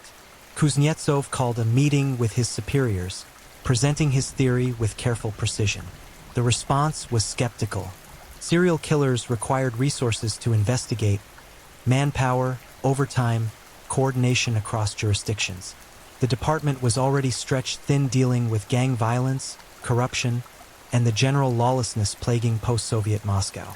Dedicating resources to a theory based on patterns that might be coincidental seemed like a luxury they couldn't afford. But Kuznetsov persisted. He was given a small team, 3 junior detectives who could be spared from other duties, and told to develop the case further. If he could establish definitive links between the murders, more resources might follow. It was a gamble, a race against time while the killer continued hunting. The team began canvassing buildings where murders had occurred, interviewing residents, searching for witnesses who might have seen something unusual. The work was tedious and often fruitless. People in these buildings kept to themselves, suspicious of police, unwilling to get involved. But slowly, fragments of information emerged. A woman in Svetlana Borisova's building remembered seeing a man in the stairwell around the time of the murder, average height, average build, wearing a dark jacket. Nothing distinctive, but his presence had registered because he'd been standing still, apparently waiting for something or someone. Another witness near the site of Marina Kolesnikova's murder recalled a delivery truck parked illegally on the street that evening, though she couldn't remember any company markings. The pieces were small, nearly meaningless individually, but they suggested a pattern of pre-attack surveillance. The killer scouted his victims, learned their routines, positioned himself for maximum advantage. This was a hunter, not an opportunist stumbling into violence. While Kuznetsov's team worked, Yevseev continued killing. The 8th victim was Ekaterina Morozova, a 44-year-old seamstress who worked from home. He attacked her on February 18th as she returned from the market, her arms full of groceries, her guard lowered by the mundane normalcy of the errand. She died in her building's entry hall, beaten with such ferocity that blood splattered across walls and ceiling. The groceries scattered across the floor, mixing with blood, potatoes rolling into corners, bread soaking in spreading pools of red. The murder scene was discovered within hours, and this time Kuznetsov's team was notified immediately. He arrived while the blood was still fresh, his trained eyes absorbing details that patrol officers might miss. The violence was consistent with previous cases, extreme, focused on the head, continuing well past the point of death. But something new caught his attention. Partial footprints in the blood suggested the killer wore work boots with a distinctive tread pattern. It wasn't much, but it was physical evidence linking him to the scene. Kuznetsov had the prints photographed and sent to the department's forensic lab, what passed for one in the budget-starved Moscow police system. The breakthrough came not from advanced forensics, but from old-fashioned detective work. One of Kuznetsov's junior detectives, a sharp young officer named Pavel Volkov, had been systematically reviewing delivery companies operating in the Tagansky district. Delivery drivers, he reasoned, would have legitimate reasons to be in multiple buildings, would know the area intimately, would be essentially invisible to residents who saw them constantly. There were dozens of companies, hundreds of drivers. But Volkov began narrowing the list, focusing on those whose routes overlapped with murder locations, whose schedules would have placed them in the vicinity during relevant time windows. One name appeared on multiple lists: Andrei Yevseev, employed by a small freight company handling everything from furniture to groceries. Volkov brought the name to Kuznetsov, who felt the familiar tingle of intuition that separated good detectives from mediocre ones. They ran a background check. Yevseev was clean, no criminal record, no history of violence, nothing to distinguish him from a million other working-class Muscovites. But clean records meant nothing. Some killers operated for years before their first official transgression. The team began surveillance, a delicate operation given their limited resources. They couldn't watch Yevseev 24 hours a day, but they tracked him when possible, noting his routines, his movements through the district. He was methodical, efficient in his work, unremarkable in every visible way. But there was something about the way he moved through buildings during deliveries, the way his eyes scanned spaces, that set Kuznetsov's instincts humming. March brought a cold snap that gripped Moscow in frozen fingers. On March 3rd, Yevseev claimed his ninth victim, Ludmila Novikova, a 33-year-old accountant returning home from a late evening at the office. The attack followed the established pattern, occurring in a dimly lit stairwell, executed with overwhelming force. Ludmila's skull was fractured in multiple places, her face obliterated by repeated blows from a metal object, later determined to be a segment of rebar. But this time there was a witness. A teenage boy, cutting through the building on his way home, heard sounds of violence from the stairwell above. Instead of fleeing, he crept closer, peering up through the gap between flights of stairs. In the dim light, he saw a man standing over a prone figure, saw the repeated downward motion of arms delivering blows, heard the sickening impact of metal on flesh and bone. The boy fled, terrified, and didn't report what he'd seen until 2 days later when his mother forced him to speak to police. His description was vague. A man of average height and build, wearing dark clothes, nothing specific about the face. But he had seen the attack vehicle, a small delivery truck, parked outside. He'd noticed it because it was blocking the sidewalk, forcing pedestrians into the street. Kuznetsov's team cross-referenced the information with their surveillance notes. Yevseev had been working that evening, his route taking him through that exact area during the window when Ludmila was killed. The circumstantial evidence was mounting, but it wasn't enough for an arrest. They needed something concrete, something that would hold up in court. The 10th victim came 3 weeks later. Yelena Sorokina, 51, a librarian known throughout the district for her kindness and love of poetry. She was attacked on March 24th as she entered her building after closing the library for the night. Yevseev waited in the darkness of the ground floor, patience rewarded when she pushed through the entrance door, keys jingling in her hand. This murder was particularly savage even by his standards. He strangled Yelena first, his hands closing around her throat with brutal force, feeling her pulse flutter and fade beneath his fingers. But death wasn't enough. When she went limp, he dragged her body into the shadows beneath the stairs and spent the next hour systematically destroying it. He broke her arms and legs, shattered her ribs, pulverized her face until it resembled raw meat more than human features.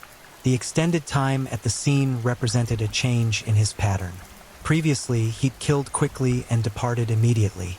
Now he was lingering, spending time with his victims, extracting maximum satisfaction from the violence. This evolution suggested growing confidence, a belief in his invulnerability. Kuznetsov's team was watching when Yevseev returned home that night at an hour inconsistent with his supposed delivery schedule. They noted the scratches on his hands, visible when he paused beneath a streetlight to smoke a cigarette before entering his building. Scratches consistent with a victim's desperate attempts at self-defense. The net was tightening, but Moscow's legal system required more than suspicion and circumstantial evidence. Kuznetsov needed to catch Yevseev in the act or find physical evidence linking him definitively to the crimes. He increased surveillance, stretching his small team to the breaking point, waiting for the killer to make a mistake. They didn't have to wait long. April 7th, 1999, a date that would mark the beginning. Residents came and went, unaware they were being observed by both killer and police. Yevseev's patience seemed infinite, his focus absolute. Then, at 8:30, a woman emerged from the metro station, walking with the hurried pace of someone late getting home. Galina Zaitseva, 49, a nurse at a nearby clinic, her shift extended by an emergency that had kept her late. Yevseev exited his truck, falling into step behind her at a distance, matching her pace. The surveillance officers tensed, hands moving to weapons, waiting for Kuznetsov's order. Galina entered her building, pushing through the poorly maintained entrance door. Yevseev followed seconds later. "Move in!" Kuznetsov's voice crackled through the radios. "Now, take him before he reaches her." Officers converged from multiple directions, weapons drawn, adrenaline surging. They entered the building in time to see Yevseev climbing the stairs behind Galina, his hand reaching into his jacket, withdrawing a length of chain. He was seconds from striking when Detective Volkov's shout echoed up the stairwell. "Police! Freeze! Hands where we can see them!" Yevseev's reaction was instantaneous. Instead of surrendering, he lunged toward Galina, chain raised, determined to complete the kill even with police behind him. But Galina, alerted by Volkov's shout, turned and saw the figure rushing at her with deadly intent. She screamed and threw herself sideways, crashing into the wall as Yevseev's chain whistled through the space where her head had been. Officers tackled him from behind, driving him face-first into the concrete steps. He fought with desperate strength, nearly breaking free before additional officers arrived, adding their weight to subdue him. It took 4 men to wrestle his arms behind his back and snap handcuffs into place. Galina Zaitseva collapsed against the wall, sobbing with terror and relief, unaware how close she'd come to becoming the 11th victim. Officers helped her to her feet, securing the scene, while Yevseev lay prone on the stairs, breathing heavily, blood from a split lip staining his teeth red. The search of his truck yielded a nightmare catalog of weaponry. Lengths of pipe and chain, each showing signs of use. A rebar section with dried blood still visible in its grooves. Coils of electrical cord. A toolbox containing knives and a small hatchet. This was a mobile killing kit, evidence of premeditation and planning that demolished any possibility of claiming spontaneous violence. Yevseev was transported to the district police station, placed in an interrogation room under constant watch. Kuznetsov approached the interview with strategic caution. This was the moment when cases could be won or lost, when a single mistake could provide grounds for dismissal of charges. The interrogation began at midnight. Kuznetsov sat across the table from Yevseev, studying the man who had terrorized the district for 6 months. Without the animation of hunting, Yevseev appeared remarkably ordinary, tired eyes, average features, the kind of face that disappeared in crowds. But Kuznetsov had seen the crime scene photographs, had walked through buildings where walls still showed blood splatter. He knew what resided behind that unremarkable exterior. "Do you know why you're here, Andrei?" Yevseev said nothing, his gaze fixed on a point somewhere beyond Kuznetsov's shoulder. "We have you on attempted murder. You were caught in the act, multiple witnesses, evidence in your vehicle. That alone puts you away for years. But I think we both know this goes deeper." Still silence. Kuznetsov opened a file, spreading photographs across the table. Crime scenes, victims, the accumulated horror of Yevseev's killing spree. Svetlana Borisova, Marina Kolesnikova, Olga Dmitrievna, Natasha Volkova, Valentina Sokolova, Irina Lebedeva, Anna Petrova, Ekaterina Morozova, Ludmila Novikova, Yelena Sorokina. 10 women, Andrei. 10 lives you took. Yevseev's eyes flickered toward the photographs, something moving behind his expression. Recognition, perhaps pride. But he remained silent. The interrogation continued through the night. Kuznetsov employed every technique in his arsenal, building rapport, applying pressure, offering opportunities for confession, suggesting mitigating circumstances that might exist. Yevseev absorbed it all with minimal reaction, occasionally asking for water, never acknowledging guilt. But physical evidence was building independently of confession. Forensic analysis of the weapons in Yevseev's truck revealed blood traces from multiple victims. The boot prints found at Ekaterina Morozova's murder scene matched boots seized from Yevseev's apartment during a search warrant execution. Fibers from his clothing appeared in samples collected from 3 different crime scenes. The case was strong even without confession, but Kuznetsov wanted the complete picture. He wanted to understand what drove this man to such sustained brutality, what satisfaction he derived from obliterating women who had done nothing to harm him. On the third day of interrogation, exhausted and facing overwhelming evidence, Yevseev finally spoke. His voice was flat, emotionless, as if discussing routine maintenance rather than serial murder. "They were easy," he said. "So easy. Walking through their buildings like they were safe, like nothing could touch them. They were stupid, careless. They deserved what happened." Kuznetsov felt his stomach turn but maintained professional composure. "Why did you kill them?" Yevseev's expression shifted into something resembling a smile, though nothing about it conveyed warmth or humanity. "Because I could. Because it felt good. Because when I was beating them, I was powerful. I was important. The rest of the time, I'm nothing. Nobody. But when I killed them, I was God." The confession continued, Yevseev describing murders with clinical detachment, occasionally showing animation when recounting particularly violent details. He admitted to all 10 murders and acknowledged he had intended to kill Galina Zaitseva. He showed no remorse, no recognition that his victims were human beings with families, lives, futures stolen by his violence. Psychiatric evaluation would later diagnose him as a psychopath with narcissistic personality disorder, someone incapable of empathy, driven by a need for power and control. The killings satisfied something fundamental in his psychology, feeding an appetite that normal human interactions couldn't touch. The investigation expanded to ensure no murders were missed. Detectives reviewed unsolved cases throughout Moscow and surrounding regions, looking for similar patterns. While they found no additional victims definitively linked to Yevseev, the specter remained that other crimes might have gone undetected or unconnected. Yevseev's wife, interviewed extensively, claimed ignorance of his activities. She described a distant marriage, two people sharing space without intimacy or communication. She worked long hours, he worked irregular schedules, their paths rarely crossing.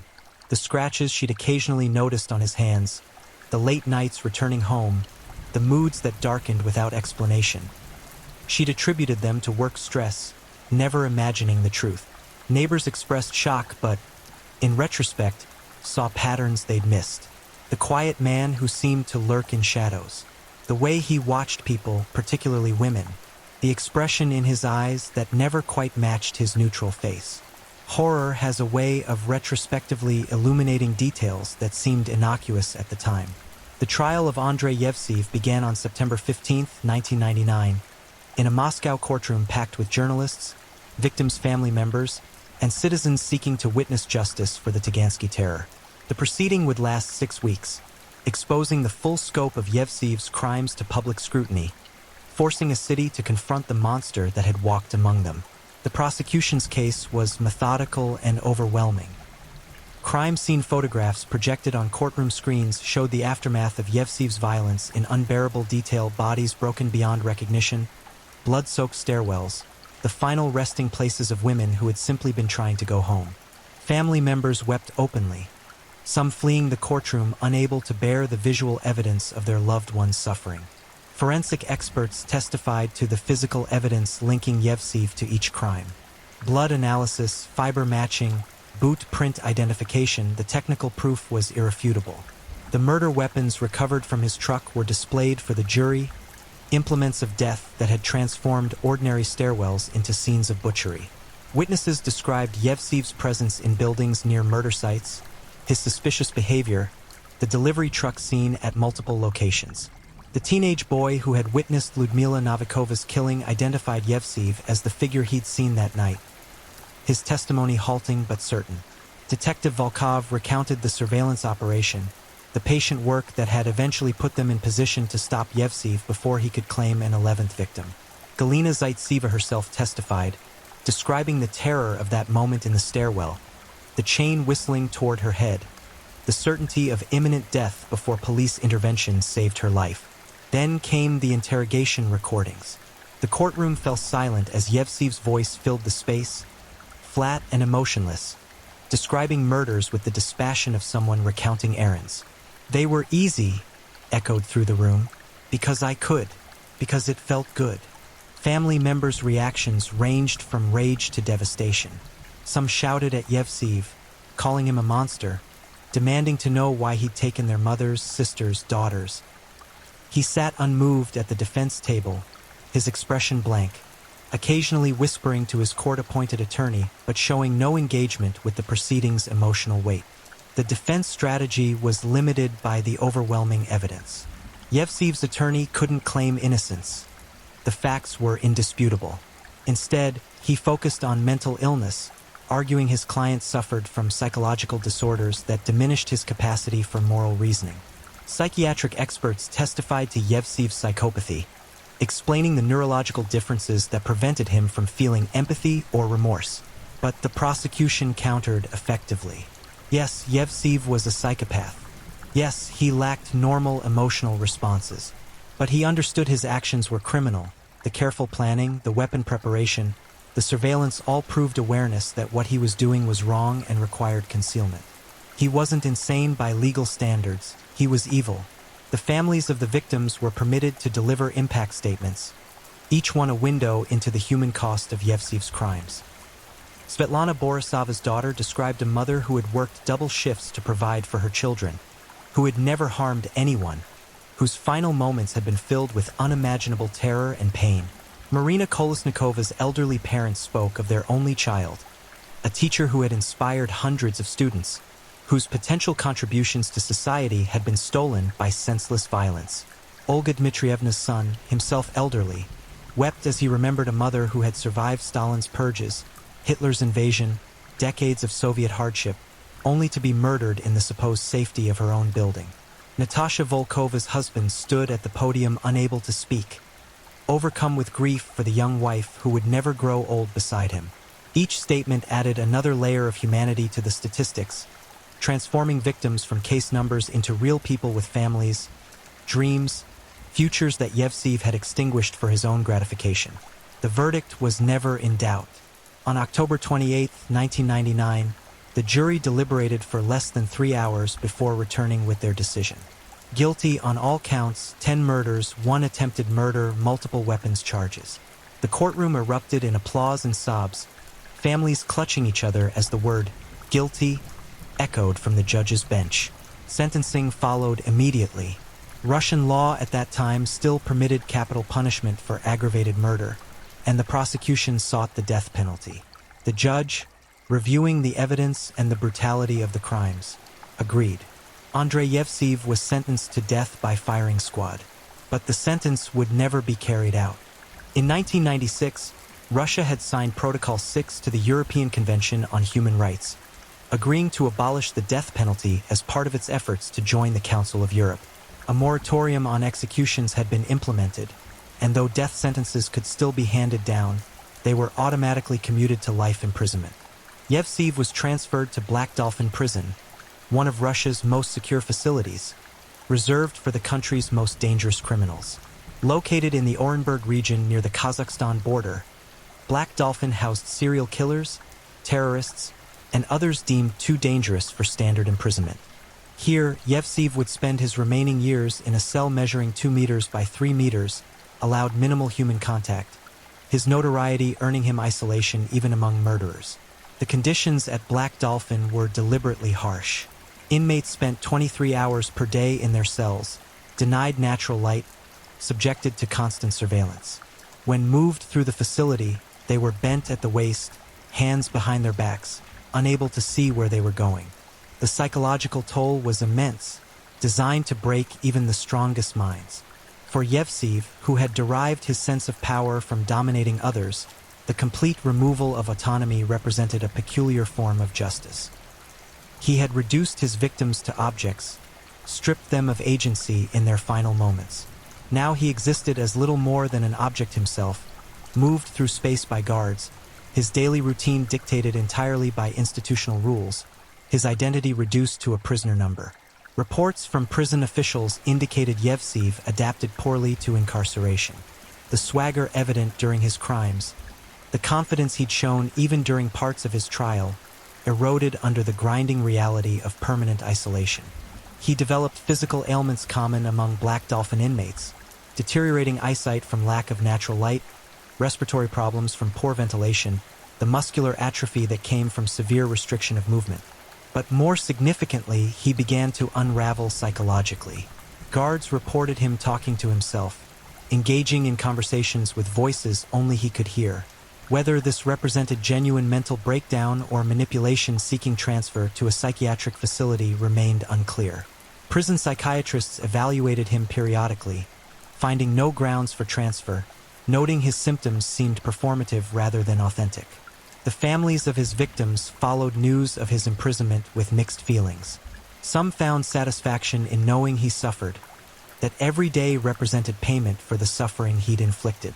Others found no comfort in his continued existence, arguing that death would have been more appropriate for crimes so heinous. A few tried to move forward without dwelling on Yevseev at all, focusing instead on remembering their loved ones rather than the man who had killed them. Major Kuznetsov, promoted after the successful conclusion of the case, continued working in Moscow's homicide division. The Yevseev investigation became a reference point for Russian law enforcement, studied as an example of how to identify and track serial killers in an environment with limited resources. Kuznetsov gave lectures at the police academy, sharing the lessons learned, helping train a new generation of investigators in the patterns and psychology of repeat murderers. Detective Volkov, whose methodical work had helped identify Yevseev, built a distinguished career in criminal investigation, eventually heading his own unit focused on violent crimes. He kept a photograph on his desk, not of the arrest, but of Galina Zaitseva smiling with her grandchildren. A reminder that sometimes police work prevented tragedy rather than just responding to it. The Tagansky district itself struggled to recover from the shadow cast by the murders. For years afterward, women approached their buildings with heightened anxiety, keys gripped tightly, phones ready to call for help. Building management finally addressed the security failures that had enabled the murders. Entrance doors were repaired and locked, stairwell lighting improved. Some buildings even installed security cameras, luxuries previously considered impossible. Residents organized community watch programs, neighbors finally breaking the isolation that had characterized Soviet-era apartment living. People began looking out for each other, noting strangers in their buildings, walking elderly neighbors home after dark. The tragedy forced a social awakening, recognition that safety required community effort rather than mere hope. Memorials were erected for the victims at various locations throughout the district. Simple plaques bearing names and dates, flowers regularly replaced by families and community members who refused to let these women be forgotten. Each anniversary of the arrests brought renewed media attention, journalists interviewing surviving family members, revisiting the case that had terrorized Moscow. But memories fade with time. Younger residents moved into the district unaware of its history, walking through stairwells where blood had once pooled without knowledge of what had occurred there. The buildings themselves aged further, their concrete facades crumbling, their systems failing, new problems replacing old traumas in the collective consciousness. In 2006, 7 years after his conviction, Yevseev attempted suicide in his cell. He had somehow acquired a piece of metal sharp enough to open veins in his wrist, losing significant blood before guards discovered him during a routine check. He was revived, treated at the prison medical facility, and returned to his cell under increased monitoring. Prison officials never determined how he'd obtained the weapon, speculation ranging from guard corruption to elaborate improvisation using cell fixtures. The suicide attempt raised questions about whether Yevseev felt remorse or simply sought escape from the grinding monotony of his existence. His attorney, still technically representing him, sought permission to interview him for appeal purposes. During that interview, Yevseev provided no clarity. He spoke in circles, sometimes claiming regret, other times maintaining the flat effect that had characterized his confession. He denied attempting suicide, claiming he'd accidentally injured himself, though the nature of the wounds clearly indicated intention. The appeal was ultimately withdrawn. Russian law provided limited grounds for overturning murder convictions when evidence was so overwhelming. Yevseev's life sentence was final, his remaining years destined to be spent in the concrete box that had become his world. In 2012, a documentary filmmaker sought permission to interview Yevseev for a project exploring serial murder in post-Soviet Russia. The request was denied by prison authorities, who maintained a policy against allowing convicted serial killers to speak publicly. They feared such platforms could provide notoriety that some criminals craved, turning monsters into media figures. But the filmmaker persisted, eventually gaining access to case files, interviewing investigators, victims' families, and criminal psychologists who had studied the case. The resulting documentary, The Shadow of Tagansky, aired on Russian television and won international acclaim for its sensitive handling of the victims' stories while examining the societal failures that had enabled Yevsev's crimes. The documentary sparked renewed debate about serial murder, public safety, and the psychological factors that create killers. Experts debated whether Yevsev was born a psychopath or whether circumstances had shaped him into one. His childhood was examined, unremarkable by accounts, no history of abuse or trauma that might explain his later violence. He had simply been born without the capacity for empathy, a genetic roll of dice that created a predator in human form. Some experts argued that many psychopaths navigate life without becoming violent criminals, that Yevsev's specific pathology combined with environmental factors, the social chaos of 1990s Russia, the absence of strong community structures, the ease with which he could move through society unnoticed, had created perfect conditions for his killing spree. Others maintained that someone wired like Yevsev would have found victims regardless of circumstance, that the evil resided so fundamentally within him that expression was inevitable. The victims' families largely avoided the documentary and the debates it sparked. For them, the academic discussions meant little. Their mothers, daughters, sisters, wives were gone, stolen by a man who killed because it made him feel powerful. No amount of psychological theorizing could return what had been taken or ease the permanent wound left by sudden, violent loss. Galina Zaitseva, the woman whose near murder had led to Yevsev's capture, rarely spoke publicly about her experience. In a brief interview for the documentary, she described the moment in the stairwell with haunting precision. The sound of footsteps behind her, the warning shout from police, the glimpse of chain descending toward her head. She spoke of nightmares that persisted years later, of an inability to enter stairwells alone, of gratitude mixed with survivor's guilt knowing she had escaped when 10 others hadn't. "I think about them constantly," she said, tears streaming down weathered cheeks. "I was lucky, but my luck came because police were watching for him. If they hadn't been there, I would have died like the others.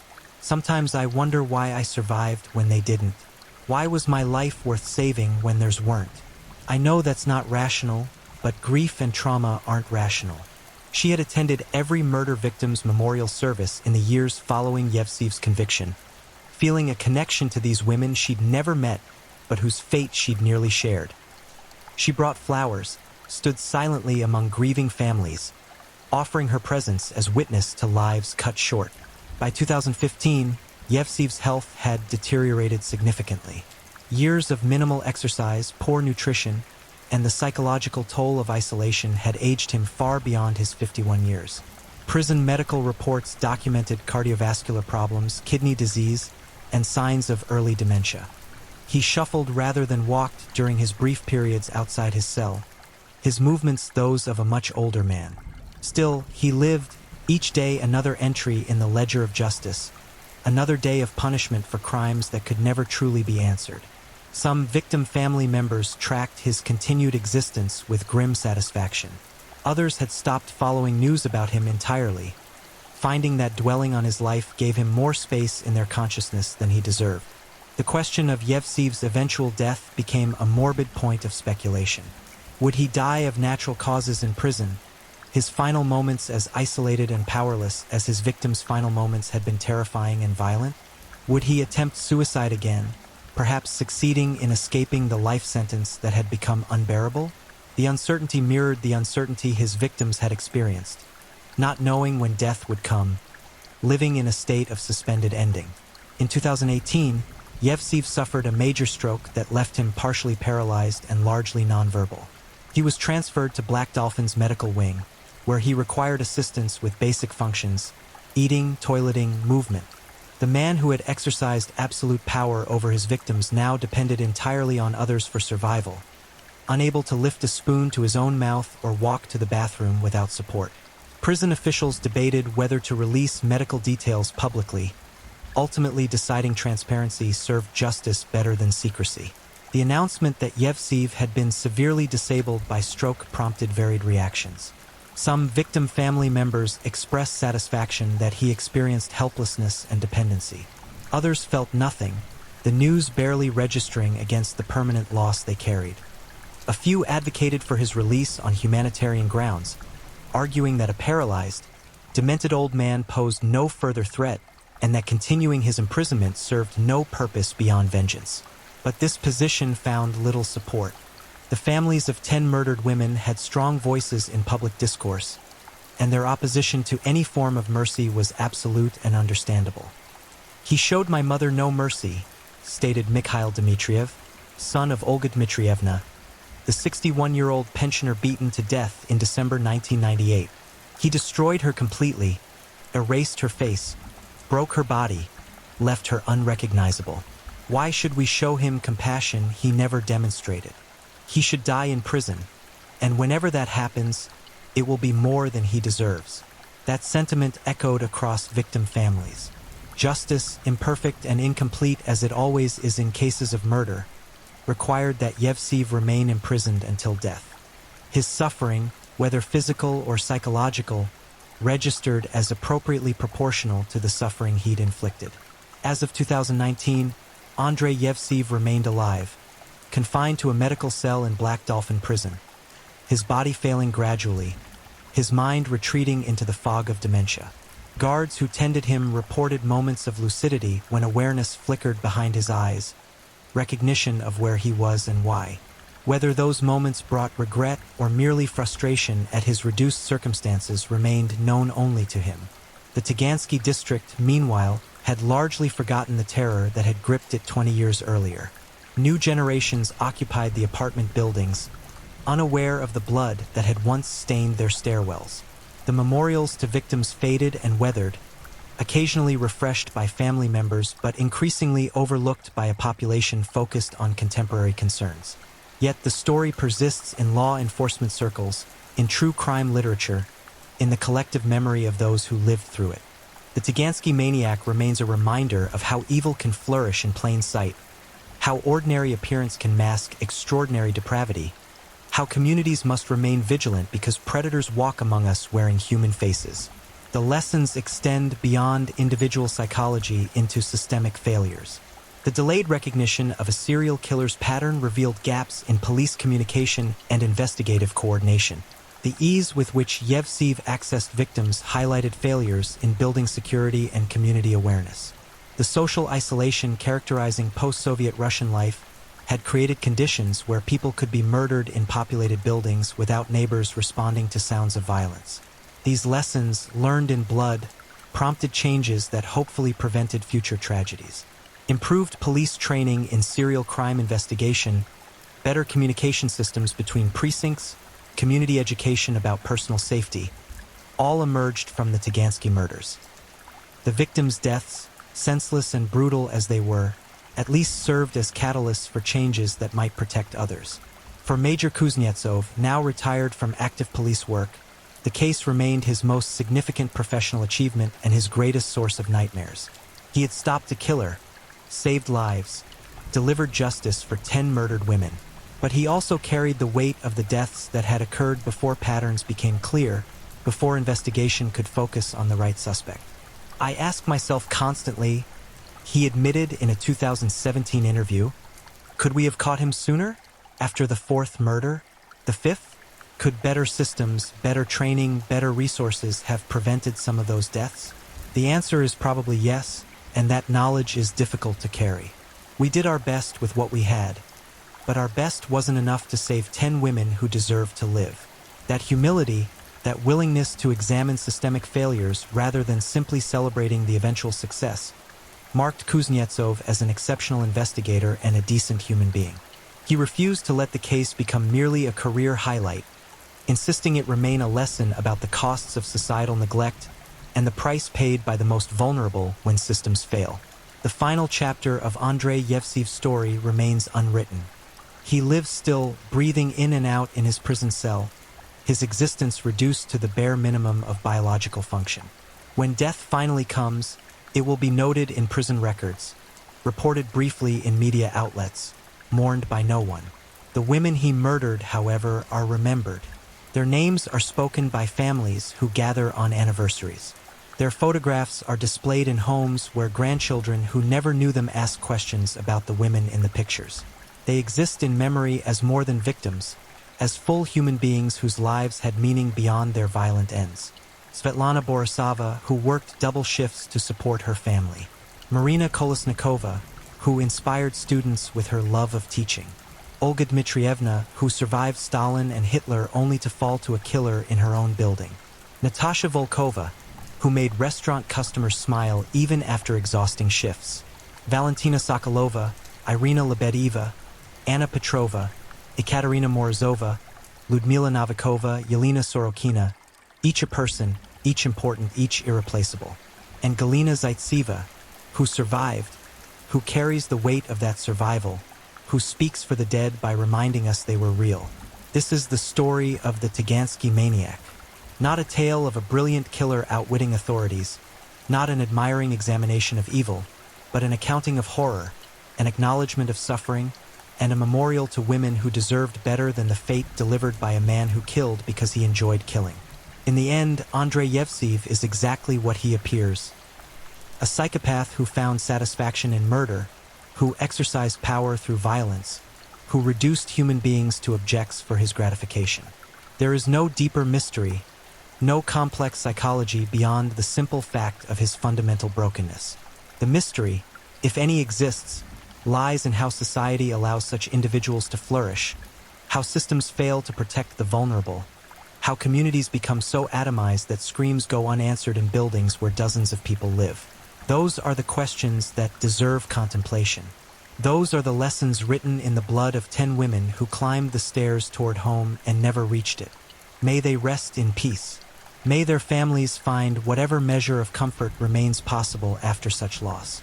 And may we never forget that evil wears ordinary faces, that monsters walk among us, and that vigilance and community are our best defenses against the darkness that sometimes dwells in human form.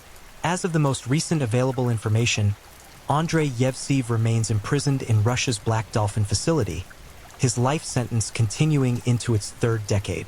His impact, however, extends far beyond the walls that contain him.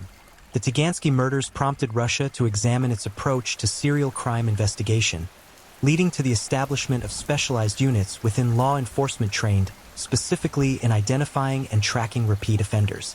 The case became required study material at police academies, ensuring future investigators understood pattern recognition and the importance of interjurisdictional communication.